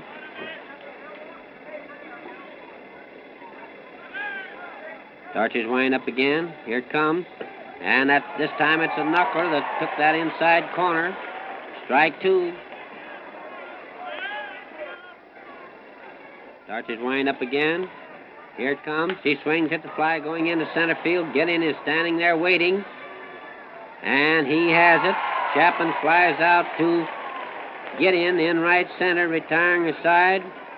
No runs, no hits, no errors, nobody left. 3 up and 3 down. And for the first time in the ball game, Bass has set the Indians down in order. So the score going into the last of the 5th is still 0-0. Young Bass has showed us a little of everything out there. I don't know what usually those pitchers who fool around with the knuckleball, it's just about like the spitball pitchers used to be. There were a few real outstanding spitball pitchers, and a lot of the other boys were trying to throw that spitter, but they'd get in trouble every once in a while and attempt to come in there with a spitter. There wouldn't be anything on it, somebody'd crack it on them. Dutch Leonard gets himself in trouble. He uses that knuckler. And I don't know what this boy depends upon when he gets out there in a tight spot. But anyway, he showed us a pretty good knuckler, pretty fair curveball, and fairly good fastball. Anyway, those Cleveland Indians haven't done a whole lot up the plate. Well, Miller's all warmed up now, and Big Gideon comes up. Center fielder, bats right-handed.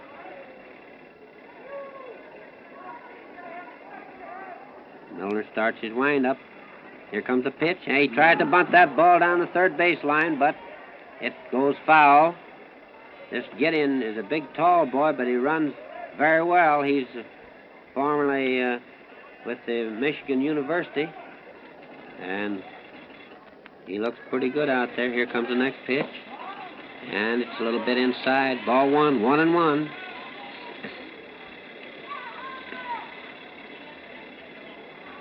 Miller takes his wind up. Here comes the pitch. He swings, hits a high fly right up into infield. Boudreau is going back, calls for it, and he has it. Gideon flies out to Boudreau in back of shortstop for the first out. One man out now, and Rick Farrell comes up. Farrell's catching this ball game. Pretty good man in there with those young pitchers, or especially the newcomers, whether they're young or not. First pitch is right down in there, strike one. That's called a fast one. Miller starts his wind up. Here comes the pitch. He swings, hits the fly ball going into center field. Chapman is going back. He's under it and has it. Farrell lines out to Chapman in center field for the second out. And Bass comes up now.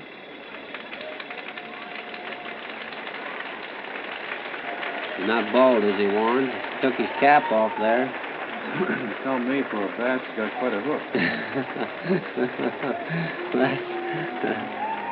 That's pretty good, Warren. Pretty good. Well, he's getting a nice hand from these ladies.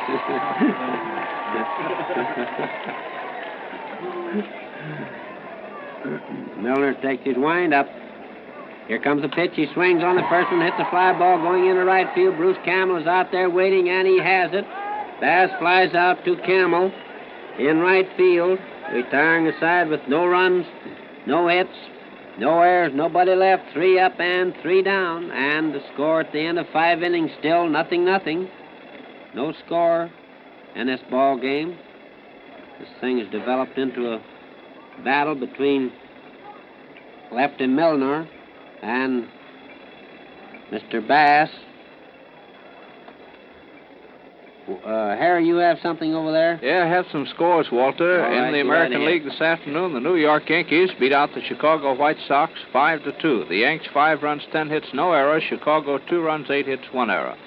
Boston defeated St. Louis 6-2. Boston 6 runs, 9 hits, no errors. St. Louis 2 runs, 7 hits, 1 error. And Detroit beat Philadelphia 7-6. The Tigers 7 runs, 11 hits, 2 errors. Philadelphia 6 runs, 10 hits, and 3 errors. The National League, the Pirates beat the Boston Bees in the first game of a doubleheader, 6-4. 6 runs, 8 hits, 1 error for Pittsburgh, 4 runs, 12 hits, 2 errors for Boston. Well, we're moving into the first half of the 6th. There's still no score in the ball game, and as Walter told you, it's somewhat of a pitching duel between Bass and Al Milner. Bass, a big right-hander, Milner, a big left-hander. Sammy Hale's leading off now. In comes the first pitch, and he fouls it back into the stands, the upper tier of the grandstand, for strike 1. Hale's up for the 3rd time, walked in the first inning and fouled out to Vernon in the 3rd. You fans out around Miller's Market at 2135 4th Street Northeast can be on the lookout for the big train tonight, for he'll be out there. Here's the next one in, and Sammy Hale hits a slow ground ball down to second base. Eddie Lee comes in, fields the ball, gets it to Vernon, and Hale goes out. Grounding out second to first for out number 1. That brings Bruce Campbell, right fielder, left-hand batter, up. Flied to center field in the first and to left field in the 3rd. 2 hits in the ball game so far for Cleveland. Bass is ready. Here's the pitch coming in, and Campbell swings on it, lines it right down the foul line in left field. It's going over against the box seats. He's rounded first, on his way to second, makes a turn at second, but holds up when Taft right fields the ball and relays it into Hal Quick. Campbell was swinging on that ball and laced it right down the line. It's good for 2 bases. That puts him on second base. 1 out. And Keltner, a third baseman, a right-hand batter coming up. He flied to center field and fouled out to Jim Vernon. Bass takes a stretch. He looks back at second base. And comes the pitch to Keltner. Outside low in the dirt. Rick Farrell had to dig that one out. Ball 1 as it counts.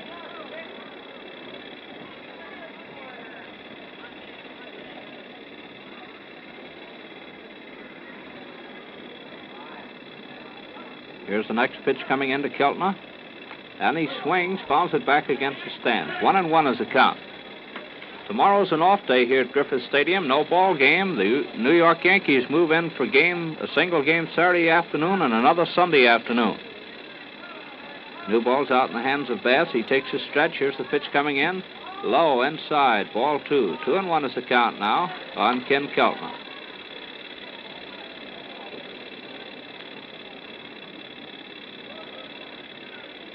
Bass looks into Rick Farrell, gets his signal, takes a stretch. Look back at second base.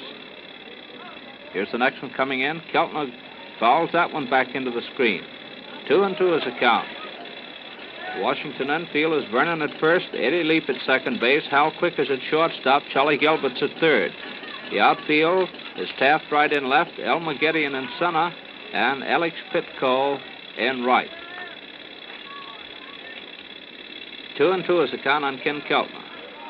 Bass is ready. Here's the pitch coming in. And Keltner swings on it, hits it out into left field, way back. And Taft Wright makes a beautiful catch just in front of the wall, turns and hustles that ball in to Charlie Gilbert at third base. That was a nice catch by Taft Wright. A few more feet of distance on that ball, and Wright couldn't have gotten his hands on it. He made the catch and then rolled against the wall out there, but he held on to it. So it's 2 away. Campbell still on second base, and Oscar Grimes, first baseman, a right-hand batter coming up. He flied to Pitco in right field in the second, and he walked in the fourth. Bass has given up 5 walks in the game.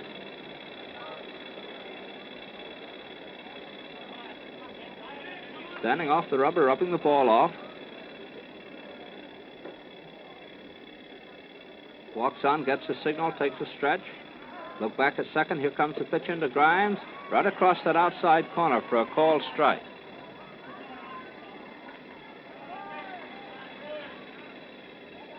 Strike one on Grimes. First half of the 6th, no score. Bass is ready for the next pitch, and it comes. And Grimes lifts it high in the air. It's going into short center field. Leap Quick and Gideon all after the ball. Gideon calls for it, makes the catch for out number 3 to retire the side. No runs, 1 hit, no errors, and 1 runner left on base. So at the end of the first half of the 6th, the score still reads Cleveland nothing and Washington nothing. Don't forget, you fans around Miller's Market at 2135 4th Street Northeast, Walter Johnson will be out there tonight for a personal appearance, and tomorrow night at the Calvert Market, 1862 Columbia Road Northwest. 7:30 to 9 at Miller's Market, 7:30 to 9 tomorrow night at the Calvert Market at 1862 Columbia Road Northwest.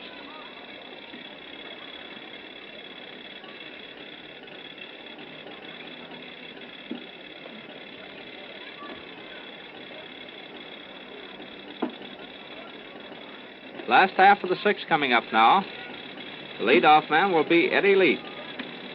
Where's McTigue going to be, Warren, all that time? In the doghouse. No, Walter, I got lost last night. I've got the right directions tonight, though. I know where 2135 4th Street Northeast is, because I've been out there before. I got lost last night, too, Harry, but I made it. And now into the last half of the 6th. Eddie Leap, second baseman, a right-hand batter's up. The first pitch comes in high for ball 1. Leap struck out in the first inning and beat out an infield hit in the third. Milner starts his wind-up. Here's the next one coming in. Eddie takes a curve ball for a called strike to even the count, 1-1. Oscar Grimes at first base for Cleveland. Hale at second, Boudreau at short, Keltner at third. Here's the next one coming in. And it's high for ball 2, 2-1. The Cleveland outfield is Weatherly in left, Chapman in center, and Campbell in right. Al Milner's the pitcher, and Raleigh Hemsley's the catcher. Milner goes into a wind-up. Here's the next pitch coming in. And Eddie Leap swings on and hits one over the head of Ken Keltner out into left field. It's a base hit. Weatherly fields it on the ground, gets the throw into Boudreau. And Eddie Leap is on first base with a single, his second hit of the afternoon. Washington has only 3 hits in the ball game, and Leap has 2 of the 3. Charlie Gilbert has the other. That double off the right field wall in the 4th. So we have a runner on first base. Nobody out, and up comes Hal Quick, shortstop. Right-hand batter. He's grounded out 2 times. He's been up. Here's the first one coming in. Hal takes it. It's low. Ball 1. Ball 1 on Quick.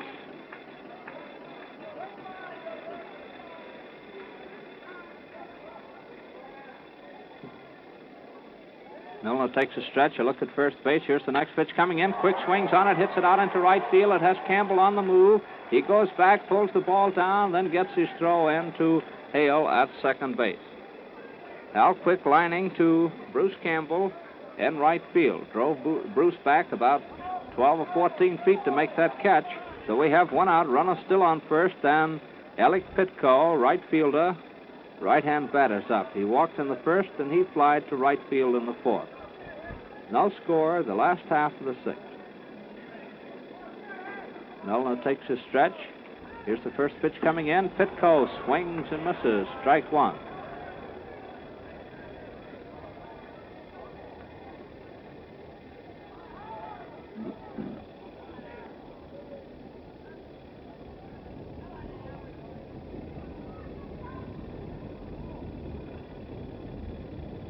There goes the toss over to Oscar Grimes at first base. Eddie Leap back in plenty of time.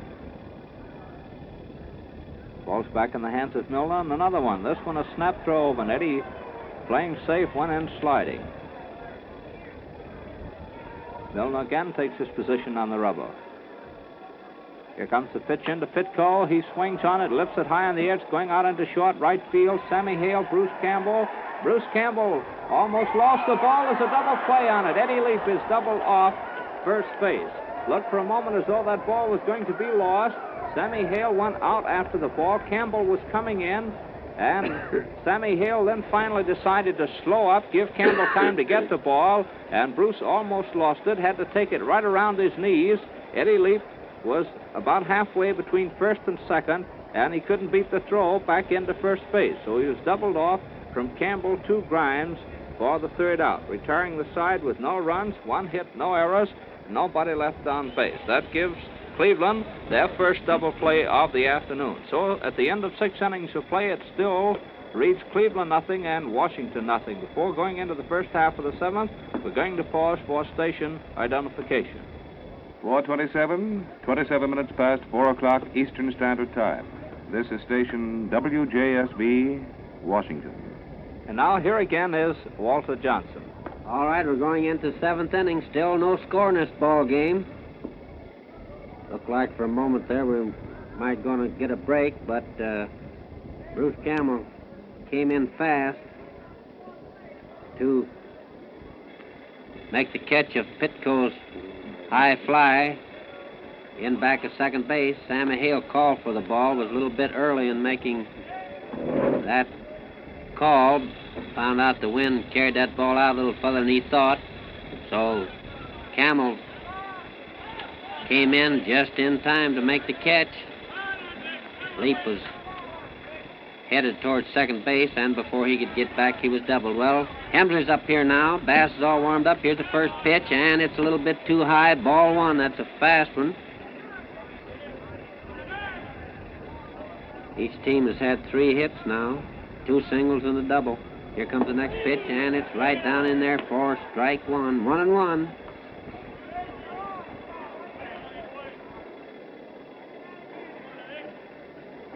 Bass starts his wind up again. Here it comes. He swings, hits the ground ball going down to shortstop. Quick takes on a big hop. There's a throw to first, and he's out.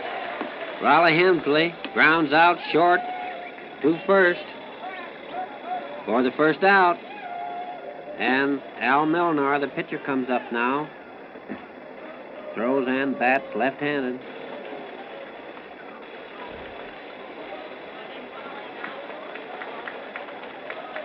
Big, strong boy, Milner. He belongs to Cleveland Indians when I was over there, but we had him in a smaller league. Here comes the first pitch. He swings and fouls it back.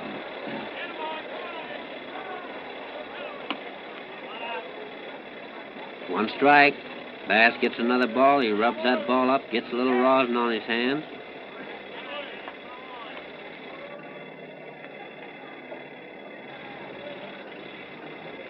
Steps on there, starts his wind up. Here comes the pitch. He swings and hits a high fly foul right up here in front of the Washington dugout. Vernon is coming over there. He has it. And Milner is out for the second out. 2 men out.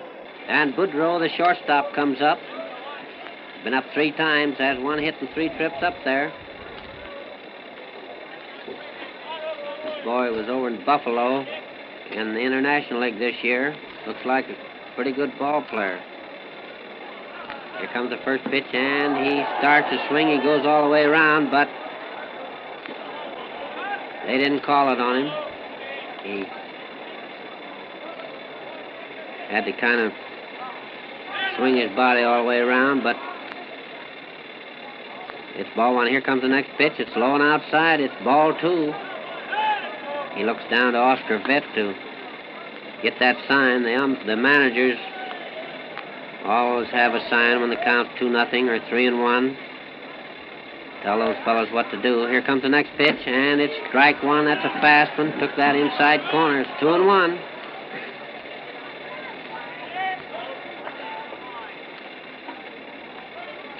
Bass starts his wind up again. Here it comes. He swings and fouls it back. Goes right back in a bunch of ladies, and I didn't see what happened, but maybe some lady got it. It's 2-2 on Boudreau.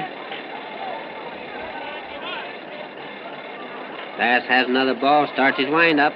Here it comes. The fastball a little bit outside, and it's 3-2 on Boudreau now. 2 men out, nobody on. That's the first half, the 7th. There's no score.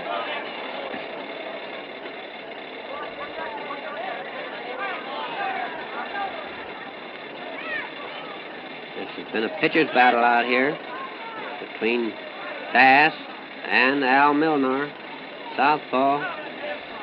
Here comes the next pitch. He swings and hits the fly ball going into center field. Getting is going over there.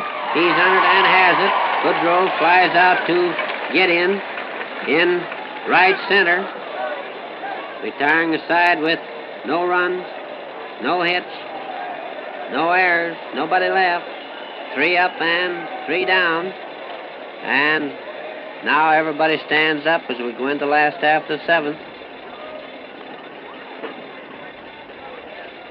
7th inning stretch.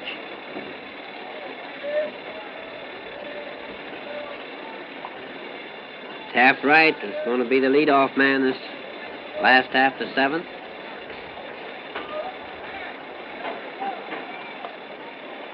Taft has been up twice, failed to hit.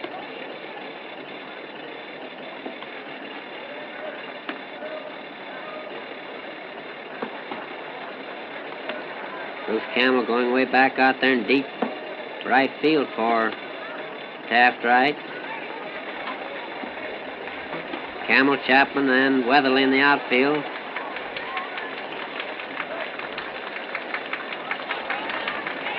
Cleveland has another outfielder sitting on the bench over here who had a wonderful year last year. Heath looked like one of the best young ball players in baseball, and every ball player picked him to lead this league in batting this year.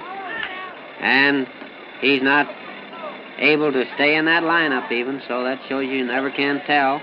Well, Wright's up there. The first pitch is a little too high, ball 1. Here comes the next one. It's inside for a ball 2. 2-0. Taft Wright backs away from there. In fact, he backs clear out of the box, gets a little dirt on his hands. 2-0 on Wright now. Milner starts his wind up again. Here comes the pitch. He swings and gets a base hit into right field past Sammy Hill.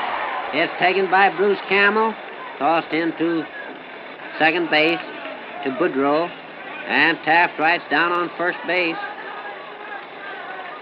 Nobody out, and Charlie Gilbert comes up. Gilbert's playing third base today in place of Buddy Lewis. He's been up twice, has 1 hit and 2 trips up there, 2-base hit.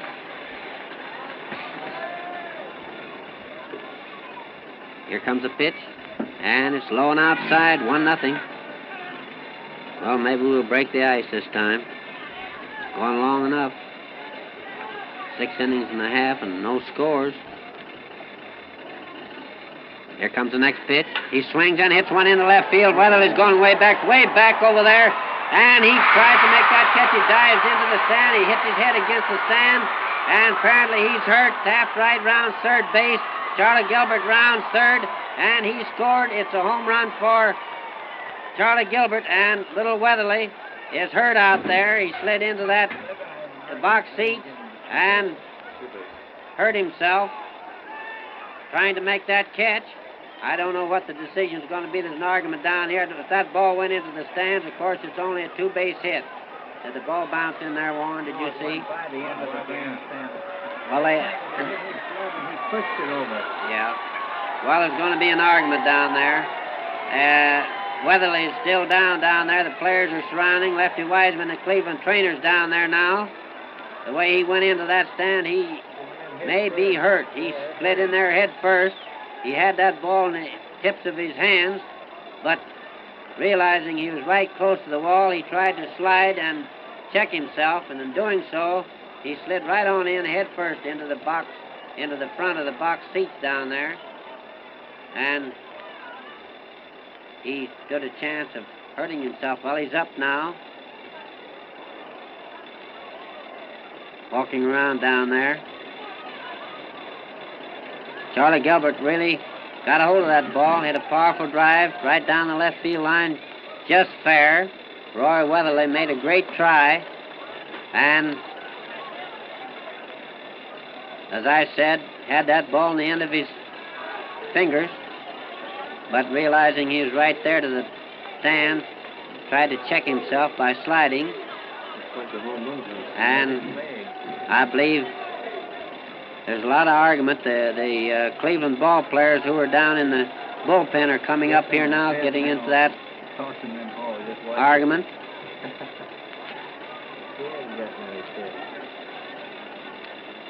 Luke Sewell is coming up there now, arguing with Bill Summers out here by third base. And they're all coming. Oscar Vitt is coming up now. He stayed down there to see that Weatherly was all right. Now he's coming up to get in this argument.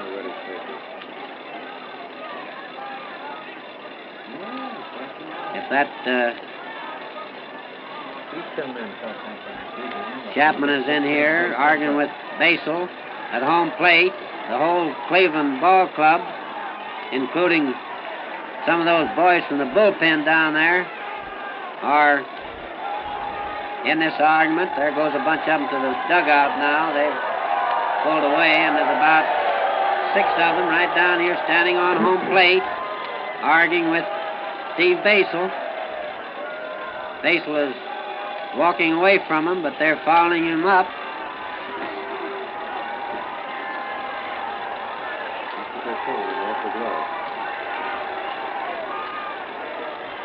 Ben Chapman has started back now, tossing his glove up into the air.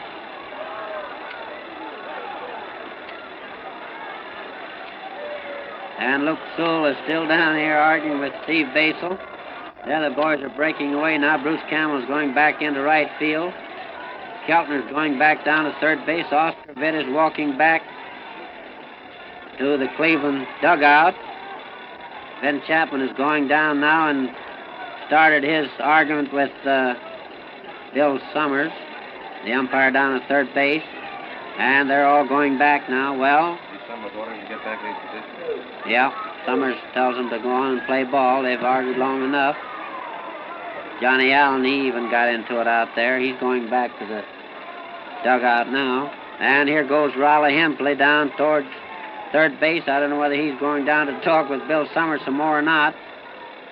But anyway, Taft Wright and Charlie Gilbert are both over on the bench, and I think they're going to allow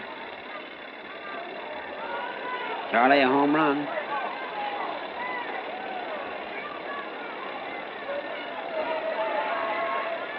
The ball did not go into the stands down there. If it had, it would have been a two-base hit. There used to be a ground rule here when that ball went around the point of those seats, but I don't know whether that's in effect now or not. The ball was out of sight. Yeah. Yeah, well, he did. As a matter of fact, I mean, he was after that ball and had it in the end of his hit his glove. hand and hit his glove and bounced on off there. Well, anyway, we're out in front 2-0. There's nobody out, and Jim Vernon is up there. They're all started out here now. He swings on that next pitch, hits a high fly up into the infield. Woodrow calls for it. He has it right down there by second base. And Vernon is out. That's one out. That's the last half of the seventh. Washington's out in front now, 2-0. One man out, nobody on. And Gideon, the center fielder, comes up.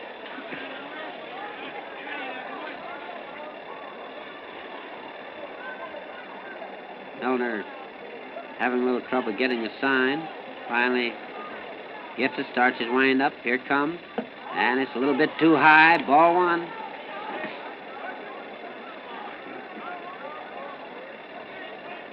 Milner starts his wind up again. Here comes the pitch, and it's a curve ball for strike one. That's called 1-1.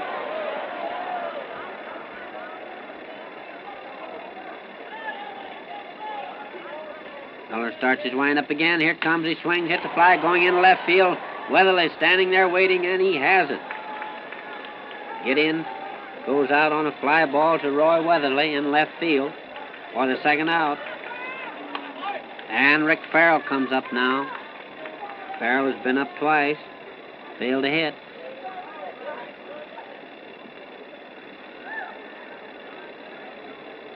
Milner starts his wind up. Here it comes. He swings and fouls it back. It's one strike.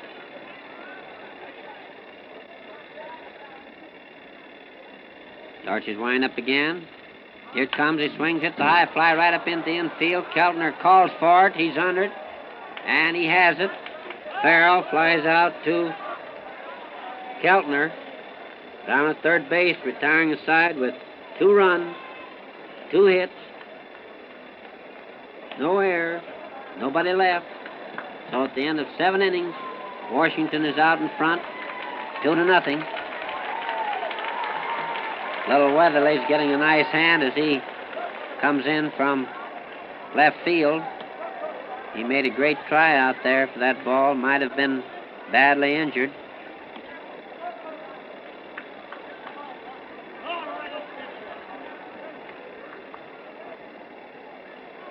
Well, Bass is out there tossing that ball over. Harry, come in, boy, and well, we see that Ben Chapman coming in from the center field. He's still arguing about that play down there. The only person that didn't enter into the argument on the Cleveland team is the one person that participated in the play, and that happened to be Roy Weatherly.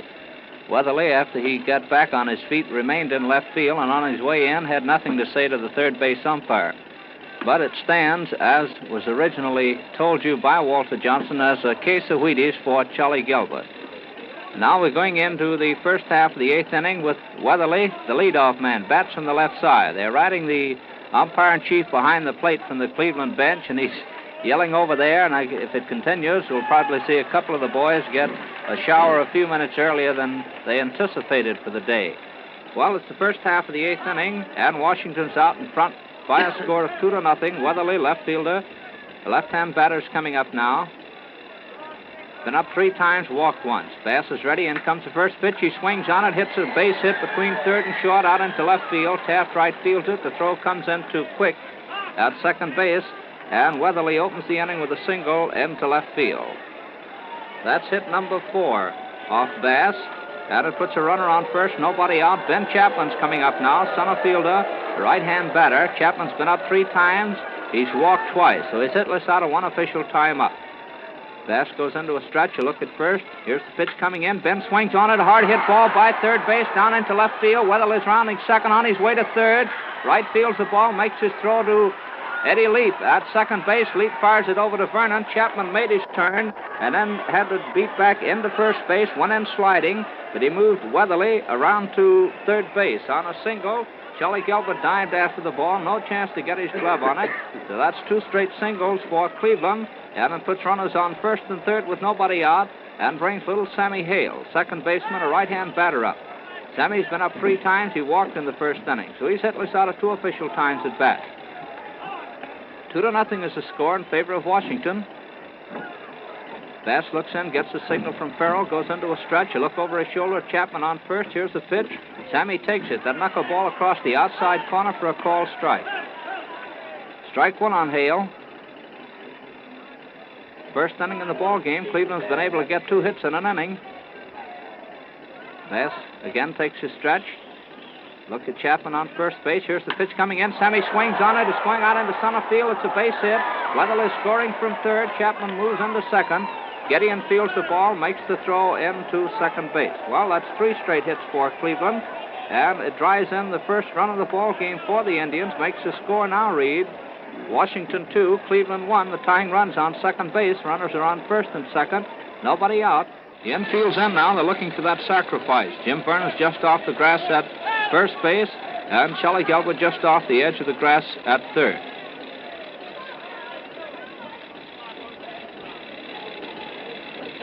Bass taking plenty of time, readjusting his cap, walks onto the rubber, looks into Rick Farrell. Little Hal Quick short stops, playing close second now, attempting to hold Ben Chapman near the bag. He'll go off with a pitch. Here it comes, and he swings and misses. Campbell went after that knuckleball, breaking in low. He took a swing and missed for strike one.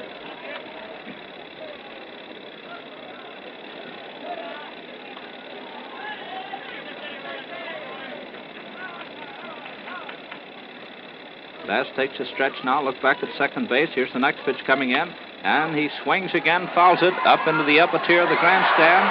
That puts Bass out in front of Bruce Campbell, the batter, with the count strike 2. That backs the infield up now. Shelley Gelbert easing back. Jim Vernon's going back. Ben Chapman yelling something in to Bruce Campbell. Nobody out. Runners on first and second. 1 run in for Cleveland. Score reading Washington 2, Cleveland 1. Here's the next pitch coming in. It's inside. That hit Campbell on the foot. He took it, and he, being hit by a pitch ball, loads the bases. That moves Sammy Hale to second base, and Ben Chapman to third. So the bases are loaded with nobody out. Big Kara Squall started warming up in the bullpen for Washington. Right-hander. Well, the bases are loaded with nobody out, and up comes Keltner, third baseman, a right-hand batter. Ken Sitlis out of 3 times up. Tying runs only 90 feet away now in the form of Ben Chapman on third base. The infield's in. They're going to shut off that run at the plate if they can. Nope, he's backing him up. Bucky's backing him up. Here comes the pitch in. Outside, low, ball 1. Ball 1 on Keltner.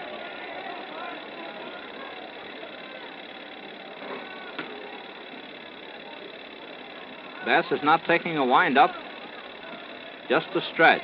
Here's the next one coming in. Keltner swings on it, foul tips it back against the screen, and the count's 1-1. Ball 1, strike 1. Rick Farrell gets a new ball, goes out to Bass, rubs the ball off, goes to the rosin bag. First half of the 8th inning. Bass walks on, gets the signal. Going to take his wind-up now, realizing the bases are loaded. Here it comes, and Keltner fouls it off the first base line over to the stands. The count reads ball 1 and strike 2. Rick Farrell's rubbing the new one off this time before it goes out to Bass.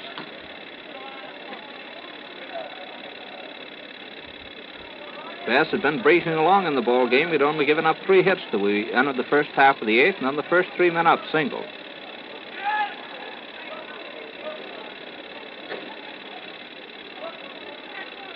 Taking plenty of time. 1-2 is the count on Ken Keltner. Here comes the next pitch in. It's low. Ball 2. 2-2 is the count. Big Ellick is working down in the Washington bullpen.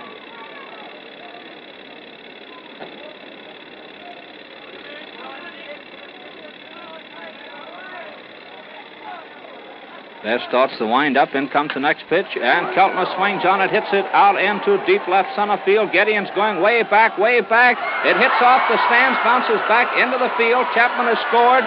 Hale's rounding third. He's scoring. And Bruce Campbell pulls up at third base with Keltner pulling up at second. That ball was well hit. About 2 more feet of height or distance on the ball, and it would have gone into the left field bleachers.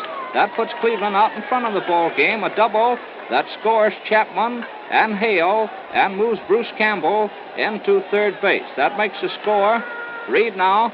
Cleveland 3, Washington 2, runners on second and third. There's still nobody out in the ball game. And Oscar Grimes, first baseman, a right-hand batter, is coming up. They're going to put him on base, an intentional pass. First pitch comes in outside. Farrell stepping out to take it. That will be walk number 6 off Bass, and the first intentional pass of the afternoon. Counts ball 2. Now in comes ball 3.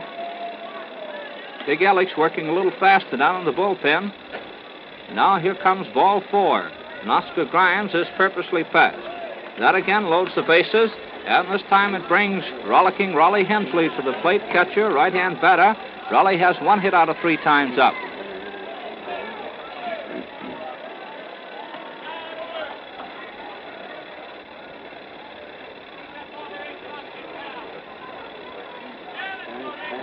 Bass looks in, gets his signal. Starts the wind-up. In comes the first pitch to Hensley. He swings and misses for strike 1. Grimes is on first base. Keltner's on second, and Campbell's on third.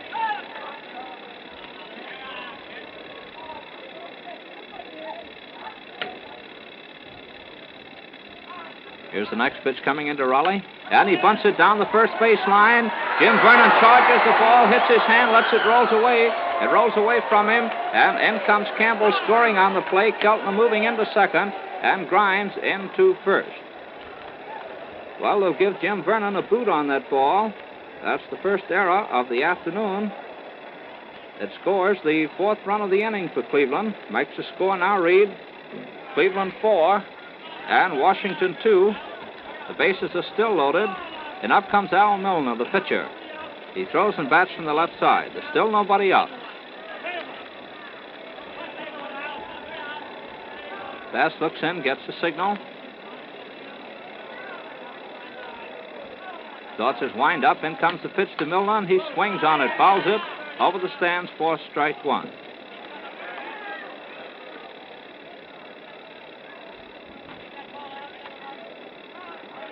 Milner's the 8th man to come up in the inning for Cleveland.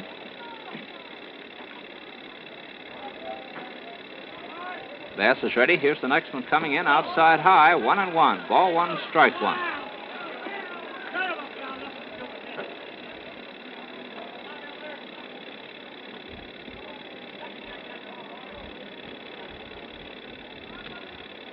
Bass standing out, rubbing the ball off.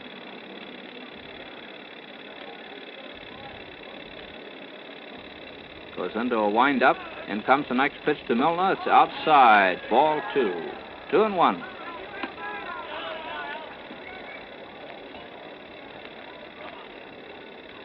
The base is loaded. Nobody out. 4 runs in for Cleveland. Here's the next pitch coming into Al. He swings on it, hits a ground ball, swings down to second base. Leap is up with it over to second. He's out, but no chance for a double play. Ken Keltner scores as Al Milner forces Raleigh Hensley at second base from Eddie Leap to Hal Quick. For the first out of the inning, Oscar Grimes moved in the third on the play. Ken Keltner scoring. That's run number 5 in for Cleveland. Makes the score now read Cleveland 5, Washington 2. Runners are on first and third. And Lou Boudreau, shortstop, a right-hand batter, the 9th man to come up in the inning. Now at the plate, he has 1 hit out of 4 official times up this afternoon. Bass takes a stretch, a look over his shoulder at Milner on first base. Here's the first pitch coming into Boudreau, and he takes it. It's low and off the outside for ball 1. Ball 1 on Lou.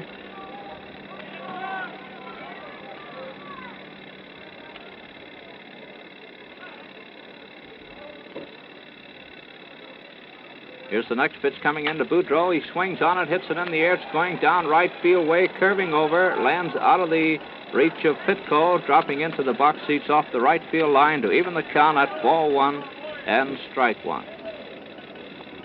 1-1 on Boudreau.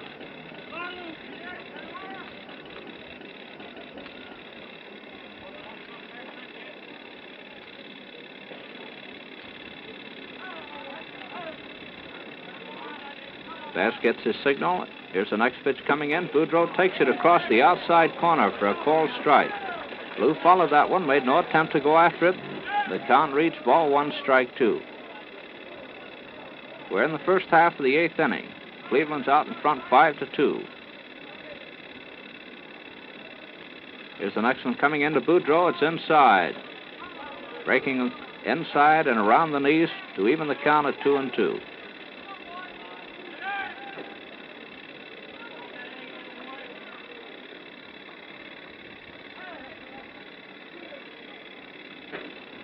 Here's the next one coming in. Boudreau swings on it, hits it, goes down to second base. Lee fields the ball, tosses to Quick.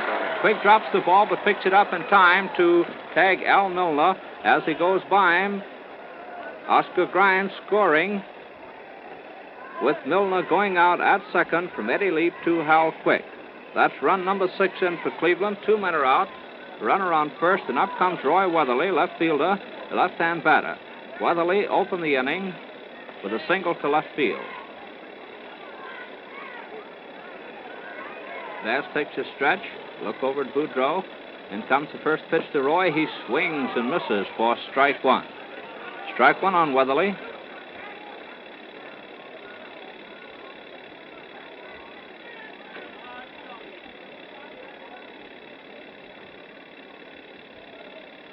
Here's the next pitch coming in. Roy takes it. It's outside. A little low, and the count's 1-1.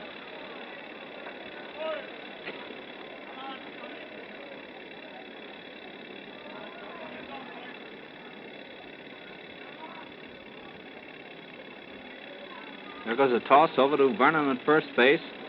Lou Boudreau back in plenty of time. The ball's back in the hands of Bass. He again goes into a stretch.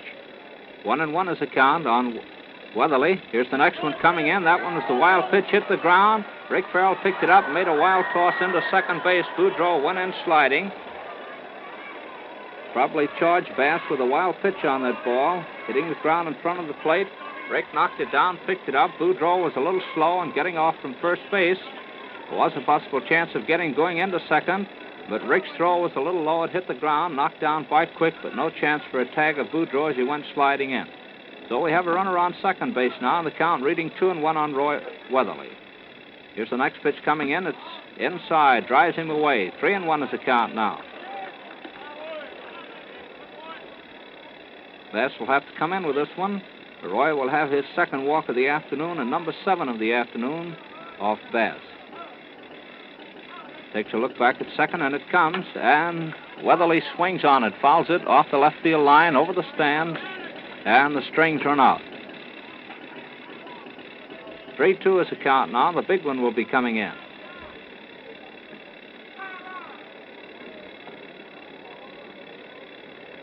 Bass goes into a stretch. Here it comes. And Weatherly hits it high in the air. It's going into left field, very high. Wright's having plenty of time to get under it. Taft makes the catch for out number 3 to retire the side. Cleveland scoring 6 runs off 4 hits, 1 error, and having 1 runner left on base. So at the end of the first half of the 8th inning, the score now reads Cleveland 6 and Washington 2. And before we move into the last half of the 8th, we pause again for station identification. 2 minutes to 5 o'clock, WJSV, Washington. I'd like to remind you folks that Miller are in the neighborhood of Miller's Market at 2135 4th Street Northeast. Walter Johnson will be out there tonight for personal appearance. Be glad to autograph any Wheaties that you may purchase during the time he's there, or any gloves or anything else you might want autographed. Well, we're going into the last half of the 8th inning. Bass, the pitcher, is due to be the leadoff man. He's going to be taken out in favor of a pinch hitter, Al Evans. The catcher is going in to bat for Bass. Attention, please. Evans, batting for Bass. Al Evans, rookie catcher, is going in to hit for Bass to open the last half of the 8th inning. Big Al Milner starts his wind-up. Here's the first one coming in. It's high, ball 1. Fastball came in over the plate, but too high. Evans watched it go by. The count's ball 1. Here's the next one coming in. Al swings on it, lifts it in the air. Fly ball going into short center field. Sammy Hale's out under it, and Sammy Hale makes the catch in short center for the first out of the inning. So we have one away, nobody on base, and up comes Eddie Leaf, second baseman, a right-hand batter. Eddie has 2 hits out of 3 times up. Big Al's only given up 5 hits so far this afternoon. He looks into Raleigh Hensley, gets the signal, goes into a windup. Here's the first pitch coming in, and Leaf swings on it, foul tips it, goes by Hensley, bounces off the chest protector of the umpire, and a new ball goes out to Big Al Milner. Strike 1 is the count on Leaf. Alexander's still in the bullpen for Washington. Here's the pitch coming in, and Leaf fouls it. Back over the stands, put Al Milner out in front with the count strike 2. DeGellick will take up the pitching duties for the Senators in the first half of the ninth. Milner's ready for the next pitch into Leaf. Here it is. It's high for ball 1. 1-2 on Leaf.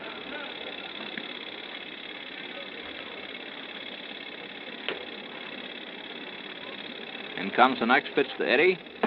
He started to swing, but changed his mind. It was too high for ball 2. That evens the count at 2-2. 1 out, nobody on, last half of the 8th. Cleveland 6, Washington 2. Here's the next one coming in, and Leaf fouls it back into the screen. The count remains 2-2. Raleigh Hensley gets a new one, tosses it out to Al Milner. Don't forget, an off day tomorrow, no game. The New York Yankees move in Saturday. Here's the next one coming in. It's high, ball 3. And the big pitch will be coming in to Eddie Leaf. A single game Saturday, getting underway at 3 o'clock. Single game on Sunday, also getting underway at 3 o'clock. Al starts his windup. Here it comes. And Leaf hits it. A ground ball goes between third and short, out into left field. Weatherly fields it on the ground, makes his throw into Boudreau at second base. And Eddie Leaf is on first with his 3rd hit of the afternoon. Pretty good day's work for a youngster. 3 hits out of 4 times up. So it's 1 away, a runner on first, and Hal Quick, shortstop, coming up. He's hitless out of 3 times up. Bats from the right side. Milner takes a stretch, look over first base way, in comes the pitch, and Quick takes one across that inside corner, waist high for a called strike.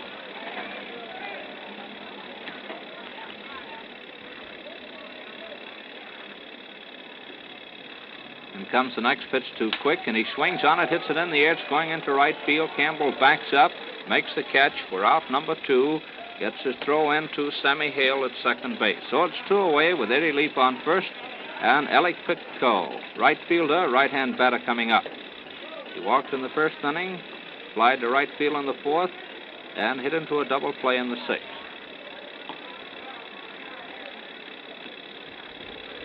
In comes the first pitch to Pitco, and he swings on it. Foul tips it.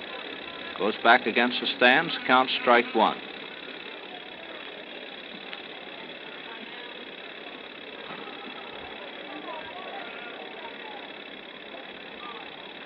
Al gets a signal from Raleigh Hensley. Here's the next one coming in. Outside high. It's a wild pitch. The ball gets away from Hensley. And there goes Eddie Leaf into second base. That's a wild pitch for Al Milner. Moves Eddie Leaf into second base and makes the count read 1-1 on Pitco. Al standing with his back to the plate, rubbing that ball off.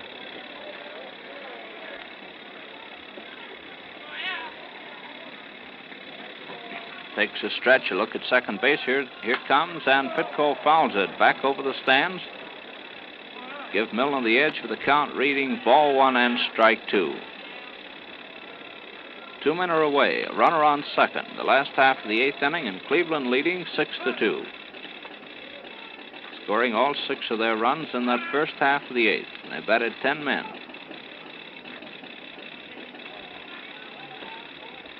Here comes the next pitch in, and Pitco hits one high bounding ball down over second base. It bounds high, gets away from Boudreau. Here comes the throw into the plate.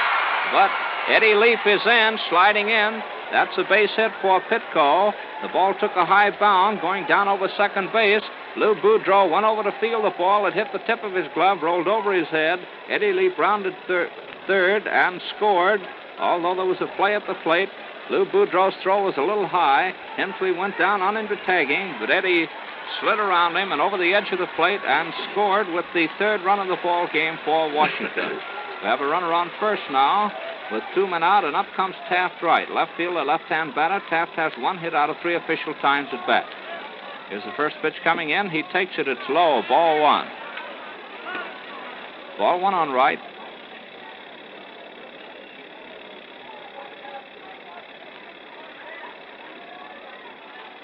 Here's the next pitch coming in. Taft swings on it, hits a ground ball down second base way. Sammy Hale deals the ball, tosses to Lou Boudreau, who steps on second. And Sammy Wright forces Pitco at second base for the third out of the inning to retire the side. With 1 run, 2 hits, no errors, 1 runner left on base. So at the end of 8 innings of play, the score now reads Cleveland 6 and Washington 3. Big Alexander Carrasquel is going to be the pitcher for Washington as we go into the first half of the 9th inning. And for that 9th inning, here is Walter Johnson.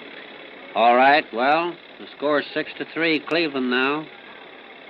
If we can hold on this inning, then we need 3 runs to tie this ball game up. Big Alec Carrasquel is out there on the mound for the Senators now. Young Evans went up to bat in place of Bass. And Ben Chapman will be first up for Cleveland. Chapman's been up 4 times, walked twice, and has 1 base hit.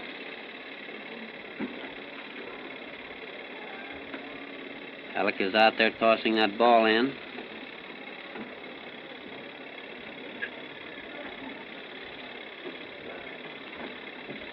It's the first half of the 9th.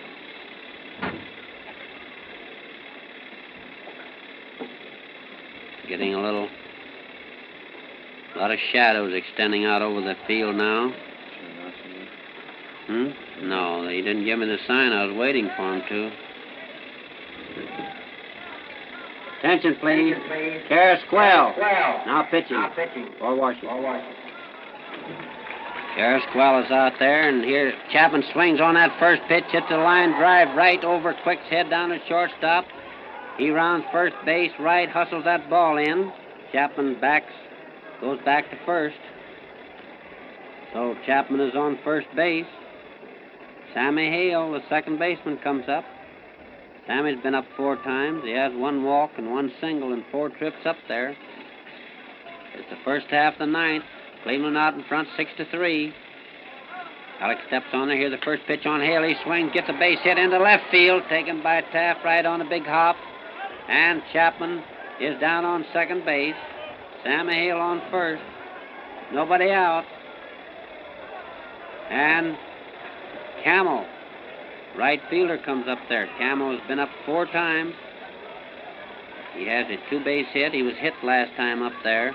Bass hit him to fill the bases. 2 on, nobody out. Here comes the first pitch on Camel. It's a ball a little bit outside. 1 ball.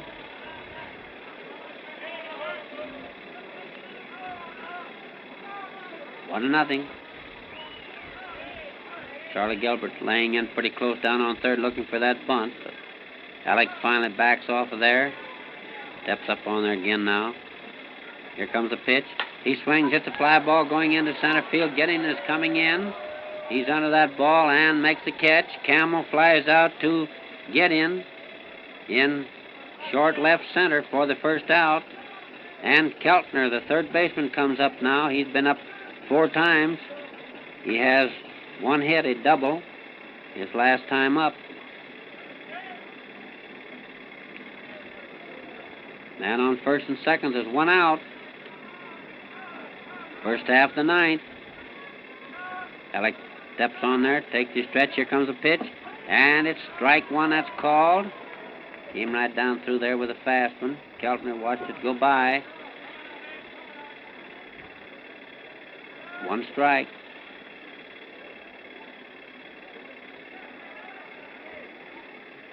Alex steps on there again. Takes his stretch. Here comes the pitch. He swings and misses.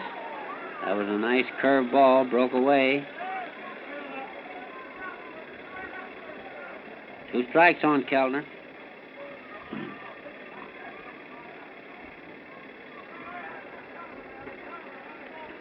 Alex steps on there again. Backs off of there. And now Keltner backs out of there. Time is called.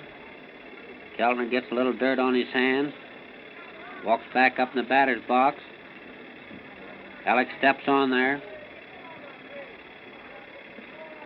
Here comes the pitch. And it's ball one. It's a fast one. It was a little bit outside. There's Quick is ducking in around second base down there, trying to keep Ben Chapman back there.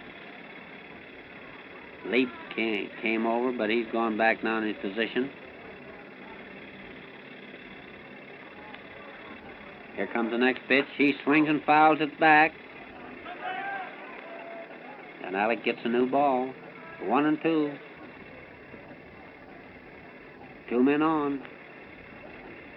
Cleveland out in front, 6-3.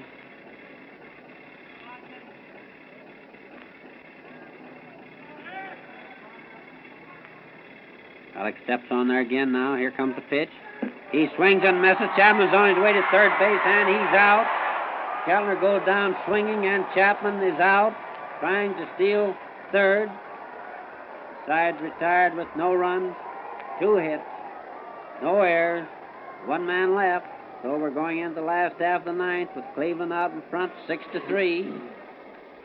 We need 3 runs to tie this score. And Charlie Gilbert will be up there first. Charlie Gilbert playing third base in today's ball game. He's been up 3 times. He has 2 base hits and 3 trips up there, 1 double and a home run.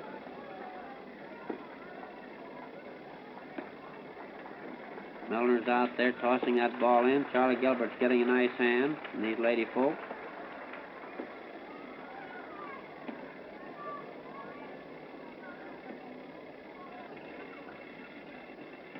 Charlie's played a nice ball game out there today.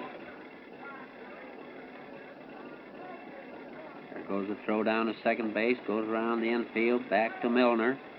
And the umpire says play ball.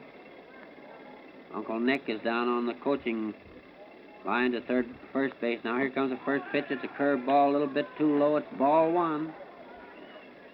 Eisenstadt down the bullpen warming up for Cleveland. Here comes the next pitch. And it's a fastball. It's inside. Ball 2. 2-0. Last half of the ninth. We need 3 runs to tie. Miller starts his wind up. Here it comes. And it's strike 1 at the fast and right down the middle. 2-1.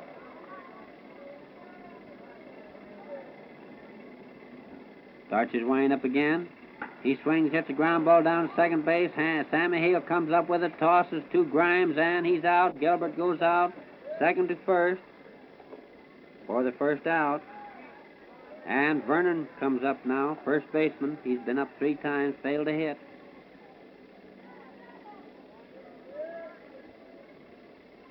Milner starts his wind up. Here comes the pitch. It's a fastball inside, ball 1. Vernon backs away a bit. Milner takes his wind up again. Here comes the pitch. And this time it's strike 1 that's called. Vernon started after that one, then pulled away. Got a pretty good eye, this boy. Doesn't hit as many bad balls. Milner takes his wind up again. Here comes the pitch. He swings and fouls it back. 1-2.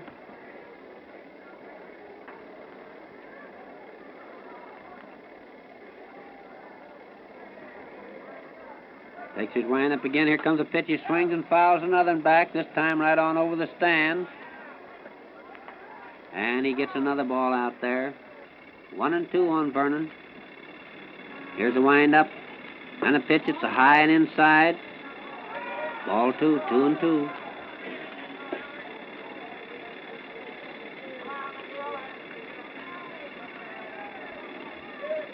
Milner starts his wind up again. Here comes the pitch. He swings. It's a high foul over back at third base. Kellner's going over there, but he can't quite get it. It drops over there in the box seats and bounces up and out. And Keltner comes up with it, tosses in to the umpire, who throws it away. He throws it back to the Washington dugout. That'll be used in batting practice. Ball was a little bit rough, probably. Milner takes his windup again. Here comes a pitch, and he goes down swinging. Milner came in there with a fastball just a little bit inside. Vernon took a cut at it, but missed. And Gideon comes up now, center fielder. He's been up 3 times, failed to hit. 2 men out, nobody on. And it's 6-3. Here comes the next pitch. It's strike one. It just took that outside corner. 1 strike. Milner starts his windup again. Here comes a pitch. He swings and fouls it back. It's 2 strikes on Gideon now.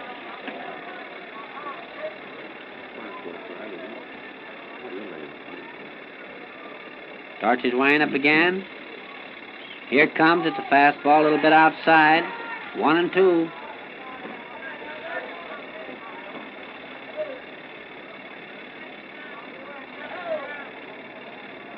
Milner starts his windup again. Here comes the pitch. And he starts after that one, but lets it go. It's a little bit too high. It's 2-2. Gideon had a notion that time, but he changed his mind. A little bit too high. Here comes the next pitch. And he's called out on strikes. Milner came down in there, took that inside corner, and Gideon takes it. And Cleveland wins the ball game with 6 runs, 9 hits, no errors. Washington 3 runs, 7 hits, and 1 error. And as Harry has told you, there will be no ball game here tomorrow. The Yankees come in Saturday for a single game and a single game with the Yankees Sunday. All right, Harry, if you have something over there. Well, that just about tells the story of this afternoon's ball game. The winning pitcher, of course, was Big Al Milner, and the losing pitcher was Bass, the starting pitcher for Washington. We'd like to again remind you, fans of Miller's Market, 2135 4th Street Northeast. Walter Johnson will be out seeing you tonight, and tomorrow night, you fans around the Calvert Market at 1862 Columbia Road Northwest. We'll be greeting you again over the air Saturday afternoon for that first game between the Yanks and the Senators. The second game of that series will be played Sunday afternoon. This is Harry McTigue speaking for Walter Johnson. Thanks for listening, and so long. This is Columbia Station for the nation's capital. It's 5:17 p.m. BULOVA, Bulova Watch Time.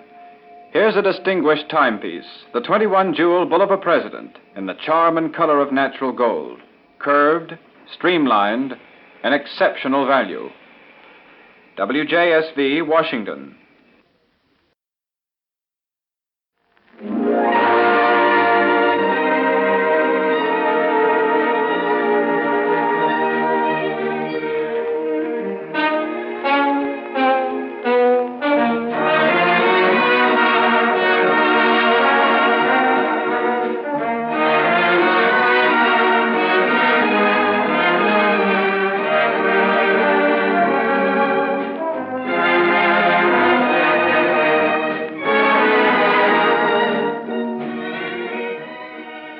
The world dances, and we present the transcribed music of Dick Carroll, his piano, and his orchestra. We present a program of dancing tunes played by top-ranking radio orchestras. Dick opens his quarter hour with Boulevard of Broken Dreams.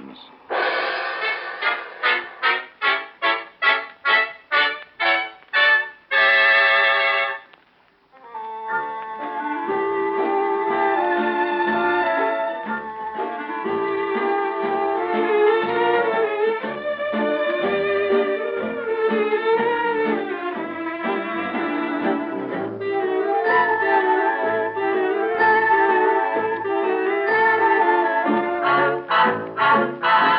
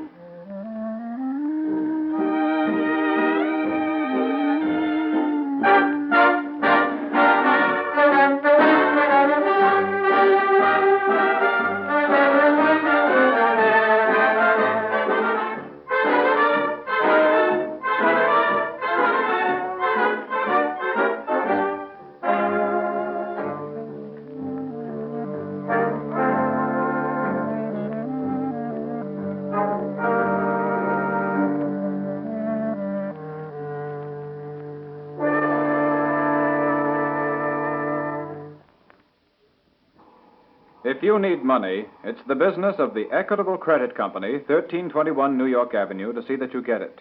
To loan you money quickly, confidentially, and with no red tape. No matter what you need money for. If it's in the amount of from $50 to $1,000, and if you have a car, go to Equitable Credit Company, 1321 New York Avenue, and Mr. Burns will give you the cash. Your car need not be paid for. Equitable will reduce the payments and give you additional cash. Get the money now. Take from 1 to 20 months to pay. Drive to Equitable Credit Company, 1321 New York Avenue today. Tell Mr. Burns how much money you want and drive away with the cash.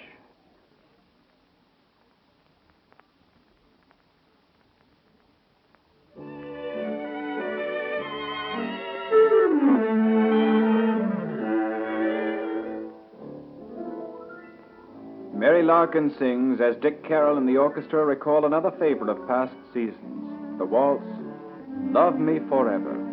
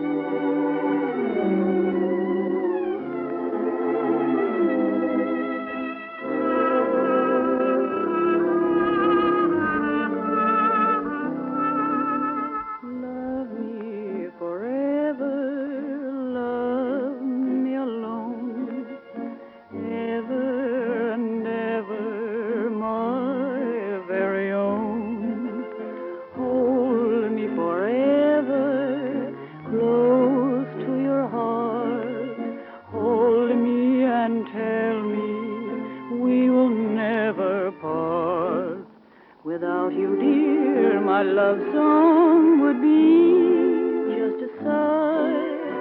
Birds would never sing, roses would die. My heart has told me I love you so. Love me forever, ever and ever. I will belong to you always, sweetheart.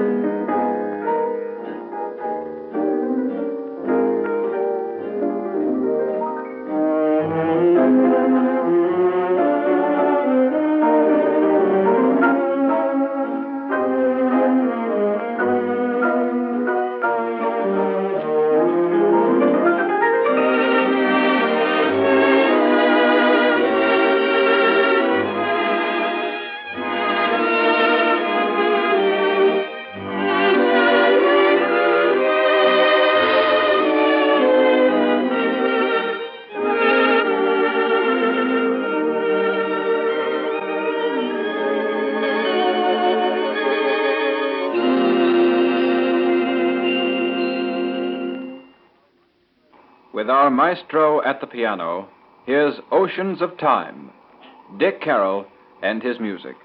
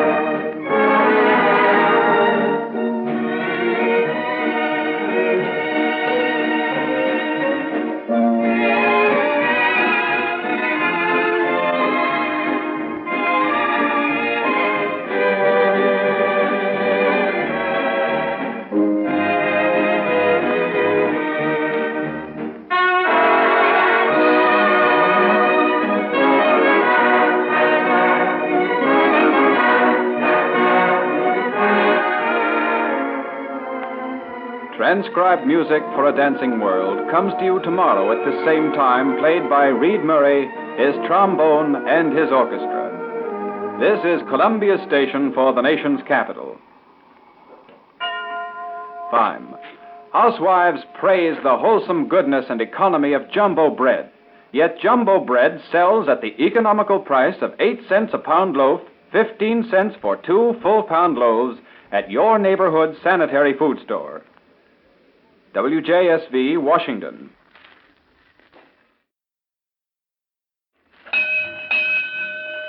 Good evening, ladies and gentlemen. This is your Arrow News reporter with last-minute hit-the-spot news brought to you 4 times daily through the courtesy of Arrow Beer and Ale.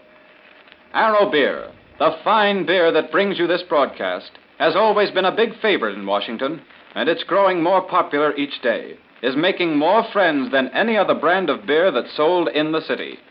Arrow Beer is growing faster because it has the famous flavor that real beer drinkers appreciate. Arrow is smooth, not sweet. Better, not bitter. The sharp bark of assassins' guns sounded above the thunder of artillery today and gave Europe grave new fears. A group of pro-Nazi Romanians shot and killed the premier of their pivotal Balkan state, armed Cănăscu. The assassins then attacked the Bucharest radio station and shouted what seemed to be a signal into the microphone. Quick action by Romanian guards restored order, and the government now announces that the nation is calm. If the murder of Cănăscu was intended to touch off a general revolt by the pro-Nazi Romanian Iron Guard, it apparently has failed. Advices from various Romanian embassies indicate the government is in control, and a military dictatorship is likely. Washington and the Berlin embassies both understand that General Ernst Balif has been named premier. The assassination came as all Europe followed Romania's position carefully, knowing that her oil and wheat are coveted by Hitler. The destruction of Poland has brought German and Russian troops almost to Romania's borders. For the moment, at least, Romanian developments overshadow the shifting of millions of soldiers on the Western Front. But after 5 days of lull, the Rhineland sector is again the scene of major developments. Nazi artillery is pounding French lines in the Saar and Vos sectors. An unofficial French communique admits enemy fire south of the Saarbrücken, but says that the day was generally calm. France has completed general mobilization with 6 million men geared for action. Apparently fearing a renewed French drive, now that mobilization is complete, the Germans opened fire with artillery. Neutral observers believe the barrage is intended to hold the Allies in check until German reserves complete their migration from Poland to the Western Front. Heavy German troop movements have been underway for 2 days. Behind the battle lines, all Europe looked eagerly to America as the historic debate on neutrality revision began. As expected, the President asked for repeal of the arms embargo in exchange for a policy of cash-and-carry munitions sales to belligerents. Great Britain warmly received the President's message, which, if carried out by Congress, will help the Allies. In Rome, meanwhile, fascist newspapers printed peace editorials believed aimed at Mr. Roosevelt and the American Congress. They suggested that the present moment might be the last chance to prevent a destructively long war. In Paris, Premier Daladier told his people that France, as well as Poland, has been marked for dismemberment by the Nazis. He spoke of German maps showing France amputated and said the Nazis are trying to incite treason in Alsace and Brittany.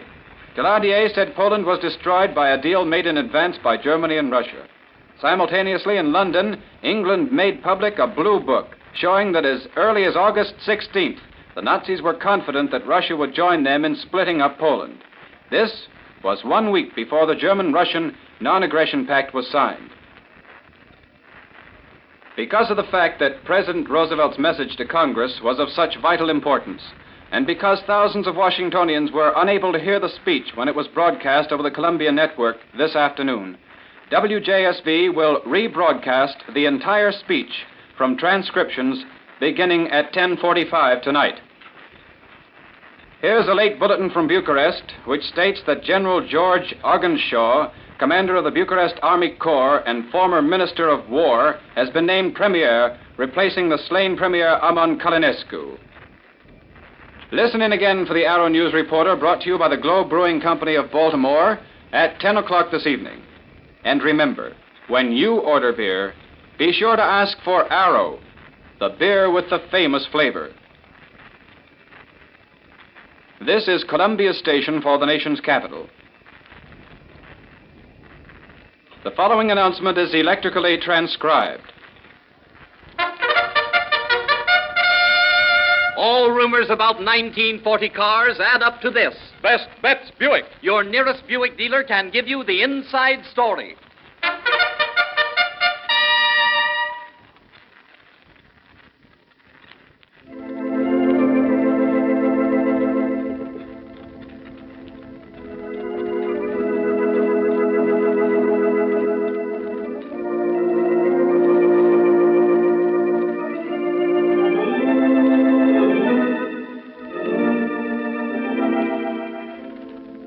Let's take time out, ladies and gentlemen. Time out with Johnny Saab at the console of the Hammond electric organ. Johnny opens this evening's program with an excerpt from Porgy and Bess. Summertime.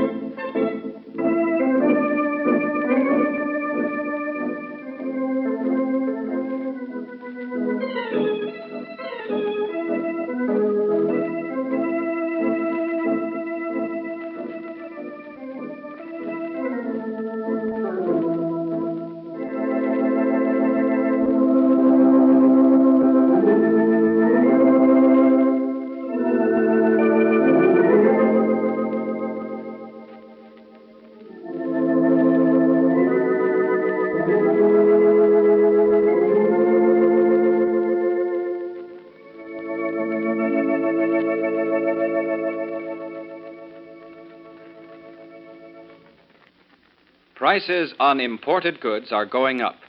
Furs, for example. Insurance rates for transporting furs from Central Europe have jumped 3,000%. Imagine the effect on fur prices.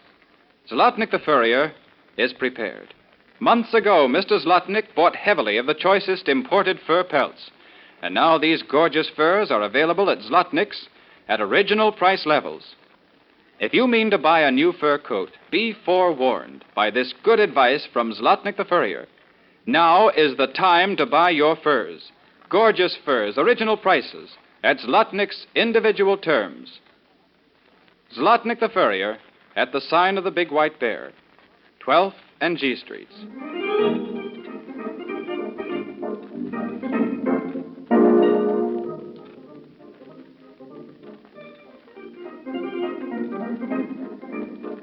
Johnny turns now to No No Nanette and brings us that sprightly hit tune from the production, Tea for Two.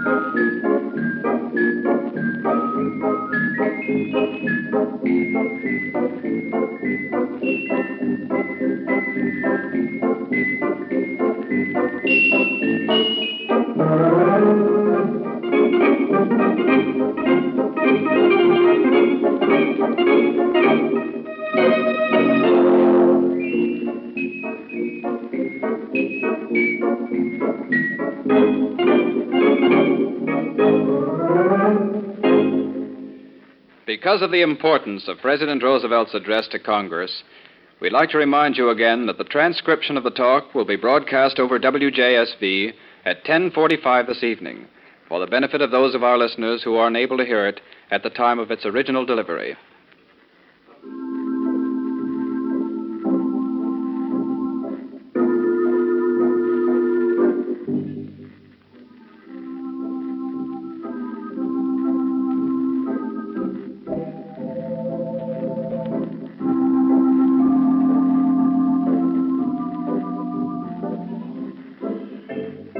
The facile fingers of Johnny Saab bring us now one of the season's best ballads, White Sails.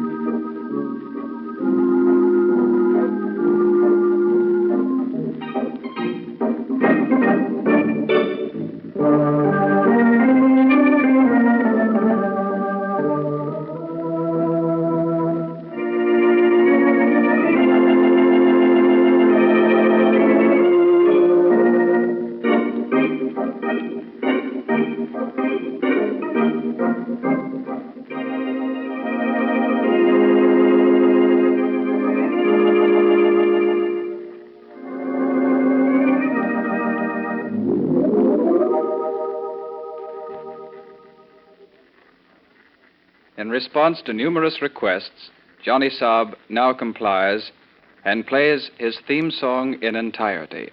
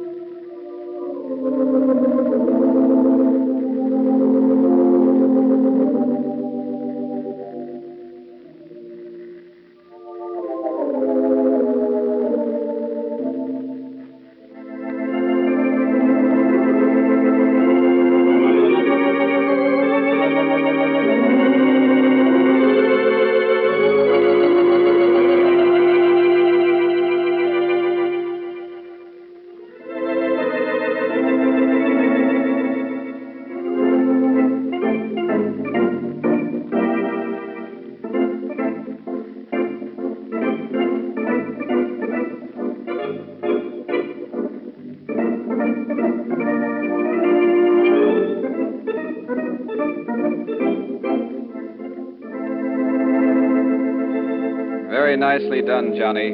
I'm sure that leaves nothing to be desired. For the past 10 minutes, ladies and gentlemen, you've been taking time out with Johnny Saab, who has been performing at the console of the Hammond electric organ. Johnny will be back again tomorrow evening at this same time. Hugh Conover speaking. This is Columbia Station for the nation's capital.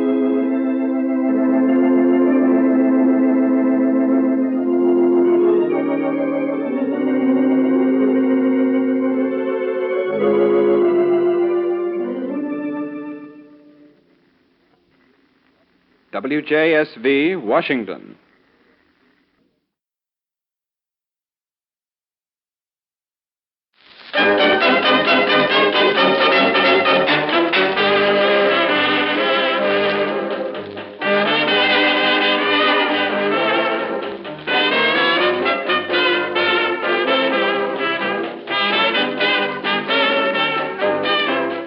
Presenting Harry McTigue, your good, rich sports reporter, with up-to-the-minute news from the world of sports.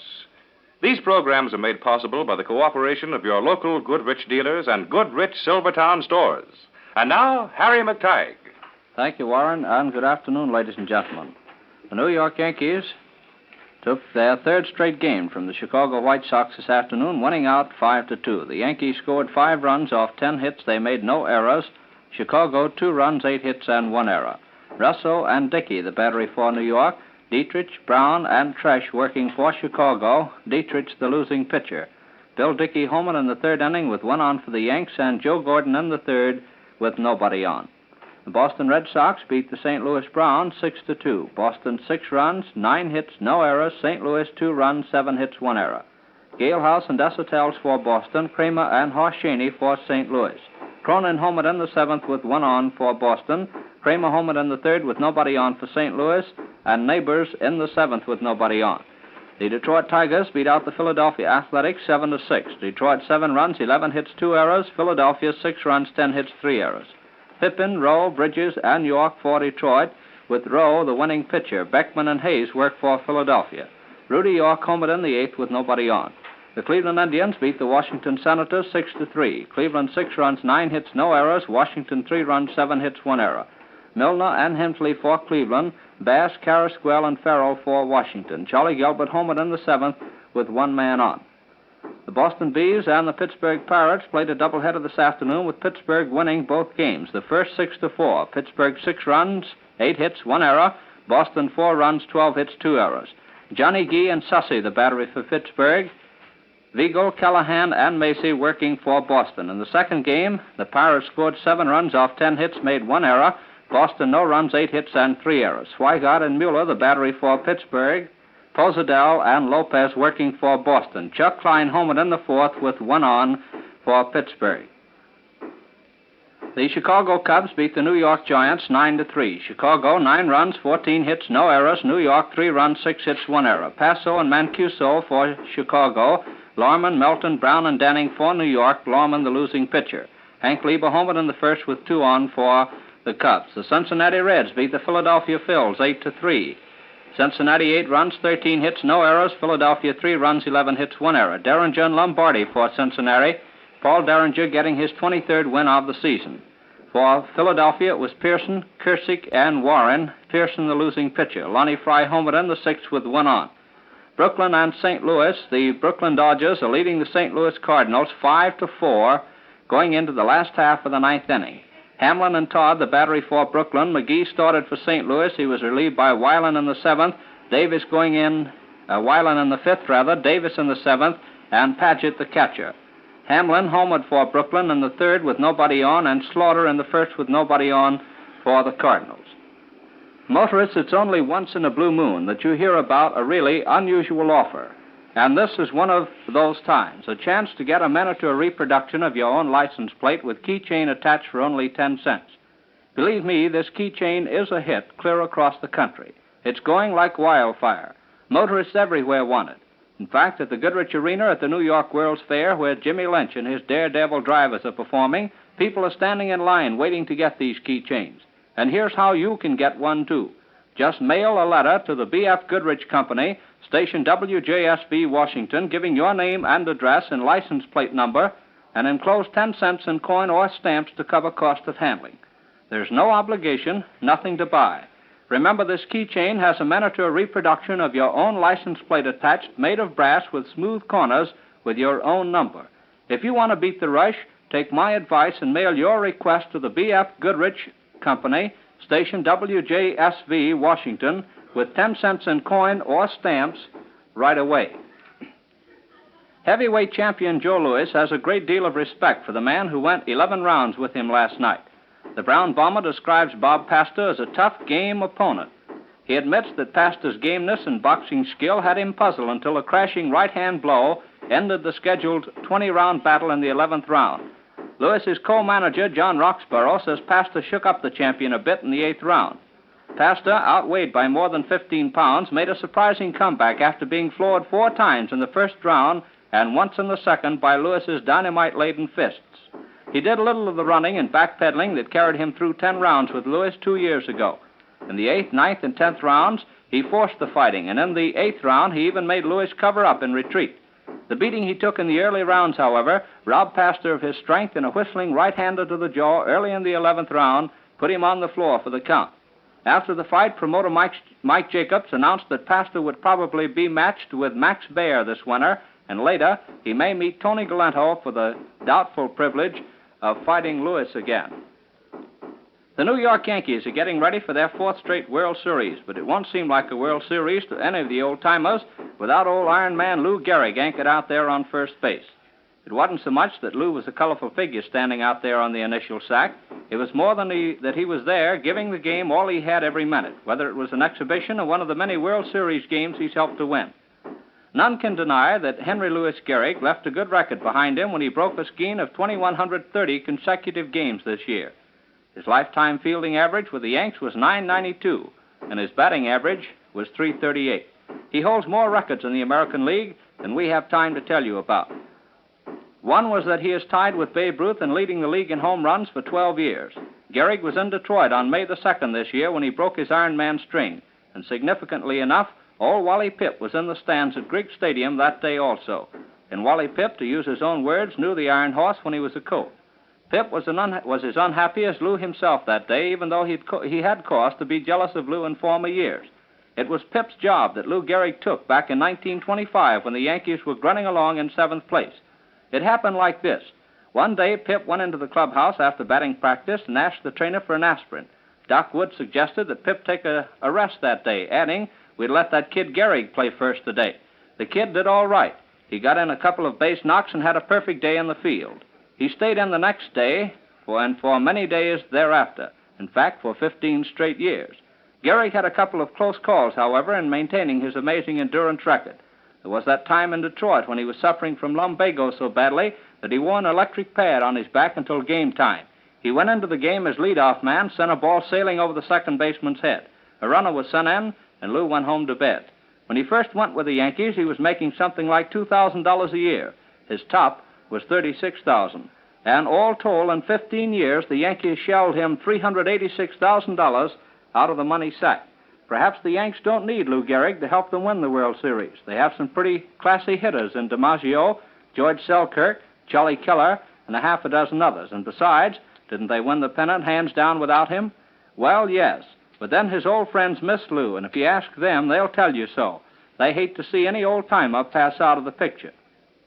Gehrig, as you know, is suffering from a rare disease. The doctors say that he can be cured, but that he will never play ball again. He's still on the Yankee active player list and will remain on the payroll until the end of the season. After that, he may be used in some executive capacity with the club, although nobody wants to comment on that right now. Anyway, perhaps the highest tribute ever paid to Gehrig was by Clark Griffith, the owner of the Washington Senators. Griffith never had much love for the Yankees, as you may know, but once when he was asked to name an all-time all-star team, he reeled off a list of names and wound up with, "And I'll take Gehrig. He's reliable." Now, I have a real sporting proposition for all you fans who drive a car. I want you to listen to 2 or 3 safety slogans, and then, for safety's sake, to do all in your power to live up to them. Here they are. Lose a minute and save a life. Children should be seen and not hurt. Step on your speed, urge, instead of your gas pedal. Yes, safety like charity begins at home. When motorists make up their minds to do just a little bit more than is demanded of them, our streets and highways will be safer for everyone. An extra driving courtesy in accident prevention comes well-conditioned equipment. Last year, unsafe tires were responsible for thousands of dangerous skids. With driving speeds what they are, with smooth, oil-filmed roads, with today's heavy traffic, it just doesn't pay to ride around on anything but the safest tires. So have your car equipped with Goodrich Safety Silvertowns. No other tire gives you Lifesaver tread skid protection, and no other tire gives you Golden Ply blowout protection. For unsurpassed tire safety, for honest tire economy, Have your nearest Goodrich Silvertown tire dealer equip your car with Silvertowns. The Chicago Bears are monopolizing the ground-gaining brackets of the National Football League standings. The first standings issued today show 3 Bears at the top of the heap. Little Bob Swisher, the Bears' halfback, handed everyone a surprise when he knocked off 85 yards in 8 attempts. Joe Manisi gained 84 yards in 14 tries. The freshman honors for the opening week of play was snagged by Bill Osmanski, who ticked off 64 yards in 10 dashes. Passing efficiency standings also showed a Chicagoan tied for top honors. Bernie Masterson completed 6 of 11 passes to rival Arnie Herber of the Green Bay Packers. However, Herber bested Masterson in yardage on passes by a margin of 138 yards to 129. Pass receivers were topped by Bob McChesney of Washington, who caught 4. Bill Smith of Chicago's Cardinals gained 83 yards on passes to lead that category. Smith also piled up 17 points to top the scorers. Ralph Kercheval of Brooklyn, Jack Manders of the Bears, and Smith each kicked a field goal. Alfred Gwynn Vanderbilt has invited 3 great horses to settle the American 3-year-old championship at a mile and 3/16 in the 3rd Pimlico Special on November the 1st.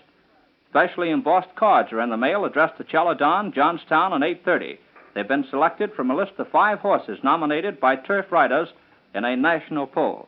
Directors of the Maryland Jockey Club say that the 3 were named for these reasons. First, although C.S. Howard's Kayak II and T.B. Martin's Cravat also were nominated by the riders, Celadon, Johnstown, and 8:30 led the poll. Second, Kayak II and Cravat are 4-year-olds and so are ineligible for the 3-year-old title. Last year in the great race, Seabiscuit humbled War Admiral. Gene Osterfer, St. John's High School coach, has been named coach of the Washington President professional football team. His appointment was announced today after Dick Nelson, former Maryland University star, was forced to turn down the coaching job. The Brooklyn Dodgers are on top of the National League football heap today. They are the only 2-game winners of the infant season. Last night they handed the Cleveland Rams their second straight setback, 23-12, before 12,000 fans at Ebbets Field. Jack Dempsey, former heavyweight boxing champion, is going to referee at the boxing show presented by the Washington Society for the Blind. He has volunteered to referee the 5-round feature between Tony Novak, national amateur heavyweight champion, and Jimmy Deckard, district Golden Gloves champion. The boxing carnival will be presented at Griffith Stadium on Friday night, October the 11th. That's all for tonight. Thanks for listening, and so long. Be sure to listen in again tomorrow night, same time, same station, for another sports review with Harry McTigue. And in the meantime, replace those worn, unsafe tires with good, rich, safety Silvertowns with Lifesaver tread skid protection and Golden Ply blowout protection. Stop in at your nearest Goodrich dealer or Goodrich Silvertown store. They offer you your choice of 3 ways to buy. You can pay cash, open a liberal 30-day charge account, or make your own long, easy budget terms. They